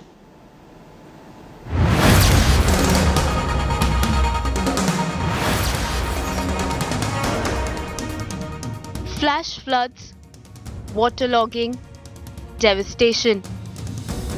Heavy downpour has brought lives to a standstill in many parts of the country. In Uttar Pradesh's Balrampur, many villages are underwater. Hundreds are now forced to stay in makeshift tents as floods have damaged their homes. अरे यहाँ बहुत ज़्यादा दिक्कत है बाढ़ पीड़ित से भैया। रास्ता जो है एकदम ख़त्म है, जर्जर हो गया है और पानी की बहुत ज़्यादा दिक्कत है। फसल सब मार गया, गन्ना भी मार गया, कुछ नहीं बचा है और घर में जगह बे जगह पानी भी घुस गया है। समस्या है ऐसा नहीं कि जैसे घर में सबके पानी घुसा है, हाँ बराबर राहत सामग्री नहीं पहुँची थी, टाइमली नहीं मिल पाई थी, आदमी पैदल जाने के लिए मजबूर रहा था। धान किसान जितना रहा फसल सब नुकसान हो गया, यही समस्या है। In Gonda, the rains has thrown normal life out of gear. People are having a tough time wading through waist-deep water. Uttar Pradesh Chief Minister Yogi Adityanath visited flood-hit Sant Kabir Nagar district to deliver relief material to the victims. हमने जिला प्रशासन से कहा है कि तत्काल सर्वे करवा करके जो फसल की क्षति पहुंची है, सभी पीड़ित परिवारों को, किसानों को फसल की क्षति का भी तत्काल उसकी भरपाई करने की व्यवस्था हो, उसकी नगद राशि उनके किसानों के खाते में उपलब्ध करवाने का कार्य करेंगे। With Saryu River in spate, Barabanki too is facing the threat of floods. As the water level of Ganga and Yamuna rises, there's uncertainty over one of the most anticipated annual festivals of North India, the Magh Mela. Ayodhya's Guptar Ghat is submerged in floods. In the south, the continuous downpour has badly hit Andhra Pradesh's Anantapur.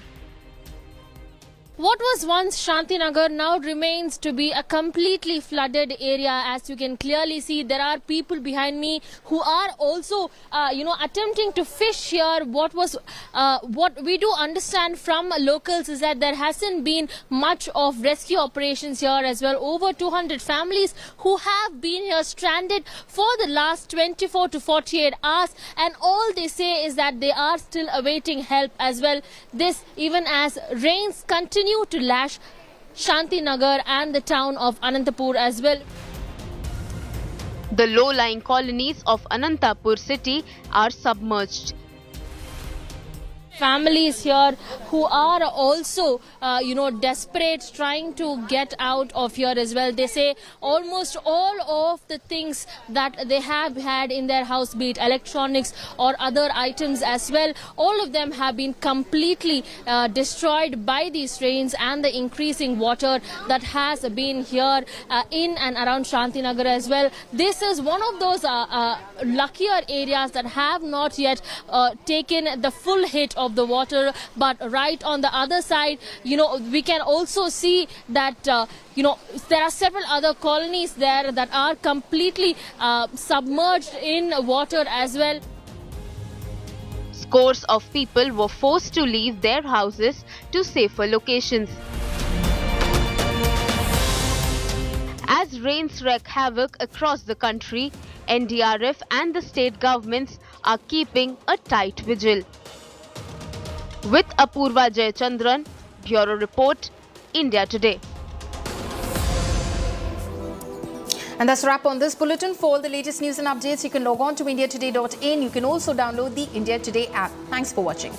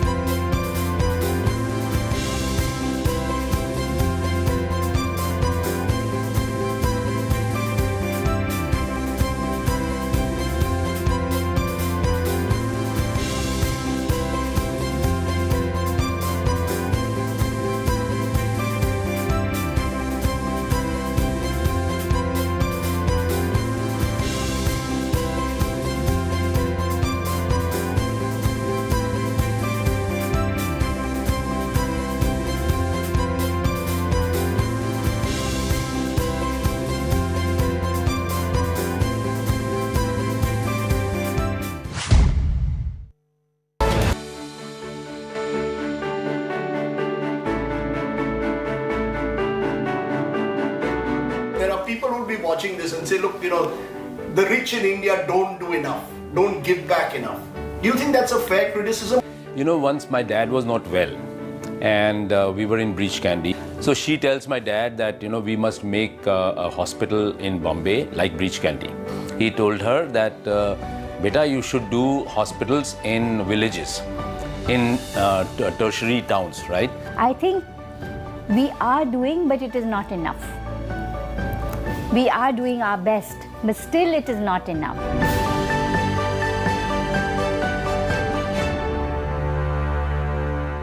Co-presented by Only OLX Autos gives the best price for your car. Co-presented by Macho Hint, Fashion Bade Aaram Se. Powered by Ashirwad Shubh Chakki Aata, Raho Char Kadam Aage. Presented by Dhool Aaye Par Ghar Pe Na Tik Paaye.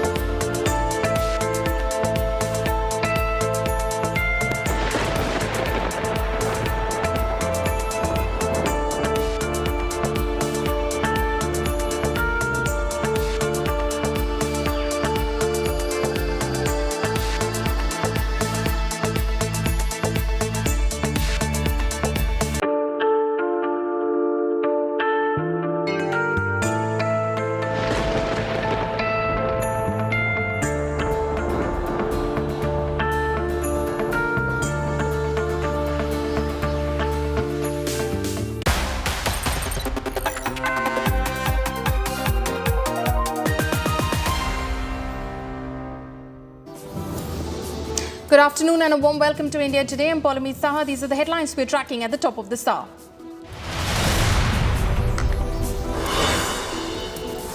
Smriti Irani's blistering attack on Kejriwal and Aam Aadmi Party slams Kejriwal for attacking Prime Minister Modi's mother. Asked Kejriwal why he didn't sack Italia.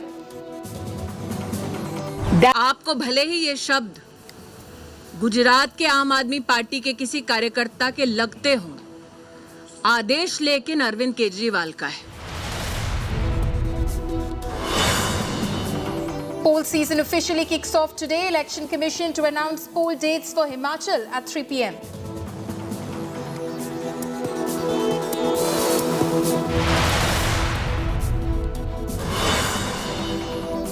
Punjab stubble burning continues. Rising stubble burning cases in Punjab. Farmers adamant on burning stubble, but Aam Aadmi Party won't penalise farmers.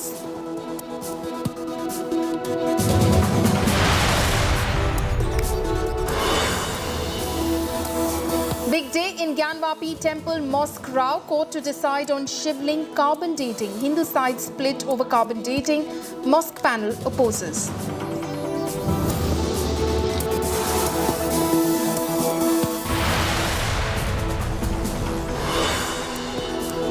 Secrets of Kerala's House of Horrors. Pervert psychopath tantric who gave orders for cannibalism to face psychological evaluation. Forensic examination at crime scene to be conducted.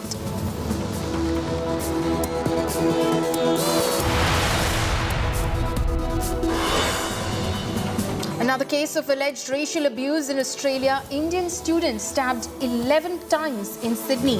PhD student critical, undergoes surgery.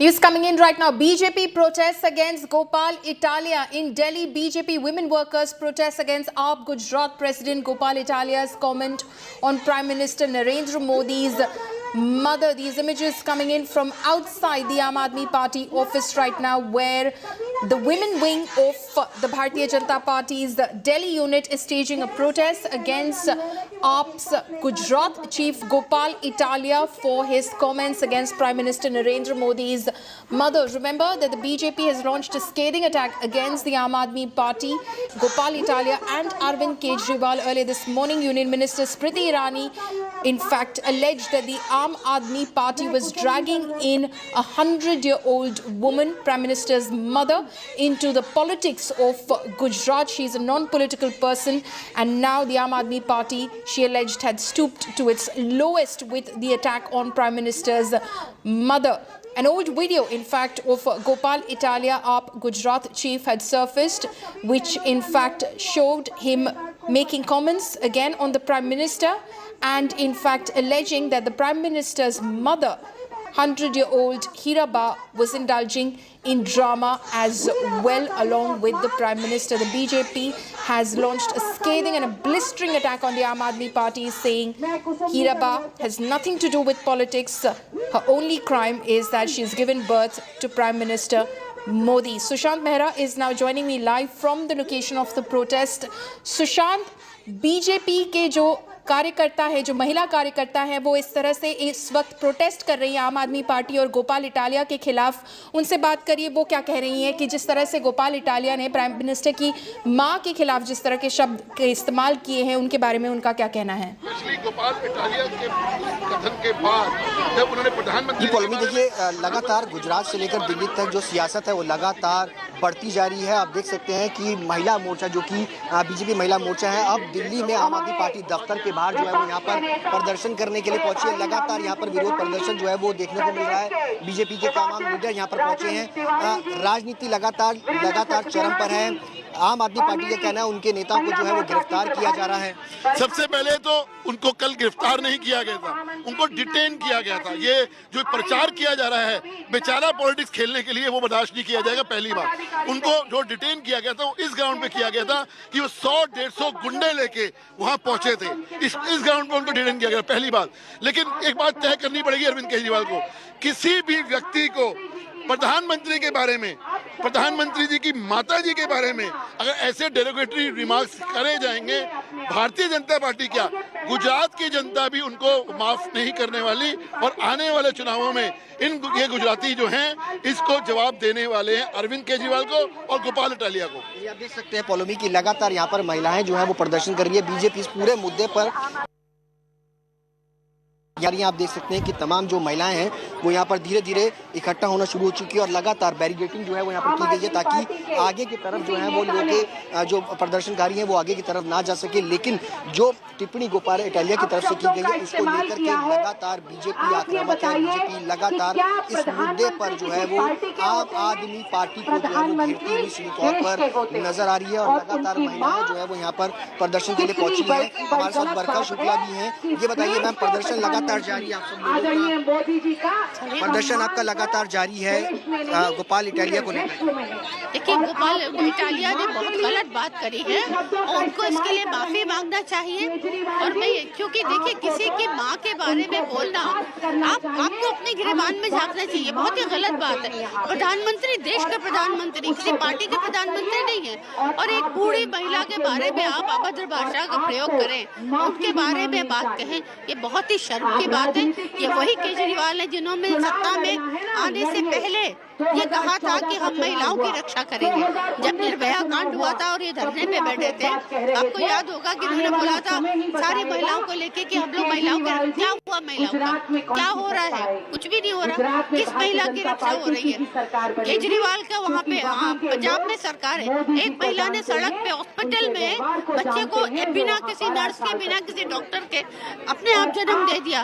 कहाँ है आपकी सरकार? कहाँ है आपके लोग? तो झूठ की नाव बहुत देर तक नहीं चलती और हमारा प्रदर्शन इसलिए है कि उनको माफी मांगनी चाहिए कि इस तरह के शब्द वापस लें और आप लड़ो, मुद्दों पे लड़ो, कोई मना नहीं कर रहा। आप मुद्दों पे लड़ते रहिए, लेकिन आप ये किसी के personal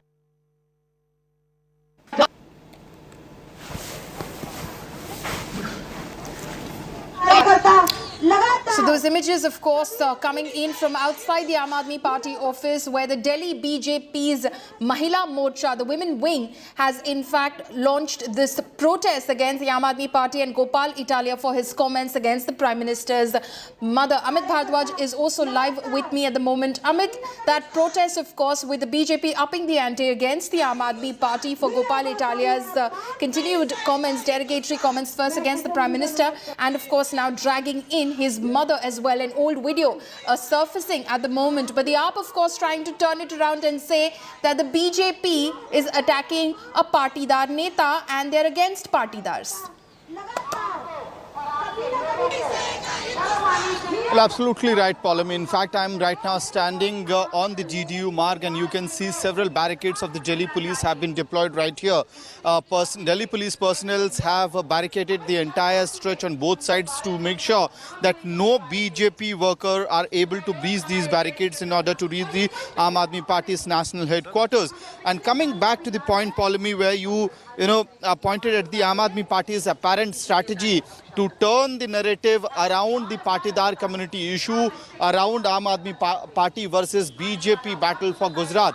And just a few minutes back, Gopal Rai, who's the Delhi convener and Delhi minister, he held a press conference. He staunchly defended Gopal Italia and said that, BJP can keep on releasing video after video of Gopal Italia, but the Gujarat election is not going to be about Gopal Italia and his videos. It is going to be about the misrule of the BJP, which is going on for the past 27 years.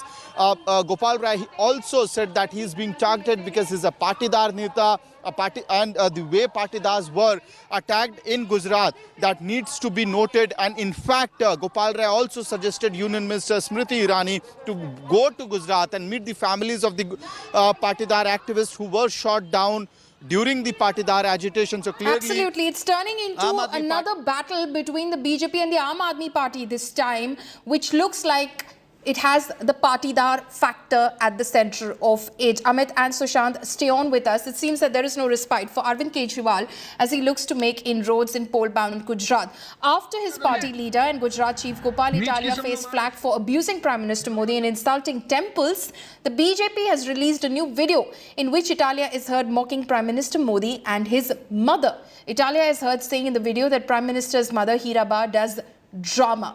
Smriti Irani has launched a scathing attack both on Kejriwal and Italia, accusing them of insulting a 100-year-old woman, calling the act lowest of low in politics. The union minister further alleged that Italia is a mere pawn, and it is Kejriwal, in fact, who is the mastermind behind the conspiracy to attack Gujarat's Asmita, she said. નીચ નરેન્દ્ર મોદીની સભાનો ખર્ચો કેમ નથી માંગતા તમે? નીચ કિસ્મનો માણસ એનો ખર્ચો માંગો.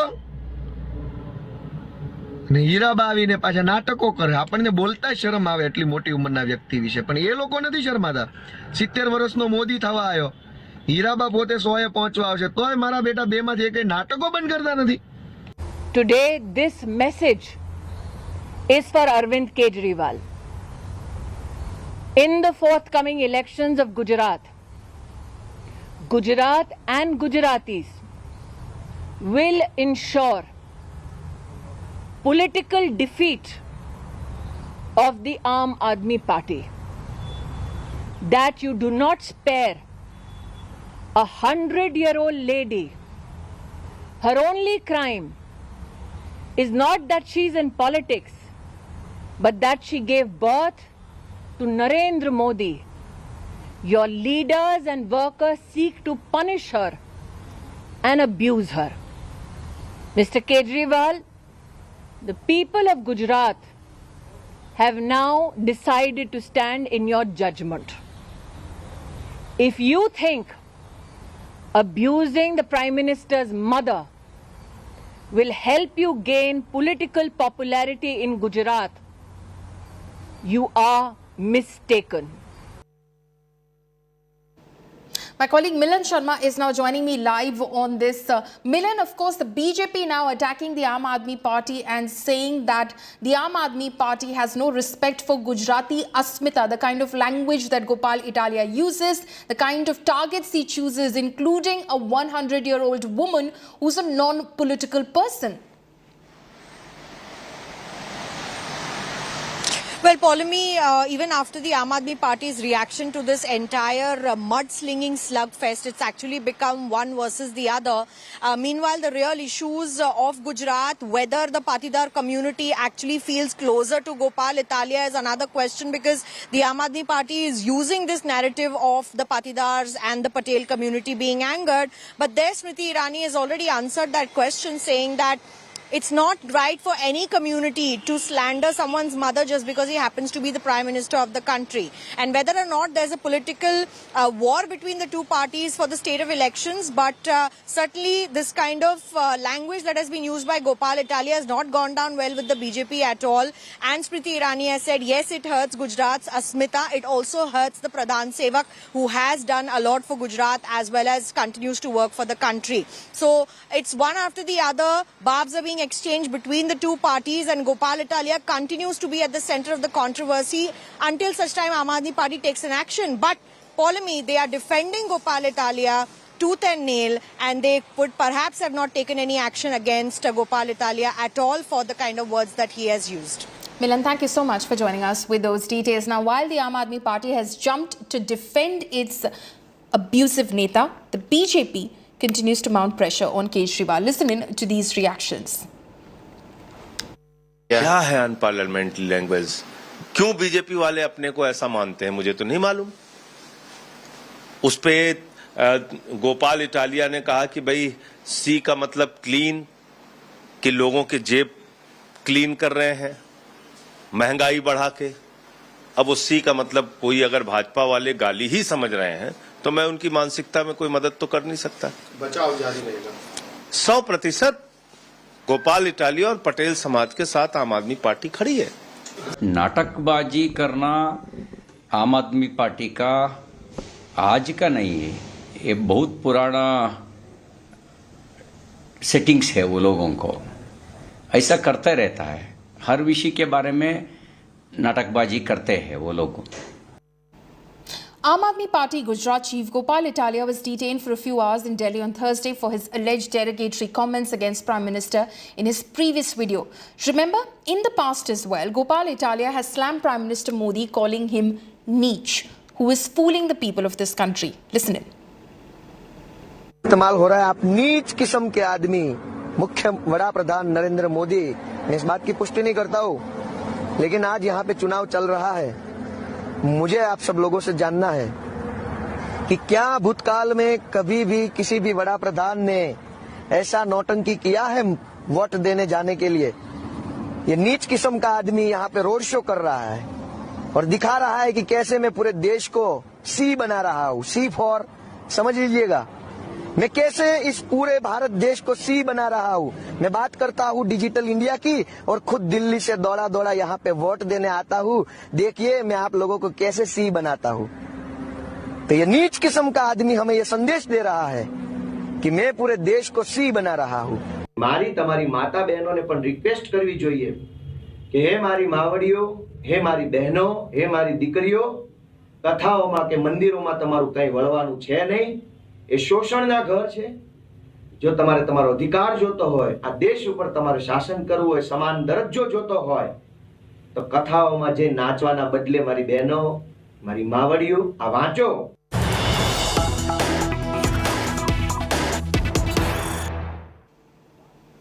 News coming in right now. AAP Neta's shocking remark against BJP. Gopal Rai, Delhi minister, says BJP does ma behan of others. Gopal Rai has said nobody raises questions on BJP. The trick to get votes, he says, is by tweeting old videos. So Gopal Rai now using the sort of language which Gopal Italia has been accused of using as well, offensive derogatory language. Gopal Rai says, and I quote him over here, BJP does ma behan of others. Nobody raises questions against the BJP. He alleges that the trick to get votes is by tweeting old videos. He alleges that the BJP is tweeting out old videos, pulling out old videos of Gopal Italia, AAP Gujarat chief. Listen in to Gopal Rai. पूरे देश में 365 दिन भाजपाई पूरे देश का अपमान कर रहे हैं। जिसकी मर्जी उसकी मां बहन कर लेते हैं, कोई वीडियो जारी नहीं होता है।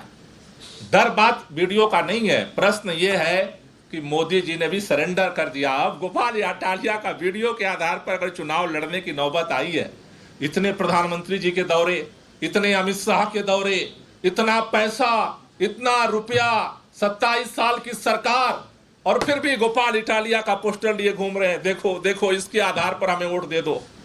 गोपाल इटालिया ने अगर ये नहीं बोला होता तो उनको वोट नहीं मिलता। तो मुझे लगता है कि गुजरात परिवर्तन के मुहाने पर खड़ा है और परिवर्तन होगा।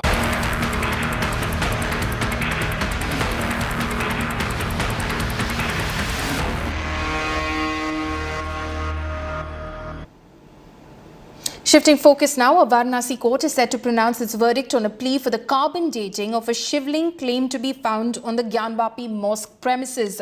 While 4 Hindu women have sought carbon dating of the Shivling, one woman has opposed it, saying it will question Shivling's existence. Hindu petitioners, during a court-mandated videography survey of the mosque premises, claimed that a Shivling was found close to the Wazoo Khana, a claim which the Muslim side rejected. Lawyer for the Muslim side even said that if the object will get damaged in the name of carbon dating, it will eventually amount to defiance of the order of the Supreme Court. Now, carbon dating is one of the most commonly used tools globally by archaeologists to estimate the age of objects that they're working with.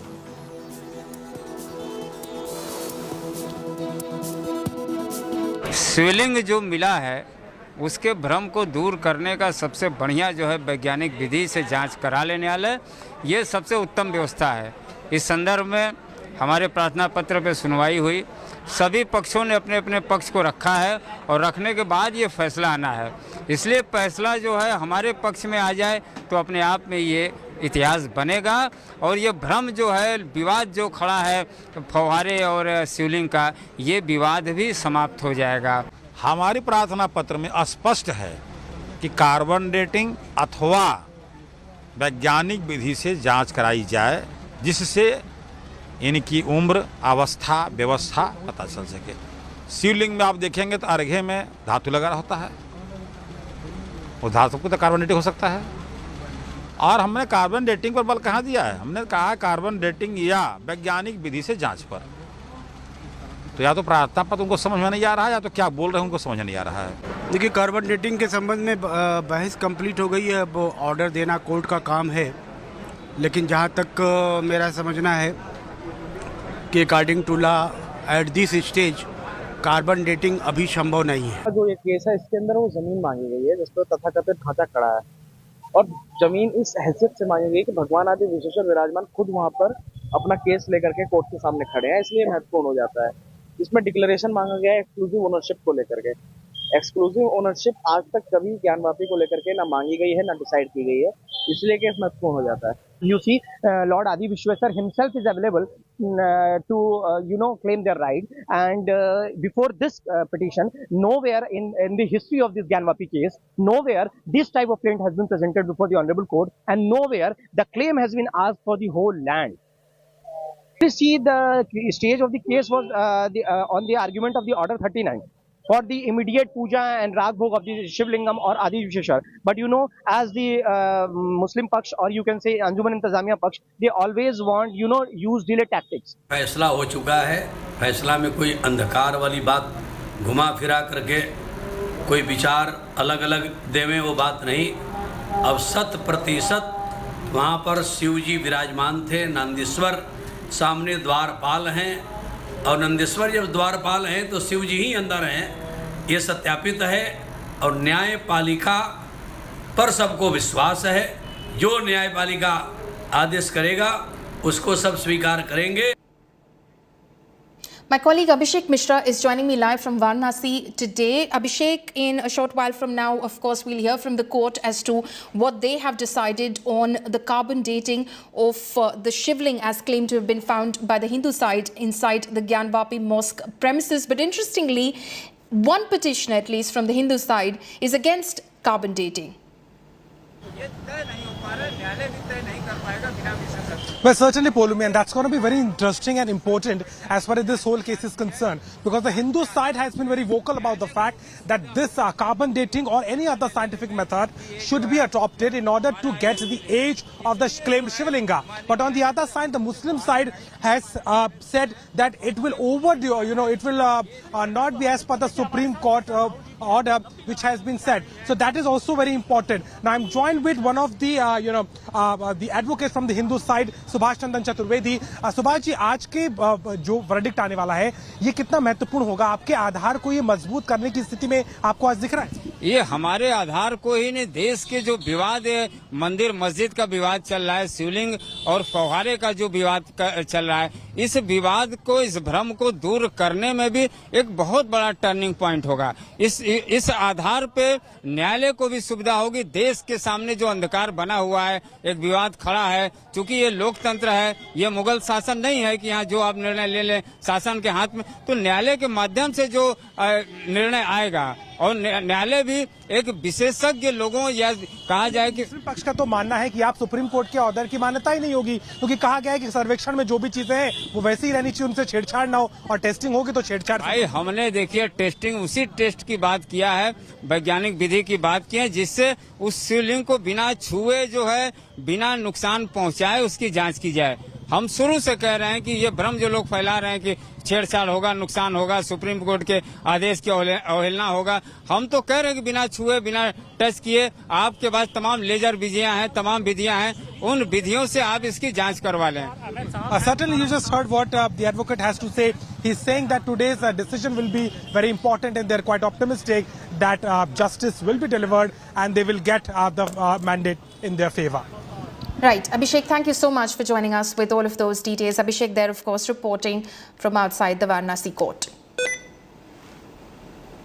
Now, shifting focus, a mosque was allegedly vandalized and attacked by miscreants in Gurugram. The incident allegedly unraveled in Gurugram's Phora Kalan area, with miscreants not just vandalizing the mosque but also assaulted and threatened people, as per the FIR which has been filed in this case. Protests erupted after this mosque vandalism, bringing things to a boil in the area. Further investigation is underway into this attack. In their police complaint, the victims stated that they were attacked and threatened by miscreants while they were offering prayers at the mosque.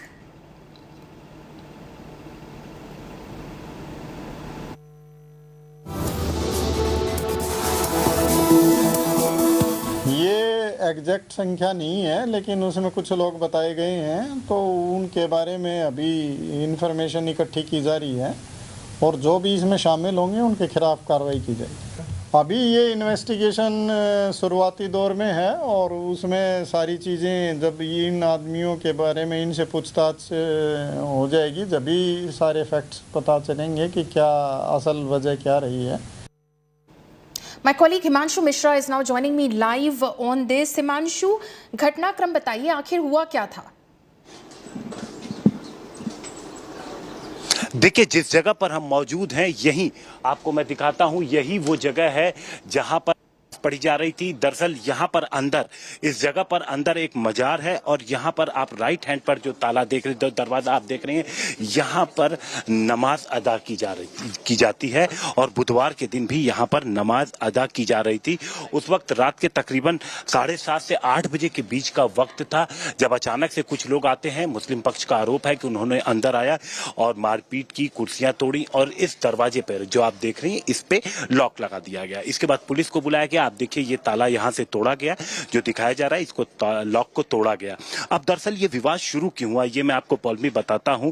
यहां पर लोगों का ये कहना है, हिंदू पक्ष का, कि यहां पर ऊपर कंस्ट्रक्शन कराया जा रहा था और जो ये जमीन थी, ये कॉमन पूरे गांव की थी। लेकिन उसके बाद हुआ क्या कि जब कंस्ट्रक्शन होने लगा और बात ये थी कि बाहर से लोग यहां पर नहीं आएंगे और सिर्फ गांव के लोग ही आएंगे, लेकिन कुछ लोगों ने ये आरोप लगाते हुए वो यहां पर आगे की तरफ आए कल और उन्होंने यहां पर मारपीट की, जिसके बाद एक पुलिस को शिकायत दी गई यहां पर पौलमी, और उस शिकायत के बाद यहां पर FIR दर्ज हुई। लेकिन उसके बाद फिर से सभी गांव के लोग यहां पर मिलकर बैठते हैं, बातचीत होती है गुरुवार की शाम को। अभी हमने जो कंप्लेनेंट थे, जिनकी कंप्लेंट पे, जिन्होंने पुलिस को कॉल की थी, जिन्होंने कंप्लेन की थी, वो अंदर मौजूद है नजर, उनसे हमने बात की। उनका यह कहना था कि जब गांव के सभी लोग, सभी बुजुर्ग लोग बैठते हैं, दोनों समुदाय को बैठते हैं, पुलिस बैठती है और उसके बाद ये तय होता है कि जो परिस्थिति थी वो यथास्थिति बनी रहेगी। किसी भी तरीके से ऐसे लोग जो माहौल खराब करें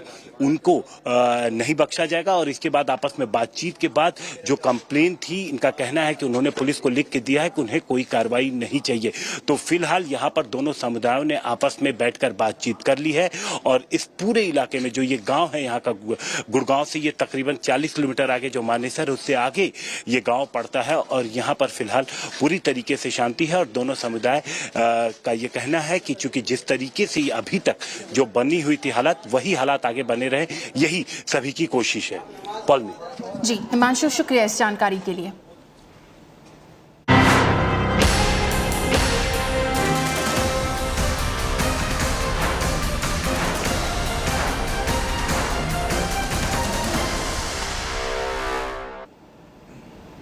Political temperatures are high, with the Election Commission all set to announce the dates for poll-bound Himachal Pradesh today. Himachal Pradesh will see a three-way battle between the BJP, the Congress and the Aam Aadmi Party, with Kejriwal looking to make inroads into the state. While for the Congress, these polls will serve as a litmus test for the Gandhis and company. When the poll panel announces the dates at 3 p.m. today, the official poll bugle will be sounded for Himachal Pradesh. देखिए, पूरे देश भर में परिस्थितियां बदली हैं। जिन राज्यों में भाजपा की सरकारें नहीं होती थी, वहां भाजपा की सरकारें बनी। जिन राज्यों में भाजपा की सरकारें 5 वर्ष के बाद फिर सत्ता में वापस नहीं आ पाती थी, वहां पर भाजपा की सरकारें पुनः सत्ता में आई हैं। चाहे वो उत्तर प्रदेश है, चाहे वो उत्तराखंड है, चाहे वो और भी प्रदेश है, चाहे हरियाणा है। तो ऐसे में पूरे देश भर में हमारे प्रधानमंत्री नरेंद्र मोदी जी के नेतृत्व में जिस प्रकार से एक माहौल खड़ा हुआ है, सभी राज्यों को लग रहा है, लोगों को लग रहा है कि केंद्र के साथ मजबूत नेतृत्व के साथ चलना चाहिए, उसमें प्रदेश का भला है। और स्वाभाविक रूप से हिमाचल के लोग भी अब की बार इस बात को अनुभव कर रहे हैं, महसूस कर रहे हैं। लोग पूछ रहे हैं 5 साल डबल इंजन की सरकार कहां गायब थी?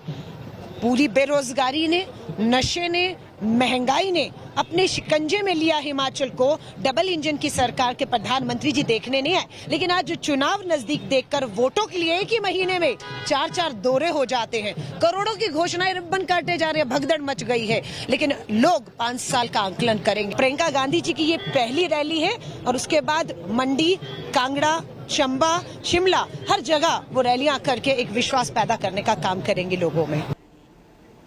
My colleague Manjeet Sehgal is joining me live from Solan in Himachal Pradesh this afternoon. Manjeet, the BJP, of course, confident of a victory in Himachal Pradesh, but the Congress, of course, not leaving any stone unturned. Priyanka Gandhi Vadra there kick-starting the party's campaign. 1979. Yes, indeed, Paulomi, the BJP has launched a mission repeat in Himachal Pradesh. All we know is that Prime Minister Narendra Modi has made as much as 3 visits during the past 17 days in Himachal Pradesh. But Congress is not lagging behind. Congress is launching its election campaign from Solan today. Priyanka Gandhi Vadra, besides other senior Congress leaders, are present here. We can see a huge crowd of the people wherever we click the pictures. People are eagerly waiting for the Priyanka Gandhi Vadra. She is about to address the people. But as far as the poll campaign is concerned, the Aam Aadmi Party has also been making inroads in Himachal Pradesh. Earlier, the contest used to be a bipolar contest, but this time it seems to be a triangular contest in Himachal Pradesh. Aam Aadmi Party has tried to corner the Bharatiya Janata Party and even the Congress, saying that Himachal has been lagging in education, infrastructure development, health development, but has been appealing to the people that you have seen the governments of the Congress and the Bharatiya Janata Party, they should also give a chance to the Aam Aadmi Party.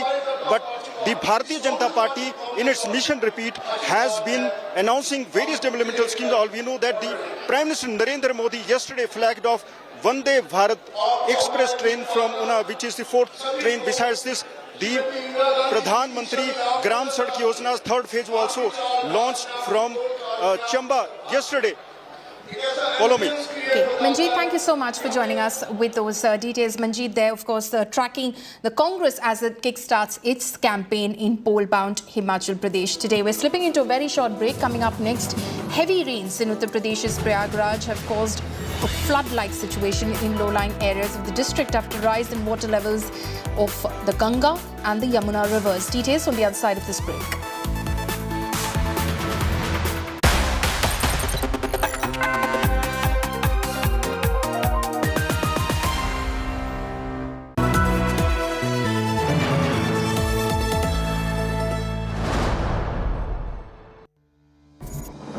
The COVID-19 pandemic has forced us to do a rethink on how we lead our lives, to think about what we are doing to our bodies and to our health, and also wellness, because it is time now to go back to the basics. It is time to talk about your food, your sleep habits, your gut health, stress, and much more. And that exactly is what our brand new health show, Health Freebies.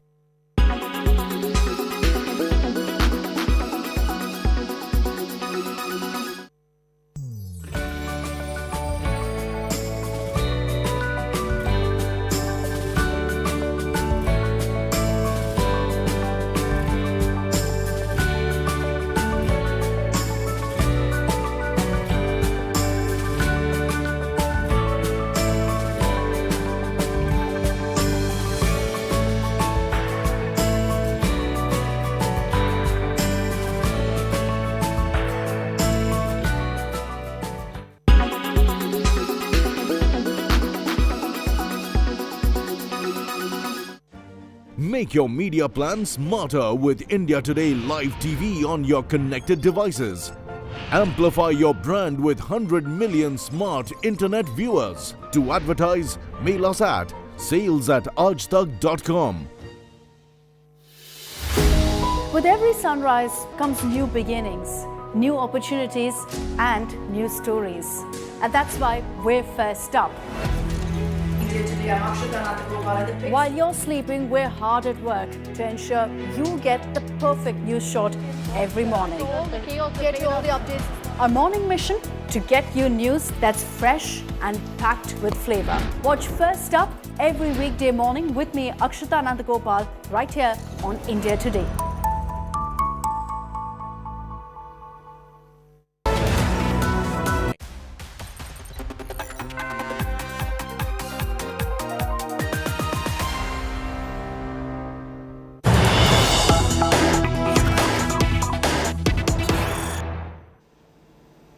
Right, we're cutting across live to outside the Aam Aadmi Party's office in Delhi, where the BJP is protesting against AAP's Gujarat chief Gopal Italia.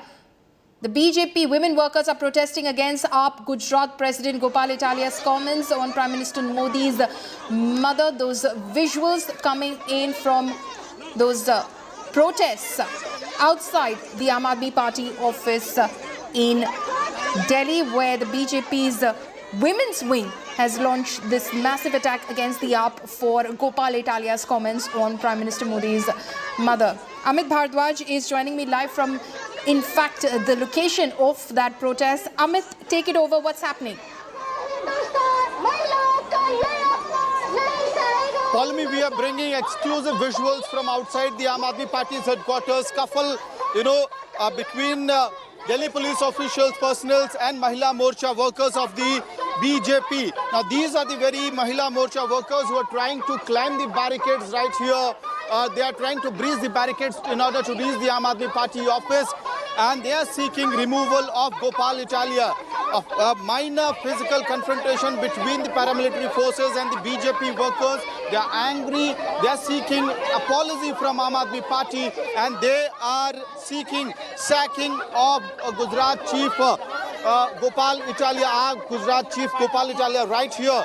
Continuously BJP workers trying to breach the barricades, trying to reach out to the barricades, climb the barricades in order to reach out to the national headquarters of Aam Aadmi Party. But the paramilitary force which has been deployed to maintain the law and order situation are stopping them from doing so. There are multiple layers of barricades which has been put on the Deen Dayal Upadhyay Marg, where the national headquarters of Aam Aadmi Party is located.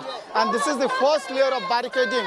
After this is the second layer of barricading on the other side of the road. And third barricading has been done on the other side of the Aam Aadmi Party's national headquarters. We'll also try to speak to these workers. आप लोगों को रोका जा रहा है लगातार। ये गलत तरीका है ना, माँ का अपमान हुआ है, हम उसके विरोध में कड़ी निंदा करते हैं। सिर्फ मात्र वो मोदी जी की माता जी नहीं है, देश की माता जी है, और महिला के विरोध में जो बातें बोली जा रही हैं उसका विरोध कर रहे हैं। So clearly right here you have women workers of the Bharatiya Janata Party trying to climb the barricades. They are trying to speak to the senior officials of the Delhi police. Right there in the visuals, exclusive visuals you are seeing where the BJP worker, women BJP worker is trying to climb the barricade right here. Multiple workers now trying to climb the barricades at the Deen Dayal Upadhyay Marg. Initially, they were stopped from doing so by the paramilitary forces, but it seems that a couple of them managed to reach to the barricades, to climb the barricades, and it is to be seen whether they managed to breach these barricades as well. आप लोग barricade क्यों cross? हमारी प्रदेश महिला मोर्चा के अध्यक्ष को धक्के मारे हैं, मुंह के मारे हैं। दिल्ली पुलिस हाय हाय, दिल्ली पुलिस हाय हाय। किसने धक्का मारा? ये पुलिस वाले हैं, ये महिला। आप लोग बैरिकेड क्यों क्रॉस करने की कोशिश कर रहे हैं? क्रॉसिंग करने गए थे, अब यही खड़े थे, अभी कुछ नहीं करा था हमने, और इन्होंने धक्के मारे, मुक्के मारे हैं। ये क्या मतलब हुआ? लेडीज पुलिस को कैसे हम उनको जाकर चूड़ियां पहनाना चाहते हैं, तो देश की प्रधानमंत्री जी की माता जी के बारे में आप सबका इस्तेमाल करते हैं। हमारी पार्टी का कल्चर, हमारी पार्टी के कार्यकर्ता और आम जनता भी इस बात को आज एक्सेप्ट नहीं कर रही है, क्योंकि इनका कल्चर है देश की संस्कृति, देश की महिलाएं, और आप महिलाओं का नाम क्या है मैम? गरिमा बंसल जी आप बीजेपी महिला मोर्चा वर्कर हैं। जी बिल्कुल। आप चूड़ियां क्यों पहनाना चाहती हैं आम आदमी पार्टी के नेताओं को? जी वो उनके कर्मी ऐसे हैं। मैं बोल रही हूँ देश क्या कमजोर होती है जो आप चूड़ियां पहना? चूड़ी कमजोर की बात नहीं है, उनकी नजरों में महिलाएं कमजोर हैं। ये तो महिला मोर्चा के वर्कर्स को ऐसी बात नहीं करनी। नहीं मैं अपना बता रही हूँ पॉइंट। उनके लिए महिलाओं की जो एक स्थिति है, जो महिला के सम्मान के लिए लड़ रही हैं, तो चूड़ियां पहनाना ये कैसा बयान है? रक्षा नहीं कर सकता चूड़ियां तो हमारी माँ बहन। आप मुझे बोलने दीजिएंगे, आप मुझे बोलने दीजिए। चूड़ियां एक बहुत ही स्ट्रॉन्ग प्रतीक है, ये आप मानते हैं, मैं मानती हूँ, और जो देश के लोग महिलाओं का सम्मान करते हैं वो मानते हैं। लेकिन जो लोग महिलाओं को कमजोर समझते हैं, उनका अपमान करते हैं, उनके लिए चूड़ी एक गाली समान चीज है। तो आज हम उनको पहनाना चाहते हैं कि आपकी महिलाएं शायद चूड़ी नहीं पहनती। ये वो पार्टी है जो अपने घर की महिलाओं का भी सम्मान नहीं करती, जो देश में काम करती है, नेता है, उनके ऊपर भी डेरोगेटरी कमेंट्स करती है। और आज आप एक 100 साल बूढ़ी माँ का अपमान कर रहे हैं। वो माँ सिर्फ प्रधानमंत्री की माँ नहीं है, हम सबकी माँ है। और जब हम जा रहे हैं प्रोटेस्ट करने, तो ये हमको धक्के मार रहे हैं यहाँ पर खड़े होकर। हम अपनी आवाज उठाएंगे चाहे वे मारे, क्योंकि लेकिन चूड़ियां पहनाना मुझे लगा गलत कमेंट। आप लोगों की मांग क्या है इस वक्त? मांग ये है कि गोपाल इटालिया इस्तीफा दे, और केजरीवाल जो ये नेगेटिव राजनीति कर रहा है, विरोध की राजनीति, उसे लगता है बीजेपी डर गई। अभी तो चुनाव घोषित भी नहीं हुए। गुजरात की बात गुजरात में करना, और गुजरात किसी भी चुनाव में पर्सनल मुद्दे को two demands of the BJP workers. Apologize. That is the demand from Arvind Kejriwal, and sack Gopal Italia. Back to you. Amit, thank you so much for bringing us that report. Amit, of course, speaking to some of those BJP workers from the women's wing over there protesting and demanding the sacking of Gopal Italia. We're slipping into a very short break. Stay tuned. News and updates will continue on the other side.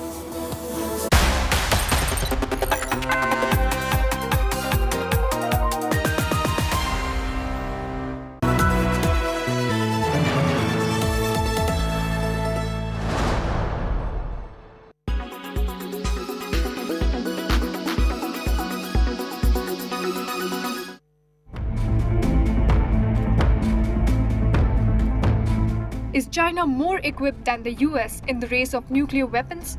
Unlike the previous battles in history, China this time will not stop its military campaigns against the US, which is backing Taiwan.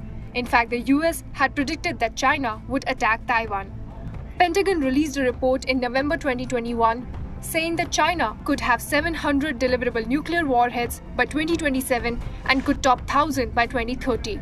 On the contrary, the US has 3,750 nuclear warheads and has no plans to increase this. In 2003, the US had a total of 10,000 nuclear warheads.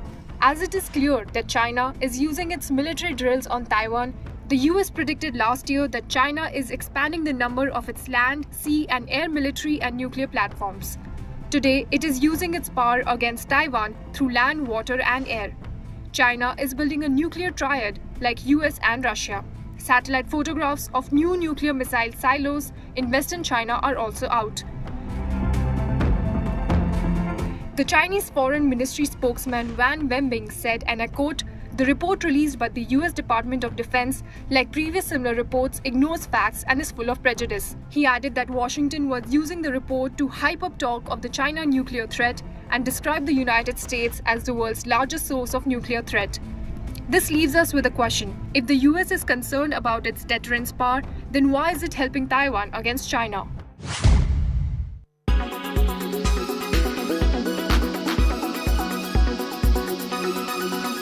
Make your media plan smarter with India Today Live TV on your connected devices. Make your media plan smarter with India Today Live TV on your connected devices.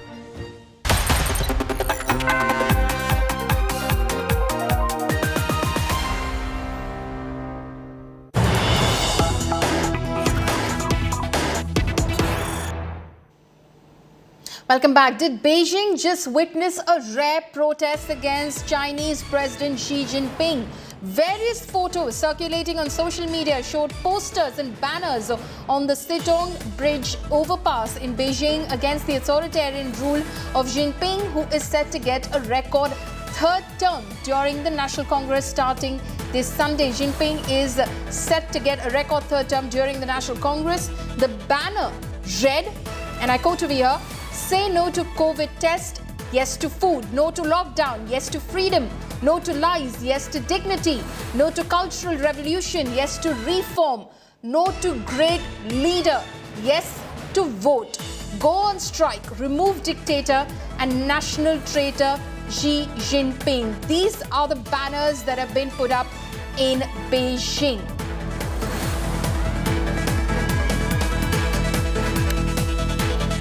My colleagues Gaurav Sawant and Geeta Mohan are joining me live at the moment. Geeta, I'll come across to you first. Very interesting what these posters are saying. Very rare indeed.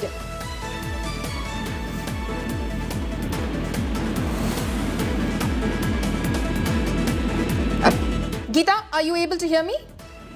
Yes, follow me. Yeah, I'm saying these posters are extremely interesting and very rare indeed.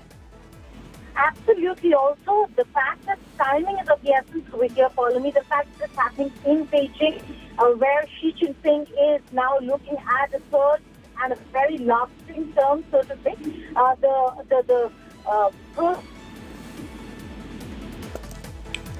Okay, we seem to have some trouble with Geeta's line. We'll try and fix that. Going across to my colleague Gaurav Sawant as well, who's joining me live at the moment. Gaurav, you can take that question because this is extremely rare to witness these kind of posters in Beijing in defiance of Xi Jinping. Xi Jinping is seen as the most powerful leader in China after the times of Mao Zedong. The fact that he's likely to be re-elected for an unprecedented third term and could well be president for life. He's anyway known as chairman of everything in China, and yet you see these posters and banners, especially the aspect that says be a citizen, not a slave. And this perhaps shows, the level of anger, anxiety and frustration, not just in Beijing, but perhaps across China. Remember, China is extremely opaque. Information filtering out of China is one rare. Two, authenticating it becomes extremely difficult. But the fact that members of European Parliament, various international channels, they're putting out these posters, these images and these protests shows that all is not well. At the time of this Chinese Communist Party Congress, where he's likely to be re-elected for a third term, but Xi Jinping is facing immense protest over what many describe is a very quixotic policy of zero AIDS, zero COVID cases. Why is this quixotic? Because a large number of people are locked up in homes, many without food for a long period of time. The economy is suffering and even tourism is suffering to a large extent. And that is why people want modification. They want medicines. They want food. Economy is in trouble. In all of this, these protests, now whether it will be put down. Remember, sometime back there was an image that went viral of tanks outside banks, especially when the real estate crisis was huge and remains huge in China. So is one, all well for Xi Jinping? Two, likely to be re-elected, but protests have surfaced. Will they escalate to overthrow a dictator? That remains to be seen. Of course, that remains to be seen. Geeta Mohan is back on the phone line with us. Geeta, what is causing these acts of defiance? Rare, but clearly this is happening on the ground in Beijing. What is causing these acts of defiance? Well, follow me, the fact that some time ago to be lauded to have brought COVID under control and now to be desperate to go to a zero COVID level is the reason why we're seeing drastic measures. To the extent there's a reason, follow me, why they're saying food, they're asking for food, freedom and dignity. Because the little silos and boxes in which COVID patients are being put is absolutely inhuman. Also, the fact that the lockdown in certain cities caused a lot of problems for people living there. Given that the lockdown happened, they were not allowed to move out, but food was not reaching them. So there has been a huge problem in the manner and the methods that Beijing has employed to ensure that there are zero cases. And certainly, zero cases, it is not still a period where we are seeing zero cases in any part of the world. In fact, if anything, there are cases that are beginning to rise again. So for Xi Jinping to have taken those drastic measures, there will have to be some consequences, and those consequences are unprecedented protest in Beijing, in the capital city, just before he seeks a third and a lasting term politics. Right. Geeta, stay on with us. Gaurav is also live with us. The fact, Gaurav, that these protests and these banners are coming up in Beijing just before the National Congress meeting starts this Sunday sends out a massive signal, because now they're targeting, in fact, the leader of China directly. They are not mincing words anymore, these protesters, because it appears right now that they're struggling. The economy is struggling. They're quite tired and exhausted with the restrictions on the ground. People are absolutely exhausted. Whatever information, filters out of China, it seems to indicate that the frustration level is very high. Some of these videos that have come out in public domain, of course, after a gap, also show how people, especially women, sometimes even children, they are taking on uniformed forces. Rare. For example, there have been pictures at airports that armed policemen, wearing a bodysuit, they try to take on civilians, and civilians with their cameras out are saying, what is this? What are you doing? Are you going to use these weapons? You're meant to protect us and you are targeting us. And many other videos, half-finished buildings being pulled down, many videos going viral about the subprime crisis, not just in one part of China, but across China. The fact that people are lining up at banks, unable to withdraw money, that's leading to a lot of frustration. And the anger with the manner in which Xi Jinping appears to be running the country. But it's also a fact that Xi Jinping remains extremely powerful. Hardly anyone in China who can take on Xi Jinping at this stage, given that he's been able to put his people virtually everywhere. The fact that he's been president for 10 years, likely to be re-elected for another 5 years, and then likely to remain president for life, does indicate that there are very few people who are willing to take him on, given the fact that in the name of anti-corruption movement, he's been able to lock up several of his rivals and competitors. Okay. Geeta also is, of course, over the phone line with us right now. Geeta, taking off from that last point that Gaurav made, in fact, that, Xi Jinping has ensured in many senses that he has no competition whatsoever. So while the people might be rising up against him in small, unprecedented manners in Beijing, in China, where it has been unthinkable of, on the ground itself, nothing can touch Xi Jinping yet. Well, completely agree with Gaurav Polami on this point that while there are protests, and it's not like it's unprecedented to see protests in Beijing, but not like it has never happened and that people have not been raising concerns. The fact is that there are concerns that have been raised, and over here, nothing right now can change the fact that Xi Jinping has a massive control over not just the party, the administration, but also the military. And given, like Gaurav said, all the important positions today are covered by people who are Jinping loyalists, is the reason why the smooth transition from a second to a third term will be absolutely in place and likely. So highly unlikely that there will be any change in the plans for CPC in terms of what the meetings and the Congress is going to look like, and also the fact that Xi Jinping certainly is going to get his third term, which could very well mean that the change in the constitution and how China would be functioning is a third term. It could very well be Xi Jinping as president for a very long time to come. Okay. Gaurav Sawant and Geeta Mohan, thank you so much for joining us with your perspective on what definitely is happening on the ground in Beijing. Slipping into a short break, coming up next, big day in Gyanvapi Temple Mosque. Rao court to decide on Shivling carbon dating. Details on the other side of this break.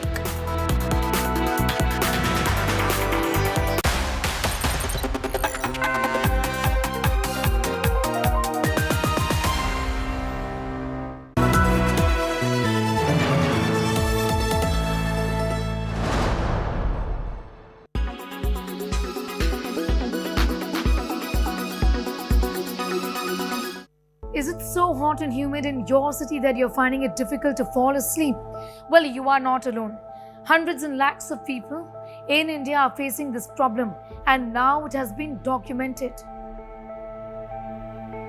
It's now clear that heat waves are messing up our sleep patterns. This has to do largely with your body temperature in the night. Our bodies are tuned in to dropping body heat in the night to help us sleep. The hormone melatonin serves essentially as a natural alarm clock. When it's nighttime, it widens the blood vessels in our hands and feet to get rid of heat from our bodies. So what really happens when the air around us is too hot? When temperature goes up, deep sleep gets affected. Deep sleep for at least a few hours is the bare minimum we all need to ensure our body truly gets the rest it requires. Sleep deprivation can lead to various mental health disorders. The most commonly seen are depression and anxiety. Chronic insomnia, that is chronic sleep disturbances, can lead to something called as early onset dementia, which is again a memory disorder. So it is important in order to maintain our mental health as well as physical health that we give ourselves adequate sleep. Now, there is not just the problem of rising temperatures, there is also the problem of the pandemic. COVID-19 has interfered with our sleep patterns, and this too has now been documented. The pandemic ruined sleep cycles. The stress and anxiety of COVID added to the work from home patterns completely hit our lifestyle choices. A recent survey by a social media platform found that 54% Indians surveyed confirmed that their sleep patterns have changed post the pandemic. Many of these Indians speak about the fact that they're suffering from sleep apnea, finding it difficult to go off to sleep or sleep properly at a stretch altogether. This has now even got a term called coronasomnia, caused by personal stress, by grief of losing a loved one, and even anxiety over any COVID-related news.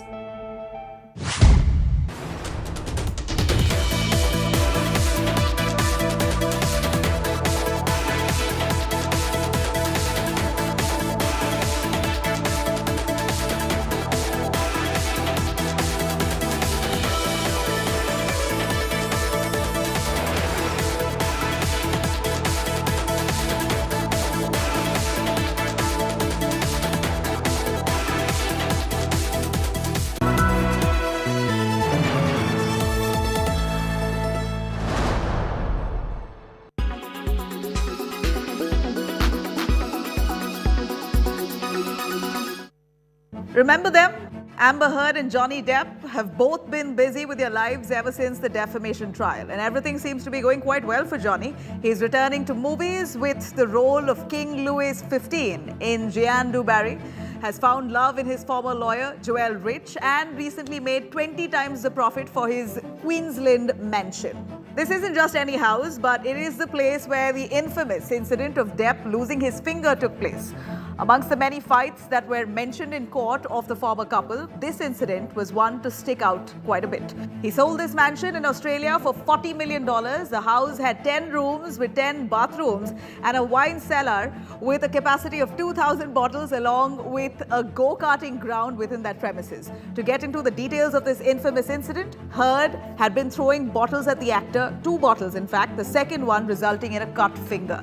Amber Heard did not agree to this version and said that Johnny Depp had instead been throwing those bottles due to anger, and that's how he cut his own finger. The incident has taken place in 2015 and has been brought up in trial multiple times. Now, as the dust settles on the defamation trial, Johnny Depp has been seen doing quite a lot of concerts with his close friend Jeff Beck. And Amber Heard, on the other hand, is peacefully living her life in Spain. She will be seen next in Aquaman 2.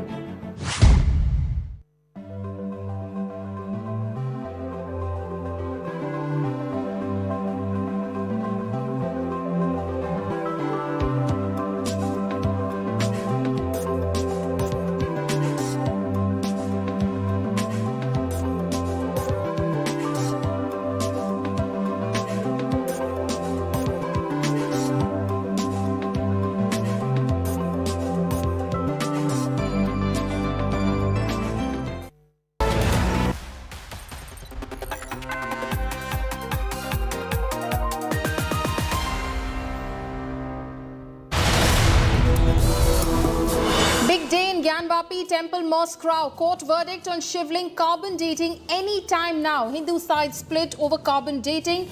Mosque panel opposes.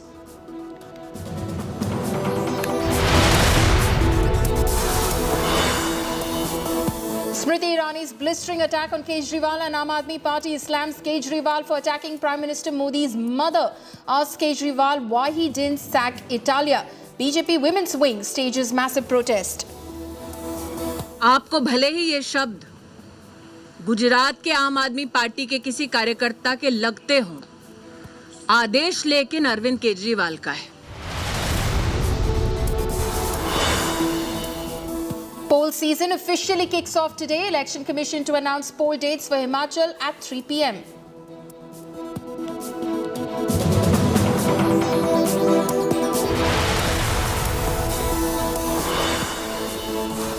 Punjab's stubble burning continues. Rising stubble burning cases in Punjab. Farmers adamant on burning stubble, but Aam Aadmi Party won't penalise farmers.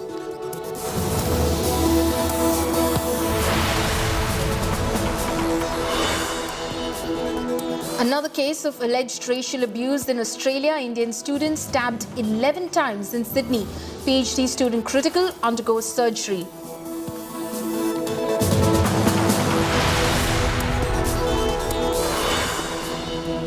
Days before key Communist Party meet in China, protest banners saying "Remove Dictator" put up.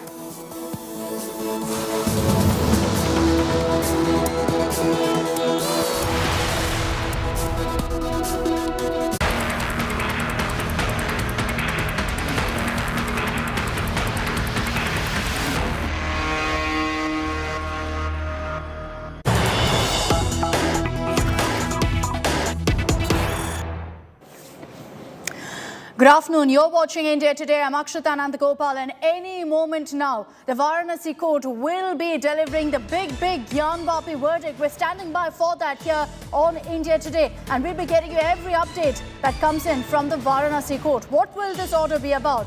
It's going to be on whether carbon dating will be conducted at the site or not, at the Gyanvapi Mosque.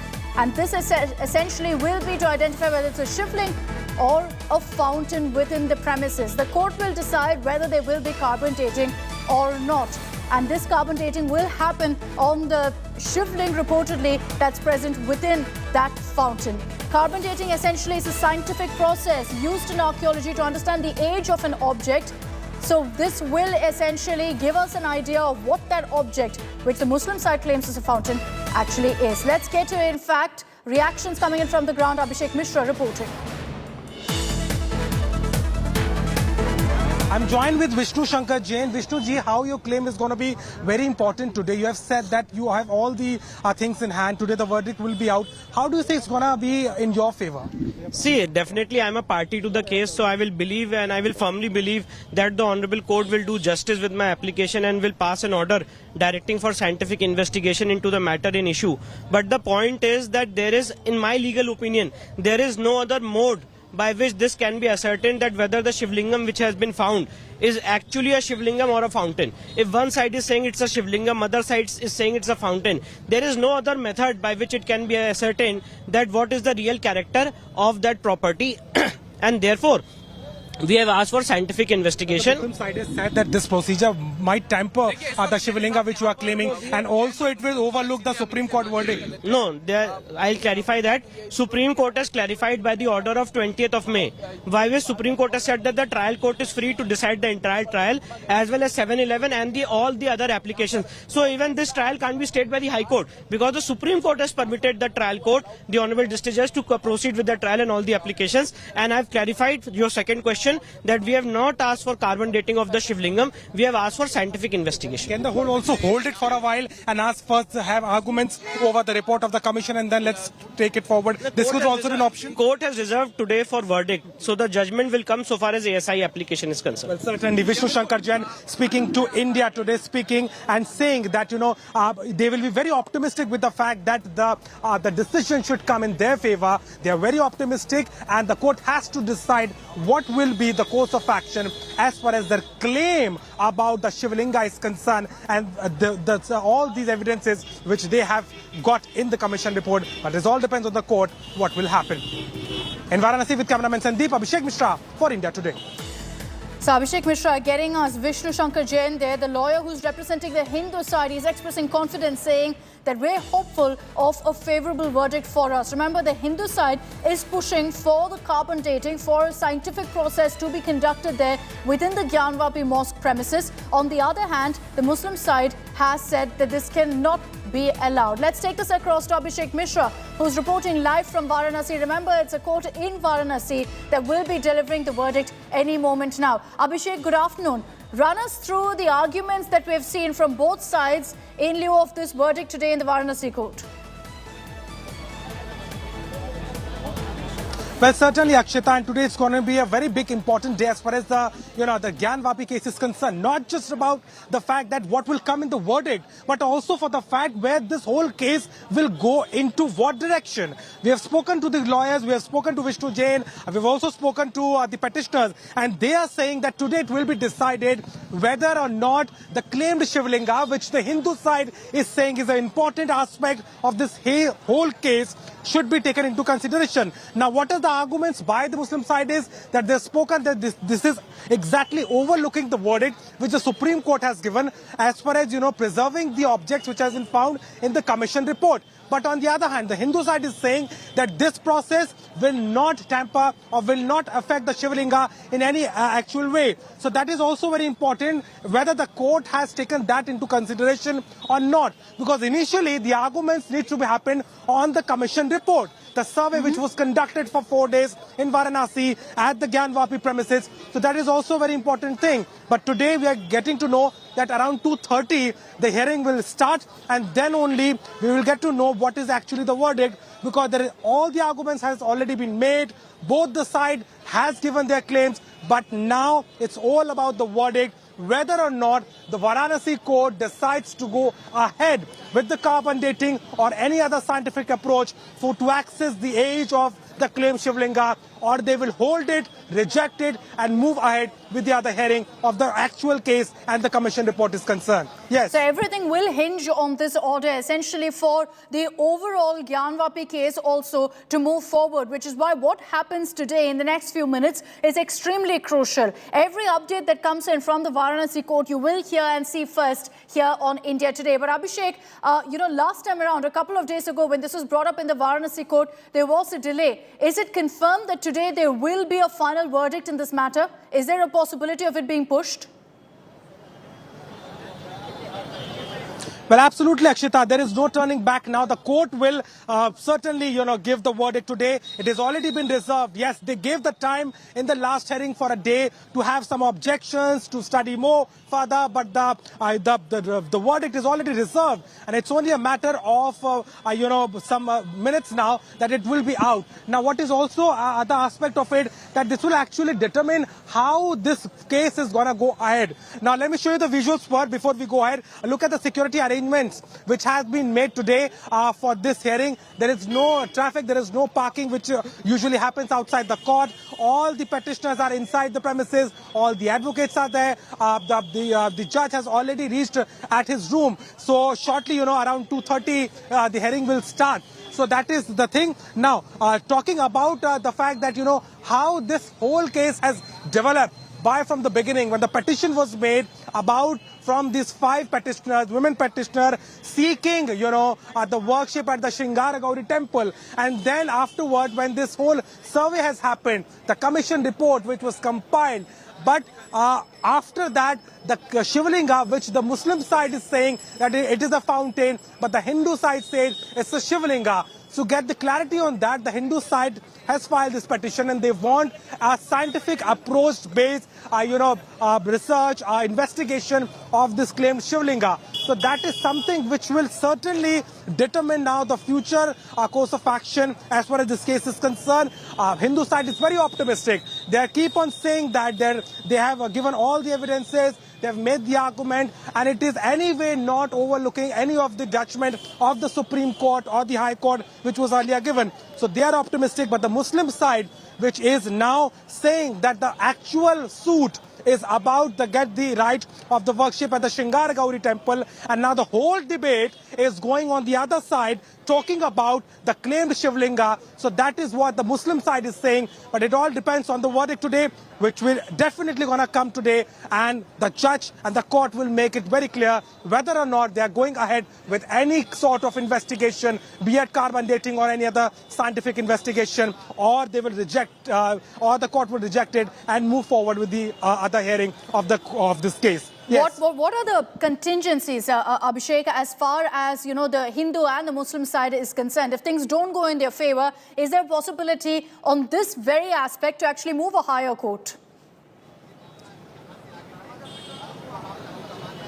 Well, absolutely, Akshita, and that option is always there with the Hindu side. And we have spoken to the advocate Subhash Chandran Chaturvedi, and he said that all the options are open, but they are saying that it is very unlikely because they are pretty confident of the fact that the court will consider the plea and they will get the verdict in their favor. Now, what is also very interesting is that so far, whatever discussion and whatever arguments had been made earlier, it was all about the maintainability of the suit, because the Muslim side was saying that it is a violation of the the act which says that after the independence all these these places should be kept the way it is. But when the court defined that it is actually maintainable, there could be a discussion on it, and when the whole discussion went over the Shivlinga, because that is something which the Hindu side has made a very strong argument in the court.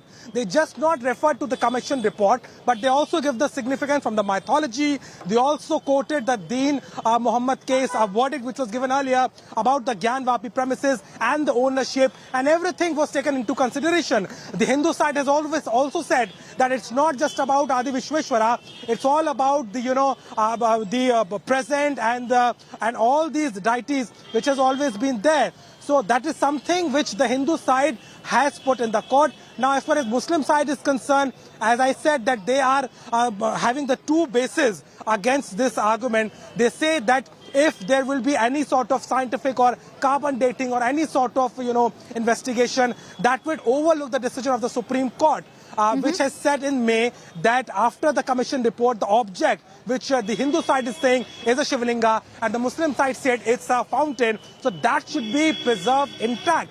There cannot be any sort of any sort of thing with it. But the Hindu side is saying that the court has only given the authority to the district court to move ahead in it and to decide whether or not what course of action should be taken. It comes down to 2 points, as you mentioned. The Hindu side saying, this is a scientific process, let it happen because it will give them more evidence is what they believe. The Muslim side is quoting the Supreme Court order which said that the structure must be protected, and they're saying that the stone doesn't have the capacity to absorb carbon. It will get ruined along the scientific process being followed. So that's the Muslim side's contention here. Abhishek, stay on with us as we track all the updates coming in from the court. Here's a look at the reactions from both sides on this very, very crucial verdict. हमारी प्रार्थना पत्र में स्पष्ट है कि carbon dating अथवा वैज्ञानिक विधि से जांच कराई जाए, जिससे इनकी उम्र, अवस्था, व्यवस्था पता चल सके। शिवलिंग में आप देखेंगे तो अर्घ्य में धातु लगा होता है, उस धातु को तो कार्बन डेटिंग हो सकता है। और हमने कार्बन डेटिंग पर बल कहाँ दिया है? हमने कहा कार्बन डेटिंग या वैज्ञानिक विधि से जांच पर। तो या तो प्रार्थना पत्र उनको समझ में नहीं आ रहा है, या तो क्या बोल रहे हैं उनको समझ नहीं आ रहा है। देखिए, कार्बन डेटिंग के संबंध में बहस कंप्लीट हो गई है, अब ऑर्डर देना कोर्ट का काम है। लेकिन जहाँ तक मेरा समझना है कि according to law at this stage carbon dating अभी संभव नहीं है। जो ये केस है इसके अंदर वो जमीन मांगी गई है जिस पर तथाकथित ढांचा खड़ा है, और जमीन इस हैसियत से मांगी गई कि भगवान आदि विशेषण विराजमान खुद वहाँ पर अपना केस लेकर के कोर्ट के सामने खड़े हैं, इसलिए महत्वपूर्ण हो जाता है। इसमें डिक्लेरेशन मांगा गया है एक्सक्लूसिव ओनरशिप को लेकर के। एक्सक्लूसिव ओनरशिप आज तक कभी ज्ञानवापी को लेकर के ना मांगी गई है ना डिसाइड की गई है, इसलिए केस महत्वपूर्ण हो जाता है। You see, Lord Adi Vishweshwar himself is available to claim their right, and before this petition, nowhere in the history of this Gyanvapi case, nowhere this type of claim has been presented before the Honorable Court, and nowhere the claim has been asked for the whole land. You see, the stage of the case was on the argument of the Order 39 for the immediate puja and rag bhog of the Shivlingam or Adi Vishweshwar. But as the Muslim Paksh, or you can say Anjuman Intizamiya Paksh, they always want, use delay tactics. फैसला हो चुका है, फैसला में कोई अंधकार वाली बात घुमा फिरा करके कोई विचार अलग अलग देवें, वो बात नहीं। अब 100% वहाँ पर शिव जी विराजमान थे। नंदीश्वर सामने द्वारपाल हैं, और नंदीश्वर जब द्वारपाल हैं तो शिव जी ही अंदर हैं, ये सत्यापित है। और न्यायपालिका पर सबको विश्वास है, जो न्यायपालिका आदेश करेगा उसको सब स्वीकार करेंगे। Let's take this back across to Abhishek Mishra as we await that verdict from the Varanasi court. Abhishek, explain for us why this particular order is so crucial for the overall case and what kind of a bearing it can actually have on the overall Gyanvapi verdict, because we're expecting the order to come out in just about 15 minutes from now at 2:30. Well, absolutely, Akshita, and this will now determine the future of this whole case, which the Hindu side is, saying. Why? I'll tell you. One thing is very clear, that during the commission report, when the survey was conducted within the premises of Gyanvapi, this object, which the Hindu side is claiming as a Shivlinga and Muslim side is saying it's a fountain, is going to be a very important aspect of this whole case. Why? Because the Hindu side is saying that this Shivlinga itself is Adi Vishweshwara. So if it is defined, and if it is scientifically also defined, if they have already given the references to the mythology and what all other references have been given in earlier verdicts or be at the Shastras, so that is one thing. So if they are able to take that in the court, this will eventually help the Hindu side to get their stake strong on this whole case. Yes, it was all initially about getting this 5 petitioner right to worship at the Shringara Gauri temple. It all began from it. But now, because of this Shivlinga, which the Hindu side is claiming, have been found during the survey, and that commission was only given by the Varanasi district court. So it is a legal course of action. And if the whole case will move towards the investigation and the history and all these things are scientifically related to this Shivlinga, which the Hindu side is claiming. So that can actually, turn the whole case. Then the Muslim side will have a lot of objection, and they are already having it. That is the only reason they are saying that the first discussion and argument should be made on the commission report, on the suit which has been filed, why there is a need to have the investigation, scientific investigation of this Shivlinga. It is not a Shivlinga, it is a fountain. So all these things are coming from the Muslim side. So that way it will certainly determine the direction of this case, whether the court decides to go ahead with the commission report and the actual arguments on the Gyanvapi suit, or they will first want to have a clarity on this claimed Shivlinga, which has now become the turning point of this whole case. Updates now coming in from the courtroom. In about 15 minutes from now is when the order is expected. The lawyers representing both sides have reached the court in Varanasi. The Muslim side and the Hindu side lawyers have reached. We understand that 4 out of the 5 Hindu plaintiffs seeking that scientific investigation, seeking carbon dating of the reported Shivlinga inside the mosque premises are in the courtroom. The main plaintiff in this case, Rakhi Singh, who's objected to this plea, is also there. The judge is expected to preside over the courtroom anytime now and deliver his verdict in this case. So that will be something that's crucial to both sides, as Abhishek pointed out. And in the larger picture, the larger case with regards to the Gyanvapi mosque, this particular order will have a huge bearing on that. Both sides know that, which is why they've also readied their contingency plans, their backup plans of approaching a higher court. This is going to be a long-drawn legal battle. And this is one aspect that's extremely crucial. Will we see the scientific process, carbon dating process actually happen at, in fact, the Gyanvapi mosque site? We'll get answers to that in a matter of minutes from now. The lawyers of both sides are in the courtroom. It's only a matter of minutes before the judge also arrives, we're being told, and delivers the verdict in this case. The verdict actually was expected a couple of days ago, was then delayed, was postponed by the judge, and today it's expected that at 2:30 that verdict will be delivered on whether we will see carbon dating happening on that site, which you see on your screens. The Muslim side saying this is a fountain. the Hindu side saying it's a Shivling. So they're saying there must be carbon dating that must be conducted here. The Muslim side in its arguments have maintained that the Supreme Court very clearly in its May ruling had said that the structure must be protected at all costs. So they're saying that this kind of a process is not protecting it, that the structure in fact does not have the capacity to absorb carbon, and so it will be ruined by any such procedure, which is why they've contended that permission shouldn't be granted for the same. So this particular hearing is very crucial. Abhishek, explain to us about also the fact that 4 out of the 5 Hindu plaintiffs are the ones who are actually pushing for this carbon dating procedure.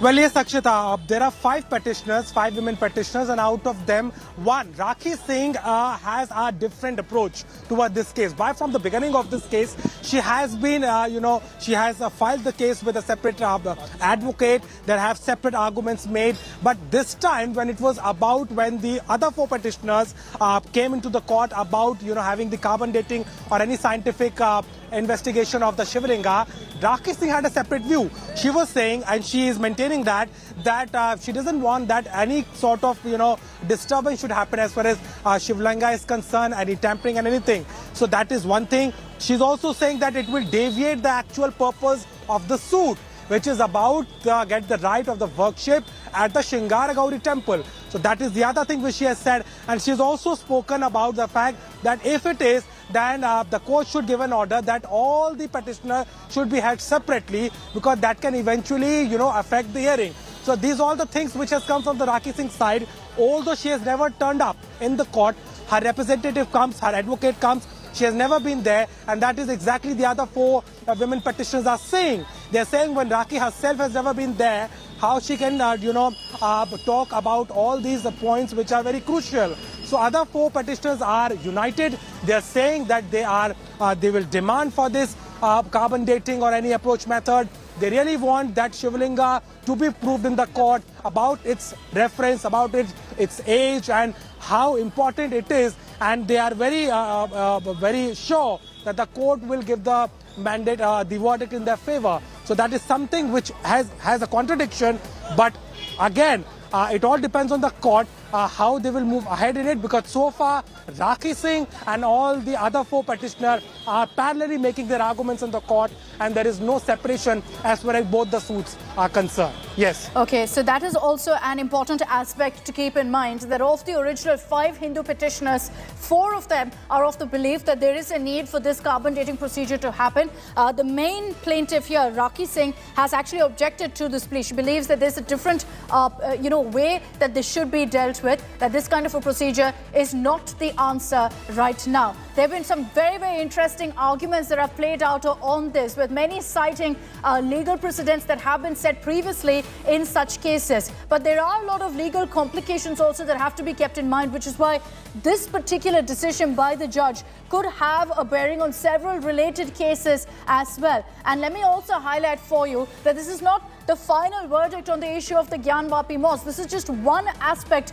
of the many, many legal twists and turns that we've seen in this particular case. And what this does is, for the Hindu side at least, they believe the reason they're pushing for this carbon dating, and I'd like to bring in Abhishek on this as well, is that, Abhishek, we've seen a video survey being conducted. They believe that to pad up whatever's been found in the video survey, a carbon dating procedure will actually help their legal cause. Well, absolutely, Akshita, and that is the only reason that Hindu side is very optimistic, and they are, consistently demanding this carbon dating. Now, carbon dating itself is quite, argumentable. Why? Because carbon dating cannot be done on any object like stone or anything of that sort. And Shivlinga, for that matter, or the fountain, which has been claimed by the Muslim side, it's not possible scientifically as well. But what the Hindu side is saying, not just the Shivlinga, but other objects, other things which are, present within the premises, if there are any fossil, if there is any, wood piece, if there is something which could, determine something about that Shivlinga or about that premises, will eventually help them. So that is why they are, very keen on this carbon dating or any scientific investigation. Now, Muslim side has different view, and we have said that, they are very key. They are saying that it is all overlooking the decision. It is not They're the citing the Supreme Court order which said protect the structure, and they're saying this kind of a carbon dating procedure will affect the structure, and that has been their argument. Abhishek, stay on with me. 2:30 dot is when we're expecting the verdict from the Varanasi court. 7 minutes to go. Here on India Today, we'll get you all the updates live from the Varanasi court. Don't go anywhere. We're slipping into a very, very short break. Paulomi joins you with the latest on the story.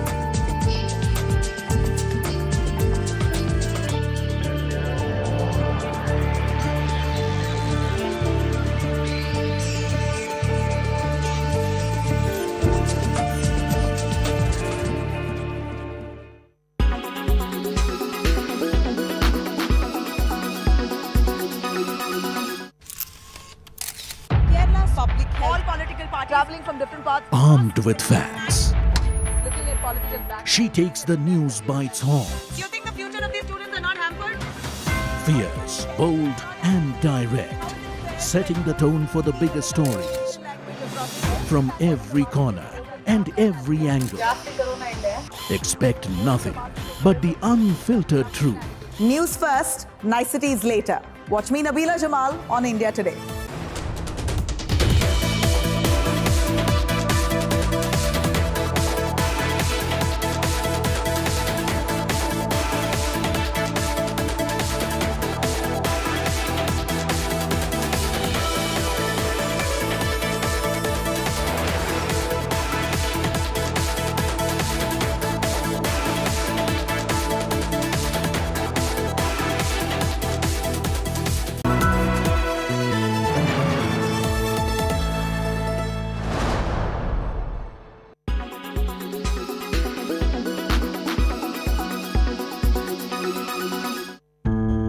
Climate change threatens our planet and our future.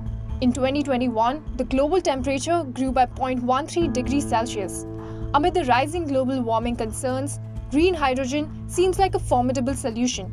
But what is green hydrogen and how can it reduce carbon footprint?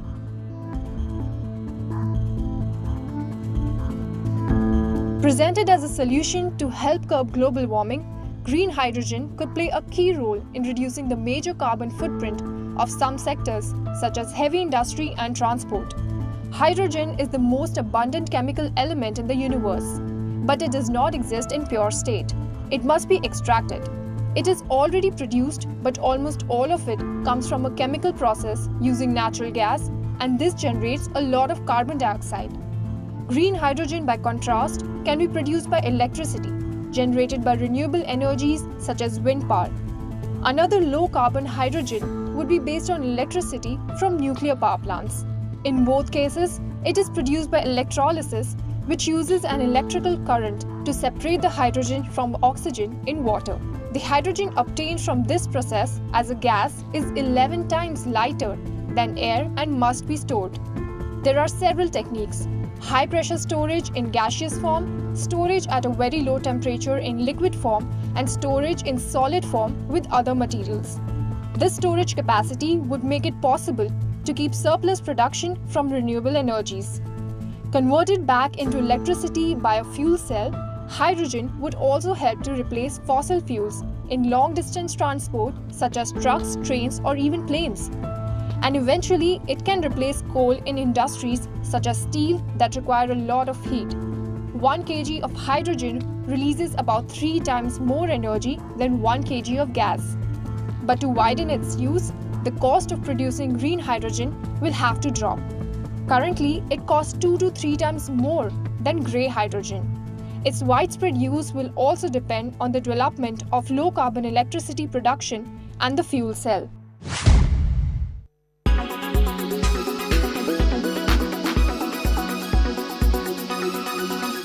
Everyone's busy finding what's trending. You're busy finding out why.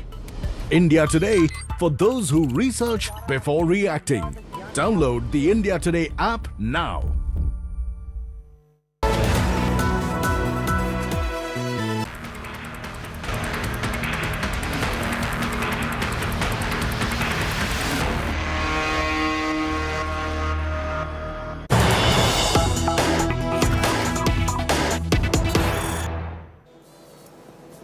Court order on carbon dating at 2:30 p.m. today. Hindu and Muslim side lawyers reach Varanasi court. The big Gyanvapi verdict is expected in a short while from now, slated to in fact be delivered at 2:30 p.m.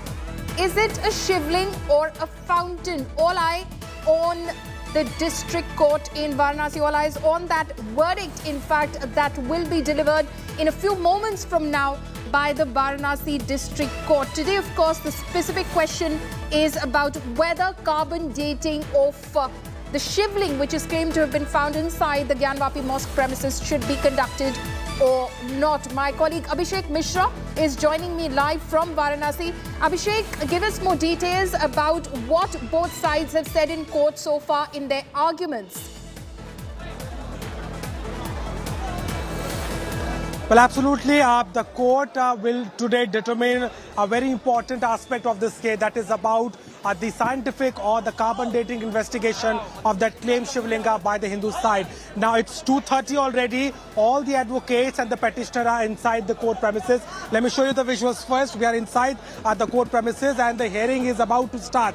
The judge has reached at his bench. So in some few minutes, we are expecting the hearing to begin and the verdict will be out. Now, it is also very important that there could also be a hearing on Rule 1/10 because there are some other petitions as well. So that also can take, the court can take into consideration. But importantly, it's all about the verdict over the carbon dating approach-based investigation of the Shivlinga, which has been claimed by the Hindu side. Now, there is no objection by the Muslim side, and they are constantly maintaining this fact that this should not be taken into consideration, and they are saying it's a violation of the order of the Supreme Court of maintaining the object which has been found in the commission report too as it is. So that is something which is a contradiction, but it all depends on the court because importantly the Hindu side is saying, and the Vishnu Shankar Jain speaking exclusively to us has said that it is actually the Supreme Court has given the authority to the district court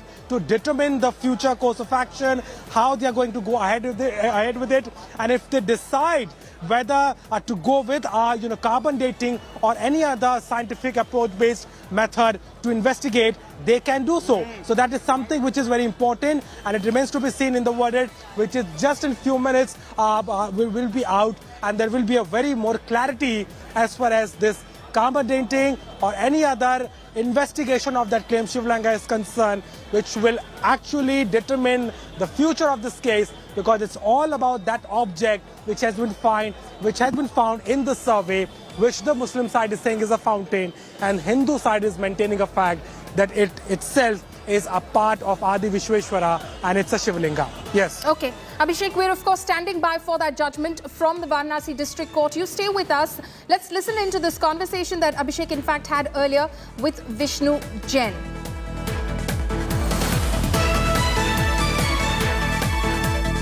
I'm joined with Vishnu Shankar Jain. Vishnu ji, how your claim is going to be very important today. You have said that you have all the things in hand. Today the verdict will be out. How do you say it's going to be in your favor?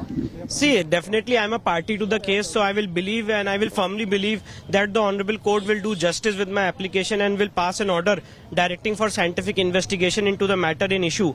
But the point is that there is, in my legal opinion, there is no other mode by which this can be ascertained that whether the Shivlingam which has been found is actually a Shivlingam or a fountain. If one side is saying it's a Shivlingam, other side is saying it's a fountain, there is no other method by which it can be ascertained that what is the real character of that property and therefore we have asked for scientific investigation. The victim side has said that this procedure might tamper the Shivlinga which you are claiming, and also it will overlook the Supreme Court verdict. No, I'll clarify that. Supreme Court has clarified by the order of 20th of May, by which Supreme Court has said that the trial court is free to decide the entire trial as well as 711 and all the other applications. So even this trial can't be stayed by the High Court because the Supreme Court has permitted the trial court, the Honorable District Judge, to proceed with the trial and all the applications. And I've clarified your second question, that we have not asked for carbon dating of the Shivlingam, we have asked for scientific investigation. Can the whole also hold it for a while and ask first to have arguments over the report of the commission and then let's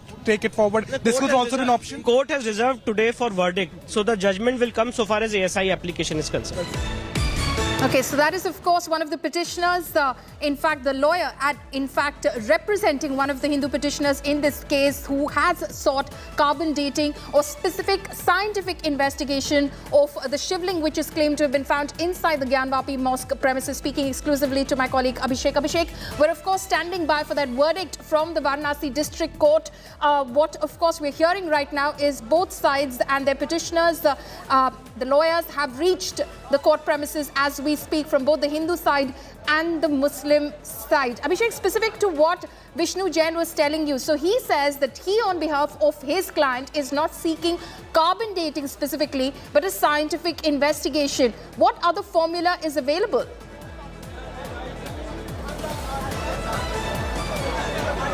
Well, one thing we need to understand that through this investigation, this scientific investigation, which the Hindu side is saying they want to prove one thing into the court, that this claimed object is a Shivlinga first, and second, it has a reference scientifically as well. And that's why carbon dating is, getting again and again highlighted. Now, they've also mentioned about having any sort of scientific approach as well. Now, that's a very good question. What could be the option? They're saying that there are, things which can happen. They're saying that through laser technique that could also be accessed. They're saying that there is radar technique that can also determine what is the actual length of that claimed Shivlinga inside the land. So that is also could be an option. And also the ASI, if there is an involvement of ASI, if the court decides to go ahead with this any sort of investigation, then they will actually determine, the ASI can determine that what could be done in this particular matter. So that is also very important, and it all boils down to one point which the Hindu side is again and again making, that they want to prove in the court about the reference and the relevance of this claimed Shivlinga, and that will actually determine the future of this case. And that is why all the four petitioners along with Vishnu Shankar Jain and all those advocates are speaking aggressively about that it is actually a living example, and they want to have a scientific support to the claim, and that is why today's verdict will be very important if they want to prove this matter in the court, and that will actually determine the course of action.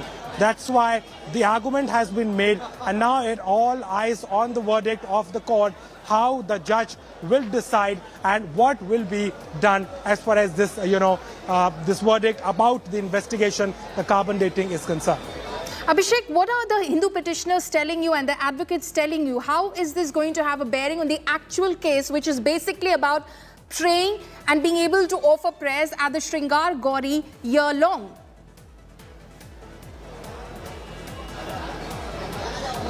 Well, the Hindu side believes that this is a very important aspect of their suit. Why? They're saying if they are able to prove in the court that this itself is a Shivlinga, it has a history, it has a relevance, then it automatically add on to what is their actual suit, which is about getting a right to prayer and right to worship in the Sringara Gauri temple. Because that temple is indeed a part of Adi Vishweshwara, the Kashi Vishwanath temple, and the Gyanvapi premises, which the Muslim side is saying is a mosque and the Hindu side is saying is actually a temple. So that is again going to help the Hindu side if they are able to maintain that in the court. Now, one thing is also very important, Pulmi, that there has already been a discussion over it. There is a full-fledged investigation, the commission report, the survey which was conducted for 4 days at the Gyanvapi premises. That report, it is already tabled at the court. The report was also given to all the petitioners and to all the parties which are involved to have a clarity on that. But there has not been any argument so far on it. So how the court will take that into consideration, whether they might feel that there is no need of this carbon dating as of now. Because first they need to have a full-fledged hearing on the commission report as well. So that could also be another option. So again, I'm saying that all depends on the court, what procedure they will take forward, whether or not they find it important to first have a clarity on the Shivlinga or on the carbon dating or any other scientific approach, or whether or not they hold it for a while and they move ahead with the actual hearing of the commission report and all the on the other important aspect of the suit, which was about the right to worship at the Sringara Gauri temple. So all that remains to be seen in few minutes now when the verdict will be out on this whole issue. Yes. Right. Abhishek, stay on with us. In fact, Abhishek earlier spoke with Subhash Chandra Chaturvedi, one of the lawyers for the Hindu petitioners. Let's listen in.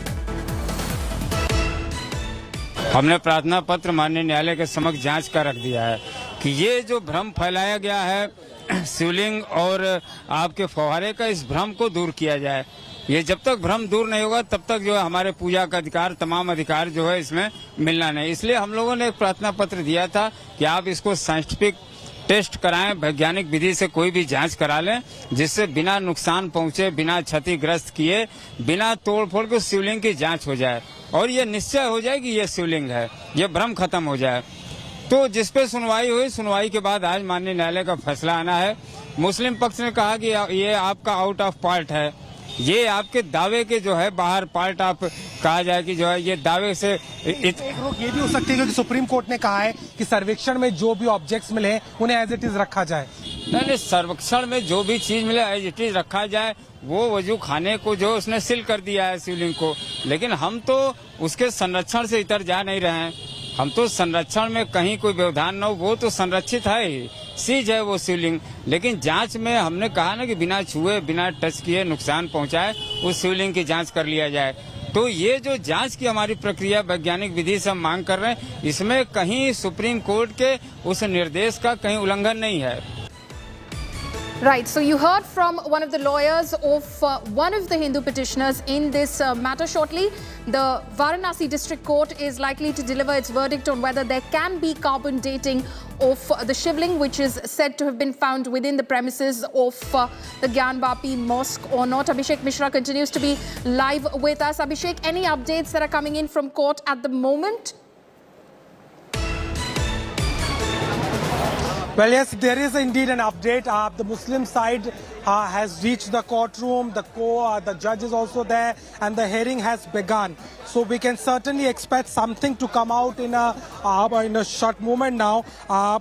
It is also very important that every minute detailing of this case will surely have a bearing on this future, because this carbon dating verdict or this investigation will certainly determine how the court is going to go ahead. And what the update is that the judge has sat on his bench. He's there. The hearing has begun, and from some minutes now we'll actually get the verdict about this whole investigation, this whole scientific investigation appeal which has been made by the Hindu side. Yes. Okay, so in a short while from now, we're expecting indeed that judgment will be delivered. In fact, the bench we hear Abhishek has already assembled inside the Varanasi district court. In a short while from now, we are expecting that order to be delivered. But very interestingly also, Abhishek, okay, let's listen in to some reactions that are coming in at the moment. उस सेवा में महादेव हमें सफल करें। ये लड़ाई हमने बहुत सच्चे मन से, श्रद्धा से, निष्ठा से, कर्म योग के माध्यम से लड़ी है और ईश्वर से यही मनोकामना है कि जो हमारी सभ्यता को, हमारी संस्कृति को कुचला गया है, आज ये लोग खड़े हुए हैं वाराणसी के, काशी के, और यही मांग है कि जो इतिहास में तलवारों की नोक पे हुआ वो कलम से रेक्टिफाई किया जाए, लोगों के सामने सच आए। हमारे आराध्य का मजाक उड़ाया गया, उसको फव्वारा बोल के, फाउंटेन बोल के। हम चाहते हैं कि एक साइंटिफिक इन्वेस्टिगेशन के माध्यम से एक्सपर्ट ओपिनियन आए कि वो फव्वारा है, कि वो शिवलिंग है, और उसके बाद इस मामले में आगे की प्रक्रिया तय हो। Okay, so there you heard from Vishnu Shankar Jain. Earlier, my colleague as well, Abhishek, spoke with him to understand what is the petition, the plea that his client has put before the Varanasi District Court. We do believe that the judge has arrived in the courtroom right now. A.K. Vishwesh will be delivering that verdict in a short while from now. So we will know whether carbon dating or any sort of scientific investigation of the structure said to be a shivling by one side, a fountain by the other side, whether carbon dating or any sort of scientific investigation of that structure can be done or not. Abhishek Mishra continues to be live with us. Abhishek, very interestingly, of course, one of the petitioners from the Hindu side has chosen to not demand any sort of carbon dating. But let's get you this news that's coming in right now. The update coming in, Abhishek, from the courtroom is that the court says no to carbon dating. The court has rejected the 4 Hindu petitioners' plea seeking carbon dating of the structure found inside the Gyanvapi Mosque premises. During the videography survey, the court says no carbon dating. Abhishek Mishra is live with me at the moment. Abhishek, the big update coming in right now from the District Court of Varanasi. No to carbon dating, says District Judge A.K. Vishwesh.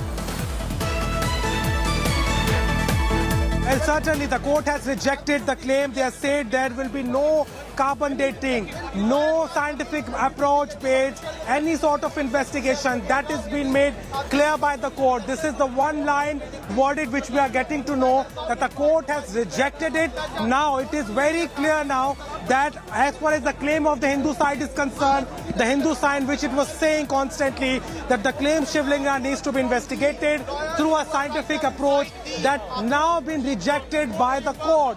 So that is something which is very important. And as I was telling you earlier, that the court will now decide to go ahead with the actual commission report, whatever has been said earlier, and that will now determine how the court will decide about this dispute.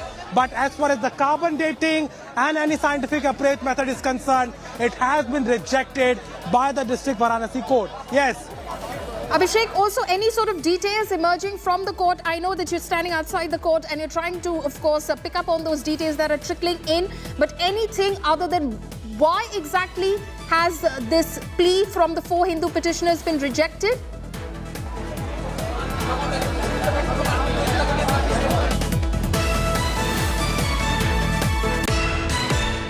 अभी जो उस जगह की स्थिति है जहां पर वजूखाना है जिसे सील किया गया है, उसका स्टेटस क्या वैसे ही सील रहेगा? एकदम ऐसे ही सील रहेगा। जिस सुप्रीम कोर्ट ने, देखिए, देश की सर्वोच्च अदालत है सुप्रीम कोर्ट, और ऑनरेबल सुप्रीम कोर्ट ने मई माह में क्लियर कट इंस्ट्रक्शन दिया था कि इस जगह को, यहाँ के मुंसब जो उस वक्त जिला जज, सिविल जज सीनियर डिवीजन थे, उन्होंने भी उसको सील करने का आदेश दिया था। उस सील वाले आदेश को, सील करने के आदेश को ऑनरेबल सुप्रीम कोर्ट ने भी अफर्म करते हुए सिविल जज सीनियर डिवीजन से मामले को जिला जज के यहाँ अंतरित कर दिया था। तो जिला जज ने उसी सुप्रीम कोर्ट के आदेश के लाइट में इस एप्लीकेशन को खारिज किया। ये बताइए, ये झटके को कितने बड़े झटके के तौर पर लिया जाए, क्योंकि अब ये माना जाए कि ये पूरा का पूरा मामला जो है लगभग जीरो पर आ गया है? ऐसा नहीं है, वो जहाँ शिवलिंग है, वो अस्तित्व उनका विराजमान है, वहाँ पे वो हैं, वो मौजूद हैं, वो दृश्यमान है। अब ये इसका प्रश्न ये होगा कि अब जो सुनवाई होगी आर्डर 110 आज डिसाइड हो जाएगा, उसके बाद इशू बनेगा और पत्रावली साक्ष्य में आएगी, मुकदमा चलेगा। और हमको लगता है यदि मुकदमा जिस ढंग से रफ्तार में चल रहा है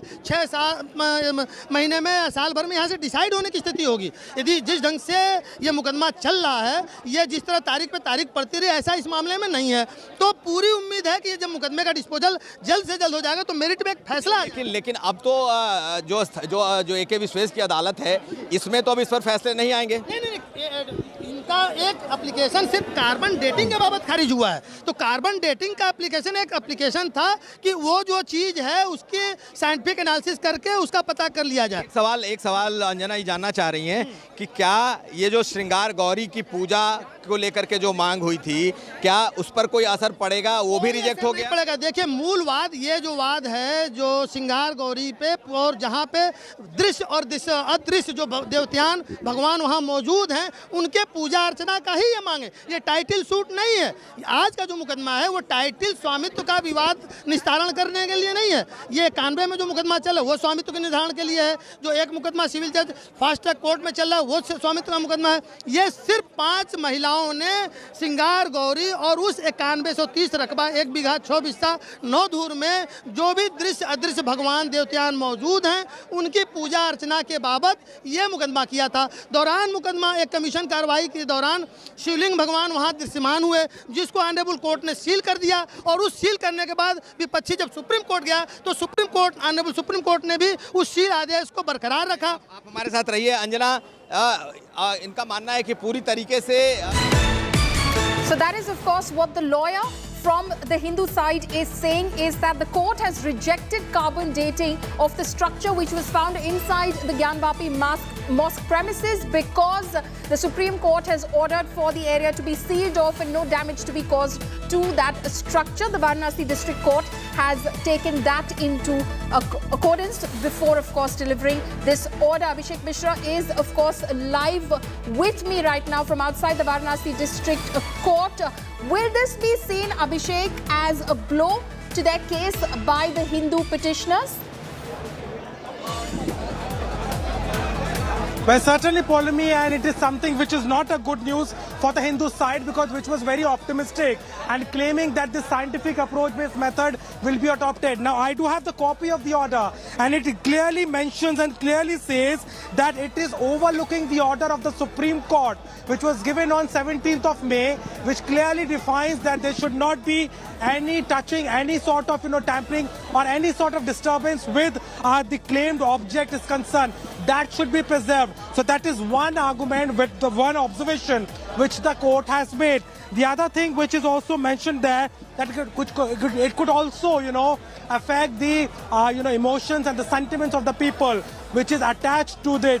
So that is also the observation which the court has made, and it is being said very clearly that even after, even by applying to any of the techniques, be it carbon dating or the ground penetrating radar, that could, affect, that could damage the object. So that is one thing which is very clearly mentioned in the report, in the order of the court, and that is the reason that the court has clearly rejected this and said that due to the order by the Supreme Court and it, the possibility of that Shivlinga, that object which has come in the commission report could be affected.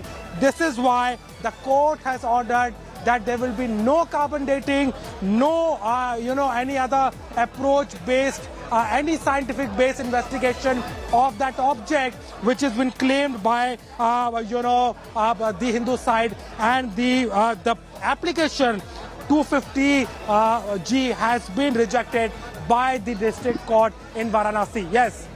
Right, Abhishek, so what happens next now in this case? In the larger petition which has been filed by the Hindu side to be able to offer prayers at the Shringar Gauri inside the mosque premises, what happens to that petition?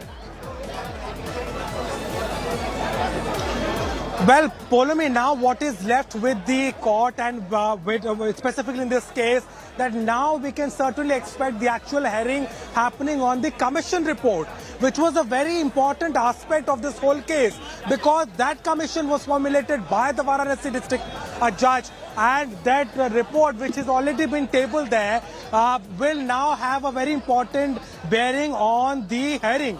Because as I said earlier also, that the Hindu side, which was again and again saying that the first it should be about the Shivlinga, but the court has now made it clear that there could not be any sort of scientific or any carbon dating with the claimed object. So now it all depends on the commission report, the actual suit, which is about getting the right to pray and worship at the Sringar Gauri temple, and the court will now taken that into consideration first, and then only it will determine what and how the court is going to go ahead.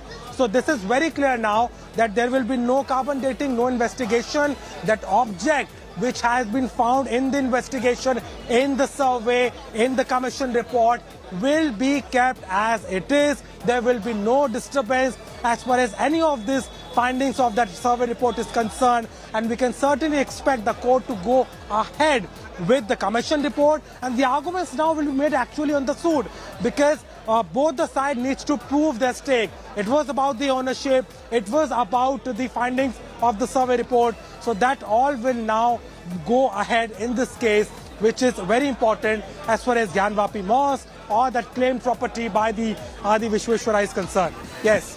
So when is that likely to happen, Abhishek, the hearing in the actual matter?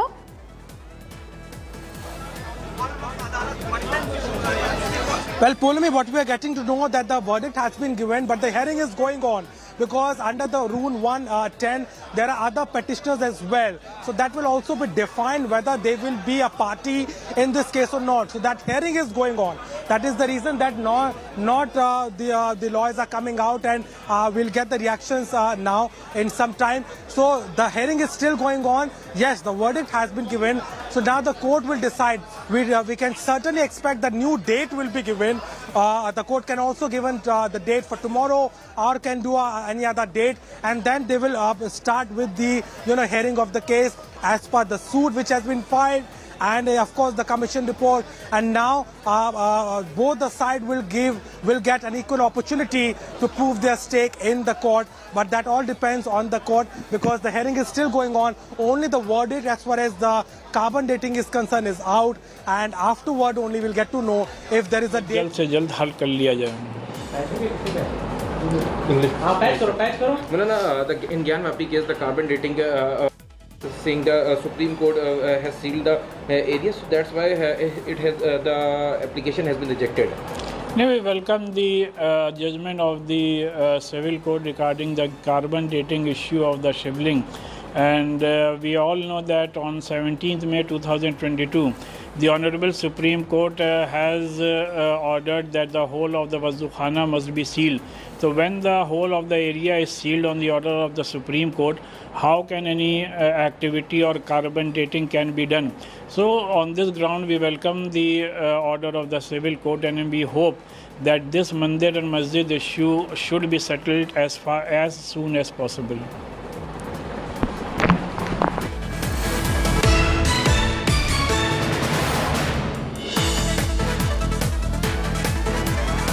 So the big breaking news right now, and reactions coming in to the court, the Varanasi court saying that there will be no carbon dating that will be taking place at, in fact, the Gyanvapi Mosque premises. The very clear message here is that the Varanasi court has cited what the Supreme Court said.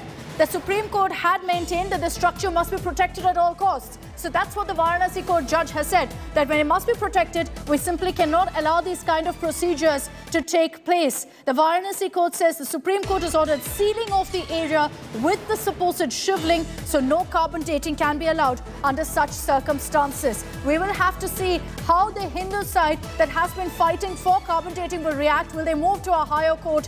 What will they do? Their plea stands rejected right right now. And the judge has essentially stood by the Muslim side's argument that when the Supreme Court just months ago has said that the Wazukhana, this premises within... नहीं माना है और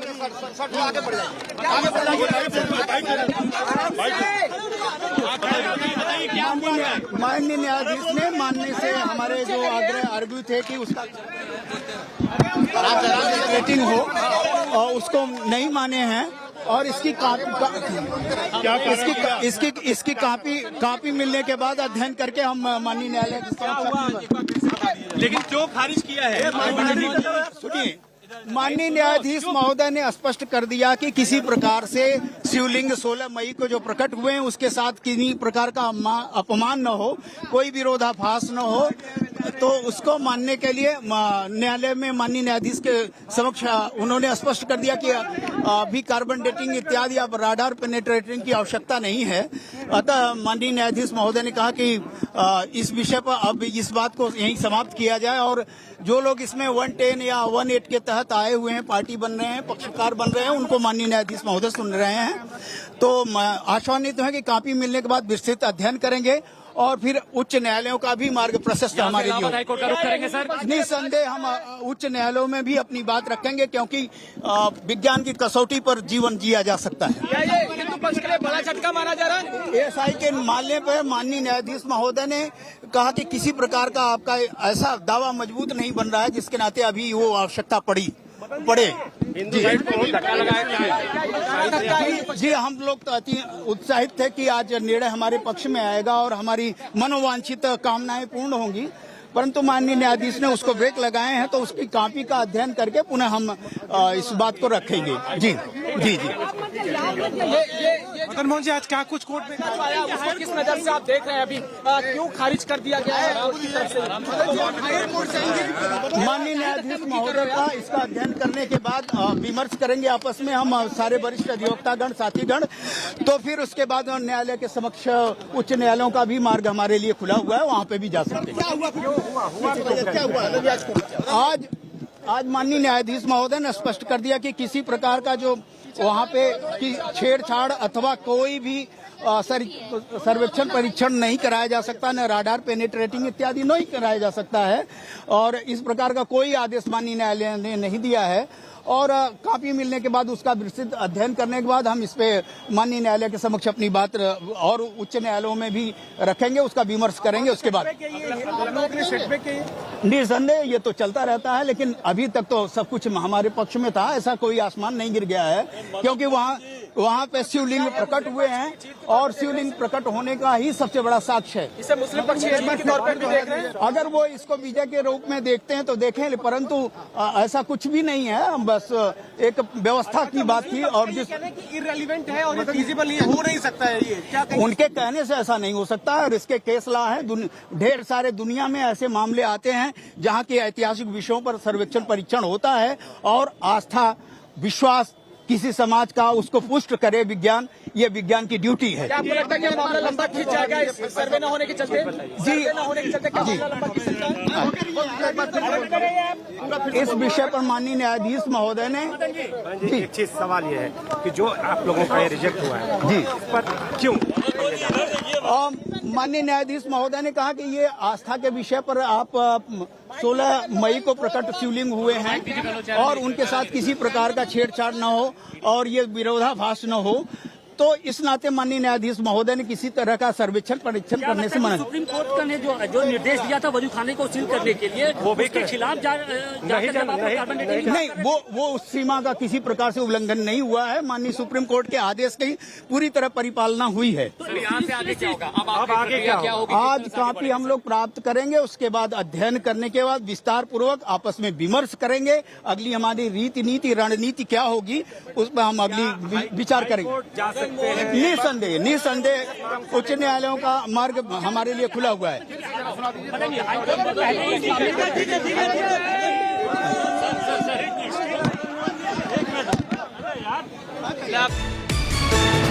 One of the lawyers of the Hindu side confirming there to the media that they're discussing all possible options. They may just approach a higher court. Ultimately, जो सत्य और सही है वो सरवाइव करेगा इसलिए ना भड़कने की ज़रूरत है, ना भड़काने की ज़रूरत है, ना उत्तेजित होने की ज़रूरत है, ना उदासीन होने की ज़रूरत है। प्रतीक्षा करना और अपने प्रयत्नों को जारी रखना। मुझे पूरा विश्वास था, है और रहेगा कि जो सत्य और सही है अंततो गत्वा वह प्रतिष्ठित जरूर होगा। कहा गया है सत्य के रास्ते में बाधाएं और परेशानियां आ सकती हैं, पर वो कभी पराजित नहीं होता है।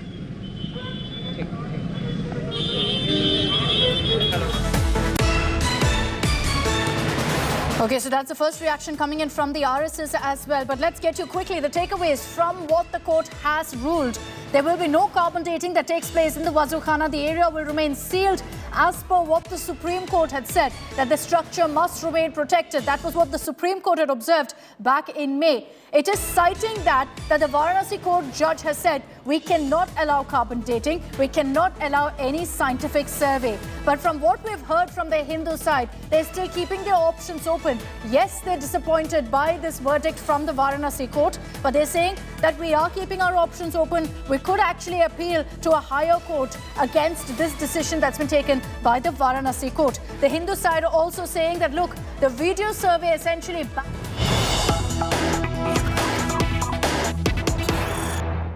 Shri Ajay Bhadu, DG IT Srimati Neeta Verma, Special Officer IT Shri HR Srinivas and Special Officer Sweep Shri Ranbir Singh, and I am DG Media Shifali Sharan.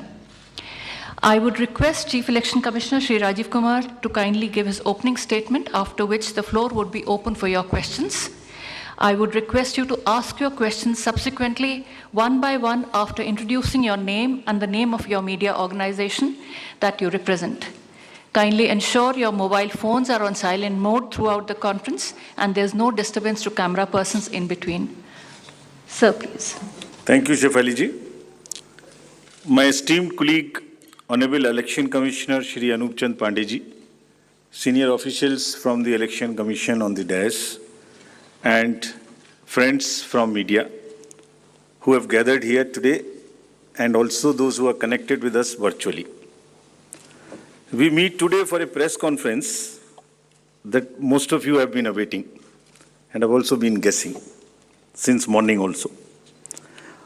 October is a month with many festivals, and we are adding one more festival, that is the Festival of Democracy, to this month of October. अक्टूबर के इस त्योहार के माहौल में लोकतंत्र के त्योहार को भी हम लोग जोड़ रहे हैं इलेक्शन कमीशन की तरफ से, जिसमें 18 साल से लेके 100 वर्ष तक के बुजुर्ग मतदाताओं का एक बहुत ही बहुरंगी इंद्रधनुष है. It's a fantastic rainbow of the voters ranging from 18 years to 100 plus, and we'll focus a bit on this rainbow. I would explain in the detail about this, but in the meantime, to move forward, the elections, when we conduct, we have three broad objectives. First is the elections have to be free, fair, inclusive, accessible, and inducement free. And the second major vertical is the voter, that the voting experience should be very, very comfortable. And thirdly, the maximum voter participation, especially of the young voters, urban voters, PWDs, and senior citizens. These four categories we intend to focus more, which I'll explain. Bharat निर्वाचन आयोग स्वतंत्र और निष्पक्ष, प्रलोभन मुक्त, inducement free तरीके से विधानसभा का आगामी निर्वाचन चुनाव कराने के लिए प्रतिबद्ध है, और हमारा प्रयास है कि वरिष्ठ नागरिकों, दिव्यांगजनों, महिलाओं, नए मतदाताओं सबकी भागीदारी बहुत ही सशक्त तरीके से आने वाले चुनावों में हों. Through the vast reach of the media, I would request first that interaction will start with the wish that our appeal is being heard by most of the voters, and they will come out to participate wholeheartedly in this forthcoming festival of democracy. Before going into the mode, of the elections, we have an extensive process of consultation. And the magnitude and scale of our elections is really awe-inspiring, as you all know. For the last few months, our entire team, which you are seeing here, has been working on organizing these elections, ranging from the electoral rolls to the management of logistics to various things which we will explain. Periodic reviews were done by them. The commission also went to the states where the elections are due, and we had detailed meetings with the DOs, with the SPs, and with all the enforcement agencies, chief secretaries, DGs, and everyone who is involved in either conduct of elections or in the enforcement side of this. We also simultaneously discussed the COVID situation, as it has been bothering in the last 2 rounds of elections. We had a detailed discussion with the Health Secretary, Union Health Secretary, and also with the Chief Secretaries and DGs of the concerned states, Health Secretaries. It doesn't seem to be that much of a concern now, but still, the states have been advised that they will continue to follow the 5-fold strategy of test, track, treat, vaccinate, and follow the appropriate behavior. We have revised our guidelines, which are in this form, essentially saying that they have to follow the norms set by the Health Ministry and also the respective SDMAs in the states if there is any situation that warrants the tightening or the graded response to the COVID situation. Friends, the first and foremost thing in conducting an election is the electoral roll. A healthy, error-free electoral roll is the primary step, that is the base on which the entire elections are held. And the special summary revision has just happened. The electoral rolls have been published in the concerned states. And during this exercise, the Commission has laid a special emphasis on registration of new age voters, women, transgenders, and persons with disabilities. In order to ensure a clean electoral roll, the photographically similar entries, PSCs, and demographically similar entries have been found through the use of software and field verification. They were circulated to all the DOs and also to the respective BLOs to do a field verification of those who are found to be in the demographically similar entries or the photo-similar entries. The special proactive steps were taken for the registration of PWDs, old age, and also the third gender. In this, we took help of the welfare departments, respective departments. For example, the welfare department, whenever the question of the registration of PWDs came. So whomsoever they were giving scholarship, we just cross-checked that they are our voters. To address the issue of urban apathy, we found that there is generally an urban apathy. If I can give you an example, in the 2019 elections, general elections, and if we list all the, say, 7-8 districts where the voting has been least, 4 of them happen to be the metropolitan cities. It's all in our statistics book, which we have published. I am not naming them here, but we are focusing on the urban apathy very, very seriously. In this, our CEOs are signing the MOUs with the departments and with the industry and with the organizations who have more than 500 persons. And we have reached out to the colleges and the educational institutions. What is expected is that after the voting, if the nodal officers are appointed in these organizations with 500 plus voters, and we will try and persuade those voters after the elections, the leave-taking and non-voting voters, we will try and reach to them and say, please join next time. So that's a kind of a awareness which we will start. The Election Commission of India, in pursuance of the legal amendments, had made 4 dates, as you are all aware. And this, by virtue of this, there is every quarter, first of the every quarter, one can apply for the registration. And the now onwards, the electoral rolls will be updated every quarter. और निर्वाचन आयोग की इस पहल पर कानून में जो बदलाव किए गए, जिसके कारण 4 डेट्स में संभव है, और अब पोल गोइंग स्टेट्स में नामांकन के दिन तक भी अभी मतदाता में सूची में नाम जुड़वाया जा सकता है। तो इसमें यह भी आपके माध्यम से अनुरोध है कि अगर इतनी मेहनत करके नए वोटर्स को जोड़ने के लिए कमीशन ने और फील्ड स्टाफ ने मेहनत की है, तो उनको भी आगे बढ़ के वोट देने आना चाहिए। Friends, I'll also tell you how many specifically benefited by this amendment. I'll come to it and tell you. In an election, voters are our primary stakeholders, and therefore, even those who do not have a voter epic, by and large, we have now ensured that the voting epic card reaches everyone. It's being delivered even now, but by chance, if you don't have, there are these many, almost a dozen other documents through which one can vote. So one need not be worried. What is important is to come to the booth with any one of these, even if one doesn't have an epic. Now the next important thing is the polling station.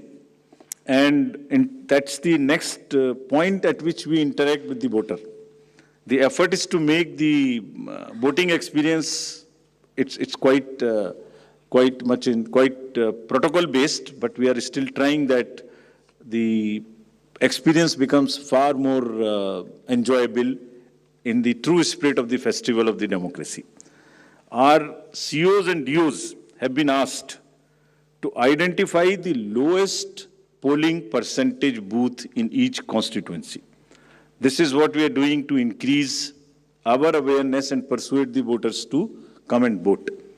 And they are going personally to the polling stations which are having the least percentage of voting below the average in their each respective constituencies.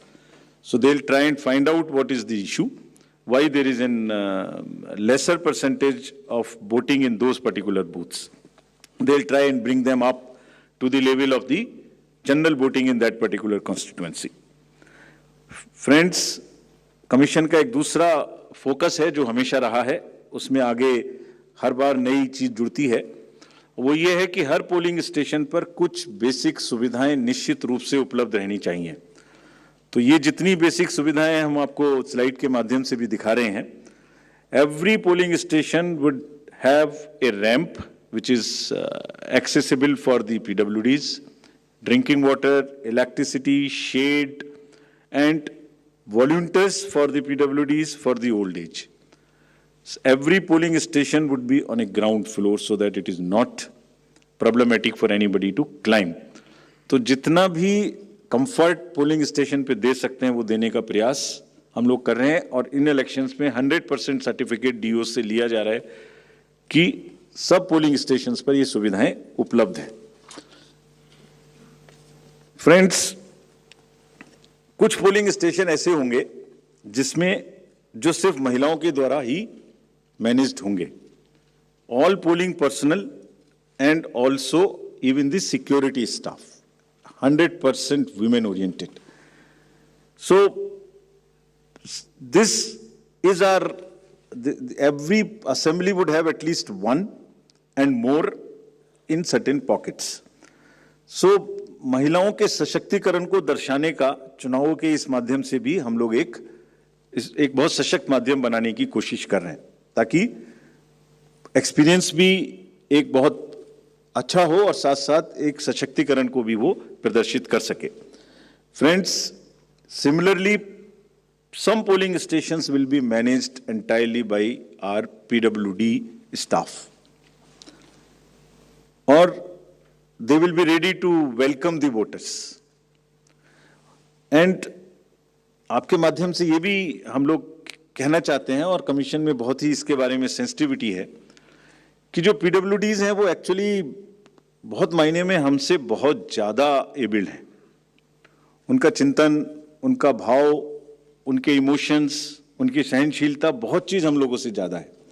So what they require is essentially the equity and equal opportunities, not mere sympathy. And therefore, we are very, very conscious that we will cover all the PWDs, mark them. I'll give you a figure as to how much we have marked all India. And you would be happy to know that. I'll come to that slowly. Now, maybe at the cost of repeating, I would reiterate, if we as the Election Commission team put in such concerted efforts to ensure a polling station within 2 kilometer reach for voters, replete with all kinds of facilities, I would appeal to the voters to value their hard-earned right to franchise and come out to vote in maximum numbers so that Matdata Rupi Indradhanush har booth par dikhai de. Now I come to, friends, the postal ballot facility for the absentee voters, because it would be happening first time in these elections. Commission has decided and introduced this in the last round of elections, that 80 plus age voters, PWDs, and COVID-infected voters, we would provide a Form 12D, and if they are willing, if they want to come to the polling station, every effort would be made to make it very, very comfortable there, and we encourage it. But in case somebody is ill and is not able to come, the commission would go to their house and get the vote conducted. And जैसे पिछली बार एक दो जगह में ये सूचना मिली थी कि कुछ शिकायत मिलने की उम्मीद थी कि आपने वोटर्स का उनका कोई इन्फ्लुएंस हो सकता है घर पर, उसको खत्म करने के लिए भी every entire process would be videographed. साथ में कैंडिडेट्स के एजेंट्स को पहले से ही सूचित किया जाएगा कि किस दिन वोट लेने जाएंगे, वो साथ में जाएंगे, जा सकते हैं, and everything would be videographed. So, without compromising the secrecy of vote, the facility of voting would be extended right from the comfort of their home. And you would be happy to know, in the entire country, there are 1.82 crores voters who are 80 plus. And you would further be happy to know there are 100 plus voters, centenarians, who are crossing 2.5 lakhs. Imagine that they're all part of our voter list. And we are so happy, so privileged to serve them better.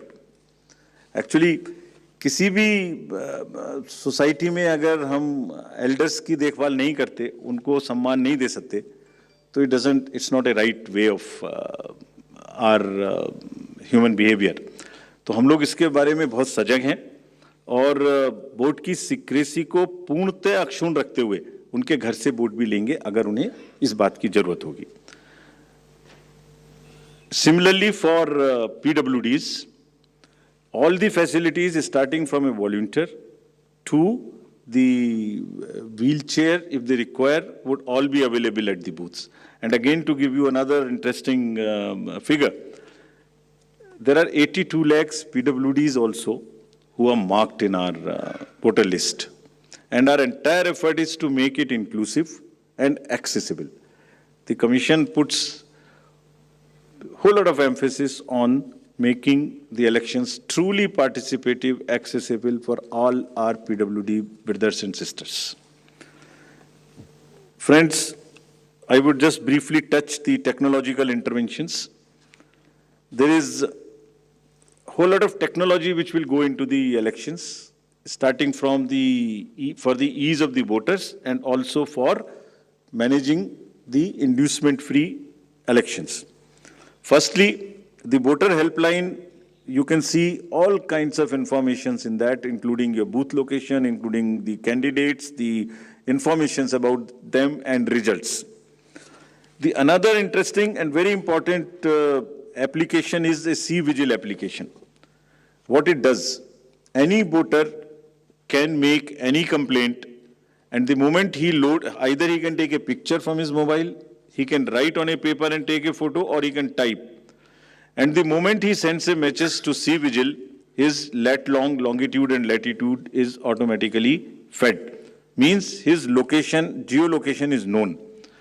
And our team will reach within 60 minutes flat and would answer in 90 minutes. So what we are saying, what we are appealing through you to our voters, कि अगर कहीं भी कोई भी दुरुपयोग money power का narcotics का, drugs का, किसी भी तरीके का उनको नजर आता है, किसी भी पोलिंग पार्टी का कोई चीज गलत नजर आती है तो कृपया उसको सी विजिल पे डालें। कुछ स्टेट्स ने बहुत इफेक्टिवली सशक्त तरीके से इसको यूज किया and this is becoming an interesting tool in our hands to control the menace of any kind of money or the power or misuse by anybody. So please, again I would request that agar nagrik vigilant hai, so vigilant nagrik, C is the citizen, become vigilant, and it is your election. If you would help us, we will guarantee that in 100 minutes you get a written response on the same mobile number from which you make a complaint. Similarly, PWD app also gives the opportunity to the PWD voters to go there and even register for facilities or facilitation at the booth. उनको कुर्सी चाहिए, उनको कोई मदद चाहिए, वो volunteer तो मिलेगा ही, वो सब इस पर पहले से बुक कर सकते हैं. Another interesting and very, very critical application is KYC, Know Your Candidate. तो कैंडिडेट का पूरा affidavit which will give all his assets and liabilities and all the criminal background, if any, would be made available to the voters. Through this app of Know Your Candidate, अगर किसी भी candidate की कोई भी राजनीतिक कोई भी आपराधिक पृष्ठभूमि है तो वो इस पर स्पष्ट रूप से दिखाई देगी क्या अपराध है उनके ऊपर में, किस तरीके की एफआईआर है, उसकी क्या डिटेल्स हैं, केस की क्या स्टेटस है. And in addition, as you all know, 3 times they will have to publish in the newspapers. तो कमीशन का काम है कि अगर की criminality in the elections, in the politics gets eliminated, reduced, if not eliminated, उसके लिए हम ऐसी व्यवस्था करें कि कम से कम उसकी पृष्ठभूमि वोटर के सामने स्पष्ट दिखाई दे. Then it is voter's choice. We enable the voter to take an informed choice. It's part of the disclosure. And all the assets, liabilities would also be known in this. So your constituency, your candidate, his background, financial, criminal, if any, would all be known through the Know Your Candidate. So please use this. Not for voters, for the candidates also there is an application called Suvidha. जितनी भी entitlements उनके हैं वो सब online apply कर सकते हैं. And we have directed, commission is directed that it will be served to the candidates on first in first out basis so that there is no bias. Whosoever locks in first, whosoever applies for a ground or for any facility first, and if that is a limited space, he or she will be given the candidate first. Friends, we also had a detailed interaction with the enforcement agencies, and to just tell you that no cash would move in the poll-going states between after 5 o'clock till 10 o'clock in the morning. Banks have been directed कि कोई भी cash का movement अपनी van के through नहीं करेंगे. ऐसा देखा गया है कि उसी वैन को यूज करके कुछ ना कुछ लोग कोशिश कर सकते हैं कि उसमें कैश मूव हो इलीगल, उसको मना किया गया. Airports would be under watch. The GST would keep a track on all the e-bills to find out that no consumer goods, there is no spurt in supply of consumer goods in that particular state for distribution as a freebie or as an inducement. All the borders would be sealed in these states. There would be strict watch on any kinds of money or cash or drugs or that kind of thing. Friends, during this phase in the communication age, there are a whole lot of misinformation and fake news and narratives which get generated. So through you again, we request the voters to be vigilant, to at least see that पिछले कितने election में same news उसी प्रकार से चल चुकी है. उसको कम से कम आगे बढ़ाने से पहले अपनी थोड़ी सी विजडम लगा के सोच लें कि ये सच हो सकती है कि नहीं. फेक नैरेटिव्स में आगे बढ़ाने में मदद ना करें. अगर लगता है ठीक है तो जरूर आगे बढ़ाएं, उनका हक है. But we have established social media teams in the CO office and all the district magistrates and SSP's offices to keep a strict watch.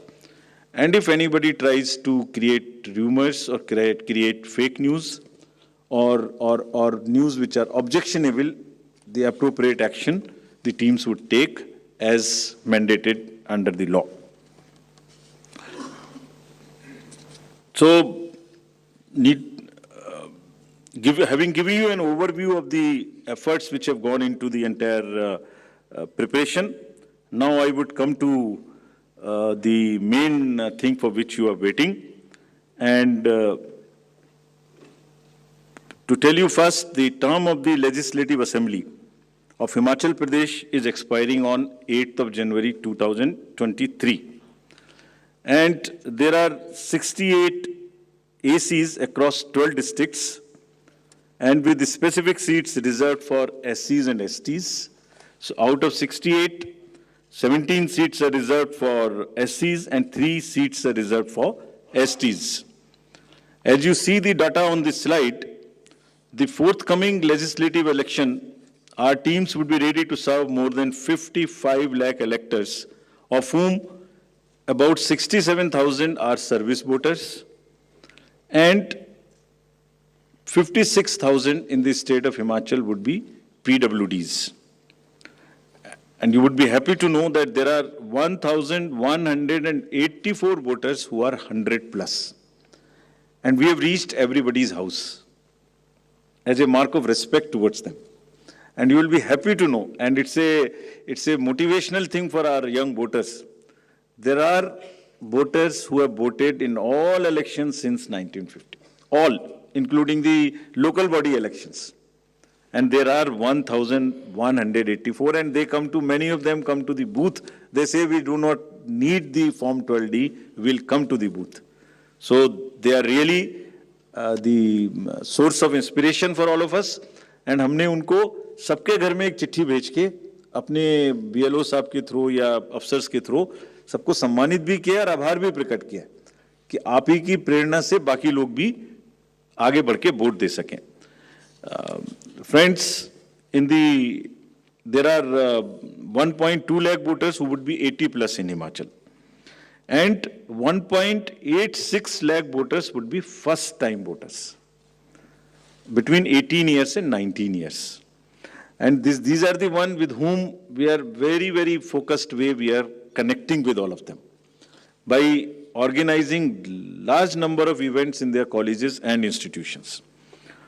As you know, the amendment in section 14 enabled us to register voters in the 4 qualifying dates.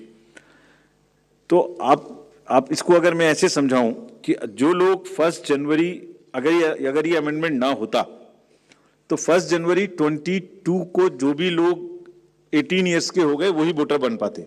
उसके बाद में 1 जनवरी 23 की qualifying date से voter बनते. But because of this change in Himachal alone, those who were born after 1st January 22 but before October 22, 43,173 additional voters have been enrolled and they would be able to participate in this festival.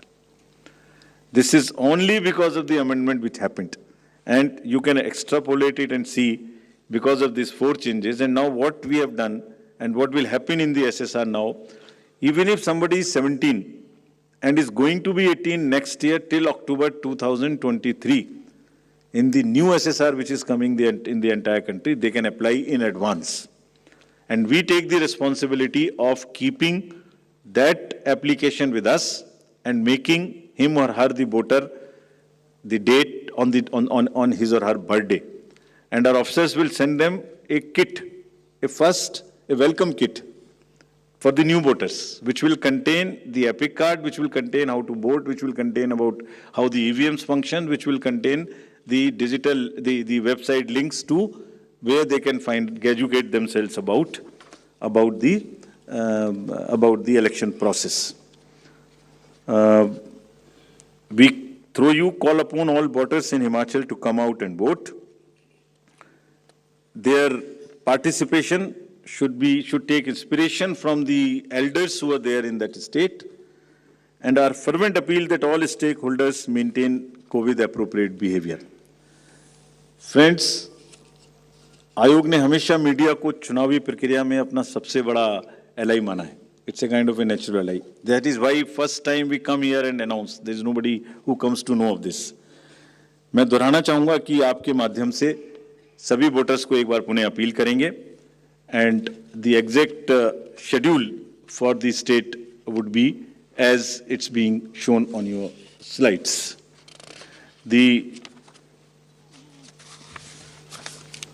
वो दे दो notification की dates दे दो. If it is visible, the date for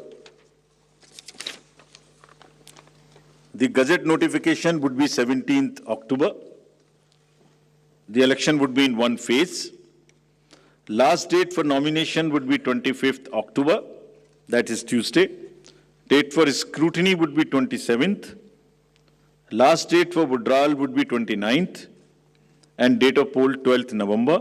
And date of counting 8th December. And the entire process is completed by 10th of December. So again, through you with the appeal to all the voters on behalf of all of us to come and vote in the state of Himachal, I hand over to Shefali ji back. Thank you. We'll take questions. Neeraj, आप शुरू करें.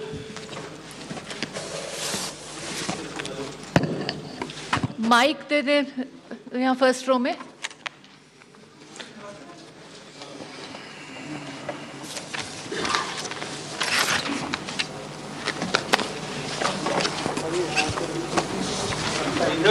Neeraj. Hello hello जी sir, Neeraj हूँ news 18 India से, network 18 से. जी मेरा सवाल तो एक ही है, लेकिन उससे जुड़े कई क्लैरिफिकेशन चाहिए होंगे. क्या गुजरात, पहला तो ये कि गुजरात चुनाव की घोषणा अपने साथ में करने का फैसला क्यों लिया, साथ में न करने का फैसला क्यों लिया? इसी से जुड़ा हुआ सवाल है, क्या गुजरात विधानसभा चुनाव की घोषणा 8 दिसंबर के बाद होगी? क्योंकि गुजरात के विधानसभा की अवधि में वक्त अभी काफ़ी है, क्योंकि पिछली बार 10 दिनों के फासले पे दोनों राज्यों के चुनाव की घोषणा की गई थी. और तीसरा सवाल ये है, दोनों सवालों के जवाब से वो होगा कि आप ही लोगों ने रूल बनाया है कि 6 महीने के अंतराल के अंदर में जो जिन राज्यों के विधानसभा चुनाव होंगे उनकी घोषणा साथ में की जाएगी. अभी साल के शुरुआत में उत्तर प्रदेश में हमने देखा था, उत्तर प्रदेश के साथ बाकी 4 राज्यों के.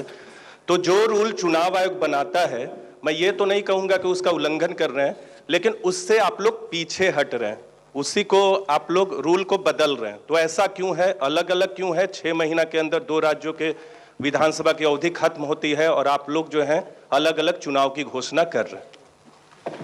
एक साथ 3-4 क्वेश्चन ले लेते जी. सर. एक और ले लेते. हाँ, सर मेरा नाम रवि त्रिपाठी है, मैं जी न्यूज़ से हूँ.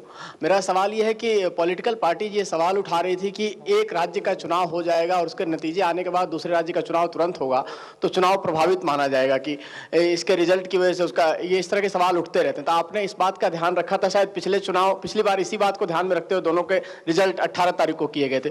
क्या इस बार इस बात को ध्यान में रखा गया है या नहीं आएगी? इस तरह की शिकायत आएगी तो उसका किस तरह से आप उसका मुकाबला करेंगे? प्रदीप, आप भी ले लें. सर मेरा नाम प्रदीप है, टोटल टीवी न्यूज़ से हूँ. और सवाल यही है सर, जिस तरीके से जो सब इंतज़ार कर रहे थे, जिस तरीके से चुनावी शेड्यूल का, गुजरात भी सबसे बड़ा चुनावी मुकाबला जिस पर नजरें थी, लेकिन ये जो चुनावी मुकाबला सिर्फ अनाउंस हुआ हिमाचल का, तारीखें अनाउंस हुई हैं, लेकिन दूसरी तरफ अगर देखें गुजरात में भी आपने बैठकें की थी, गुजरात की तैयारियां, ऐसे लग रहा था कि आप अनाउंस करेंगे. इसके पीछे हटने की क्या वजह रही? क्योंकि आपने पूरा शेड्यूल वहां पर तैयार किया था, बैठकें कर ली थी, तमाम तैयारियां पूरी हो चुकी थी, होल्ड रखने की वजह क्या है? Sir on this only? Sir, one more. Sir, this is on election. Have anything being decided or recommended to the parties on the freebies? I'm Anuj from Republic TV. Have anything recommended to the political parties on freebies? So I will take these questions. The first from the first row and all three together. Is it? Ji? Both. I'll do both. so that it's fair to everybody. Commission actually goes by the convention in announcing the schedule of elections. It has decided to go by the convention which was set up, which was last followed. So the big breaking news that's coming in from that press conference, the Election Commission has confirmed that the polling for Himachal Pradesh, single-phase polling, will happen on 12th November. The results will be out on 8th December. That's the counting day. So the big dates are out for Himachal Pradesh. 55 lakh voters will seal the fates of candidates across 68 seats. It's a one-phase election as expected. The last date for filing nominations will be 25th October. Polling on 12th November and counting finally will be almost a month later on 8th December. Preeti Chaudhary is with me here in the studio. So Preeti, about a month to go essentially. Political parties have to be completely geared up. Any surprises really from the dates? I did see that you were a bit taken aback by how fast because it is. It's 1 month for counting. So, what we must really do is also try and listen in, because important questions have been asked by the CEC, on why is it that the election dates of Himachal have been announced before or not alongside the election dates of Gujarat, and will the Gujarat election now take place after 8th December? Because in all probabilities, it will take now place after 8th December. And that would somewhere down the line bring up the question, Akshita, that is being asked right now of the CEC, is then there could be a conflict of interest, because the results of Himachal could very well impact then the results of Gujarat. So it's interesting what the CEC says on these questions, because these are important questions that have been raised. Remember, the CEC in the past has made it very clear that if elections of two states are following together in the same month, in the same time frame, then the election dates would be announced together. So they've gone away from what the set precedent has been. So it's interesting to see what the CEC says, but yes, at least where Himachal Pradesh is concerned, 68 seats go to polls, Akshita. The 12th of November, 8th of December is counting. We'll have to wait 1 full month after polling for counting in Himachal. So, 12th November, 8th December. So that's 1 full month when that mystery will continue about what the results are, who the people of Himachal have voted for. As far as Gujarat is concerned, obviously there'll be a lot of questions about what exactly the Election Commission has in mind as far as the schedule is concerned. Maybe I think in a week from now we should hopefully have answers on what the Gujarat poll dates, what the Gujarat poll schedule looks like. As far as politicians are concerned, they've already, of course, hit the ground running. They knew that the dates were going to be sometime within the next 1.5 to 2 months or so. 12th November is the date that polling will happen. I want to bring in Manjeet Sehgal. He's joining us live from Solan in Himachal Pradesh. Solan is also where Priyanka Gandhi currently is. So Manjeet, the BJP, the Congress, the AAP also will be gearing up for this mega election. Yes, indeed, Akshita. Earlier, the contest used to be a bipolar, but this time we are hoping that this will be a triangular contest, as Aam Aadmi Party has been making inroads from last year or so.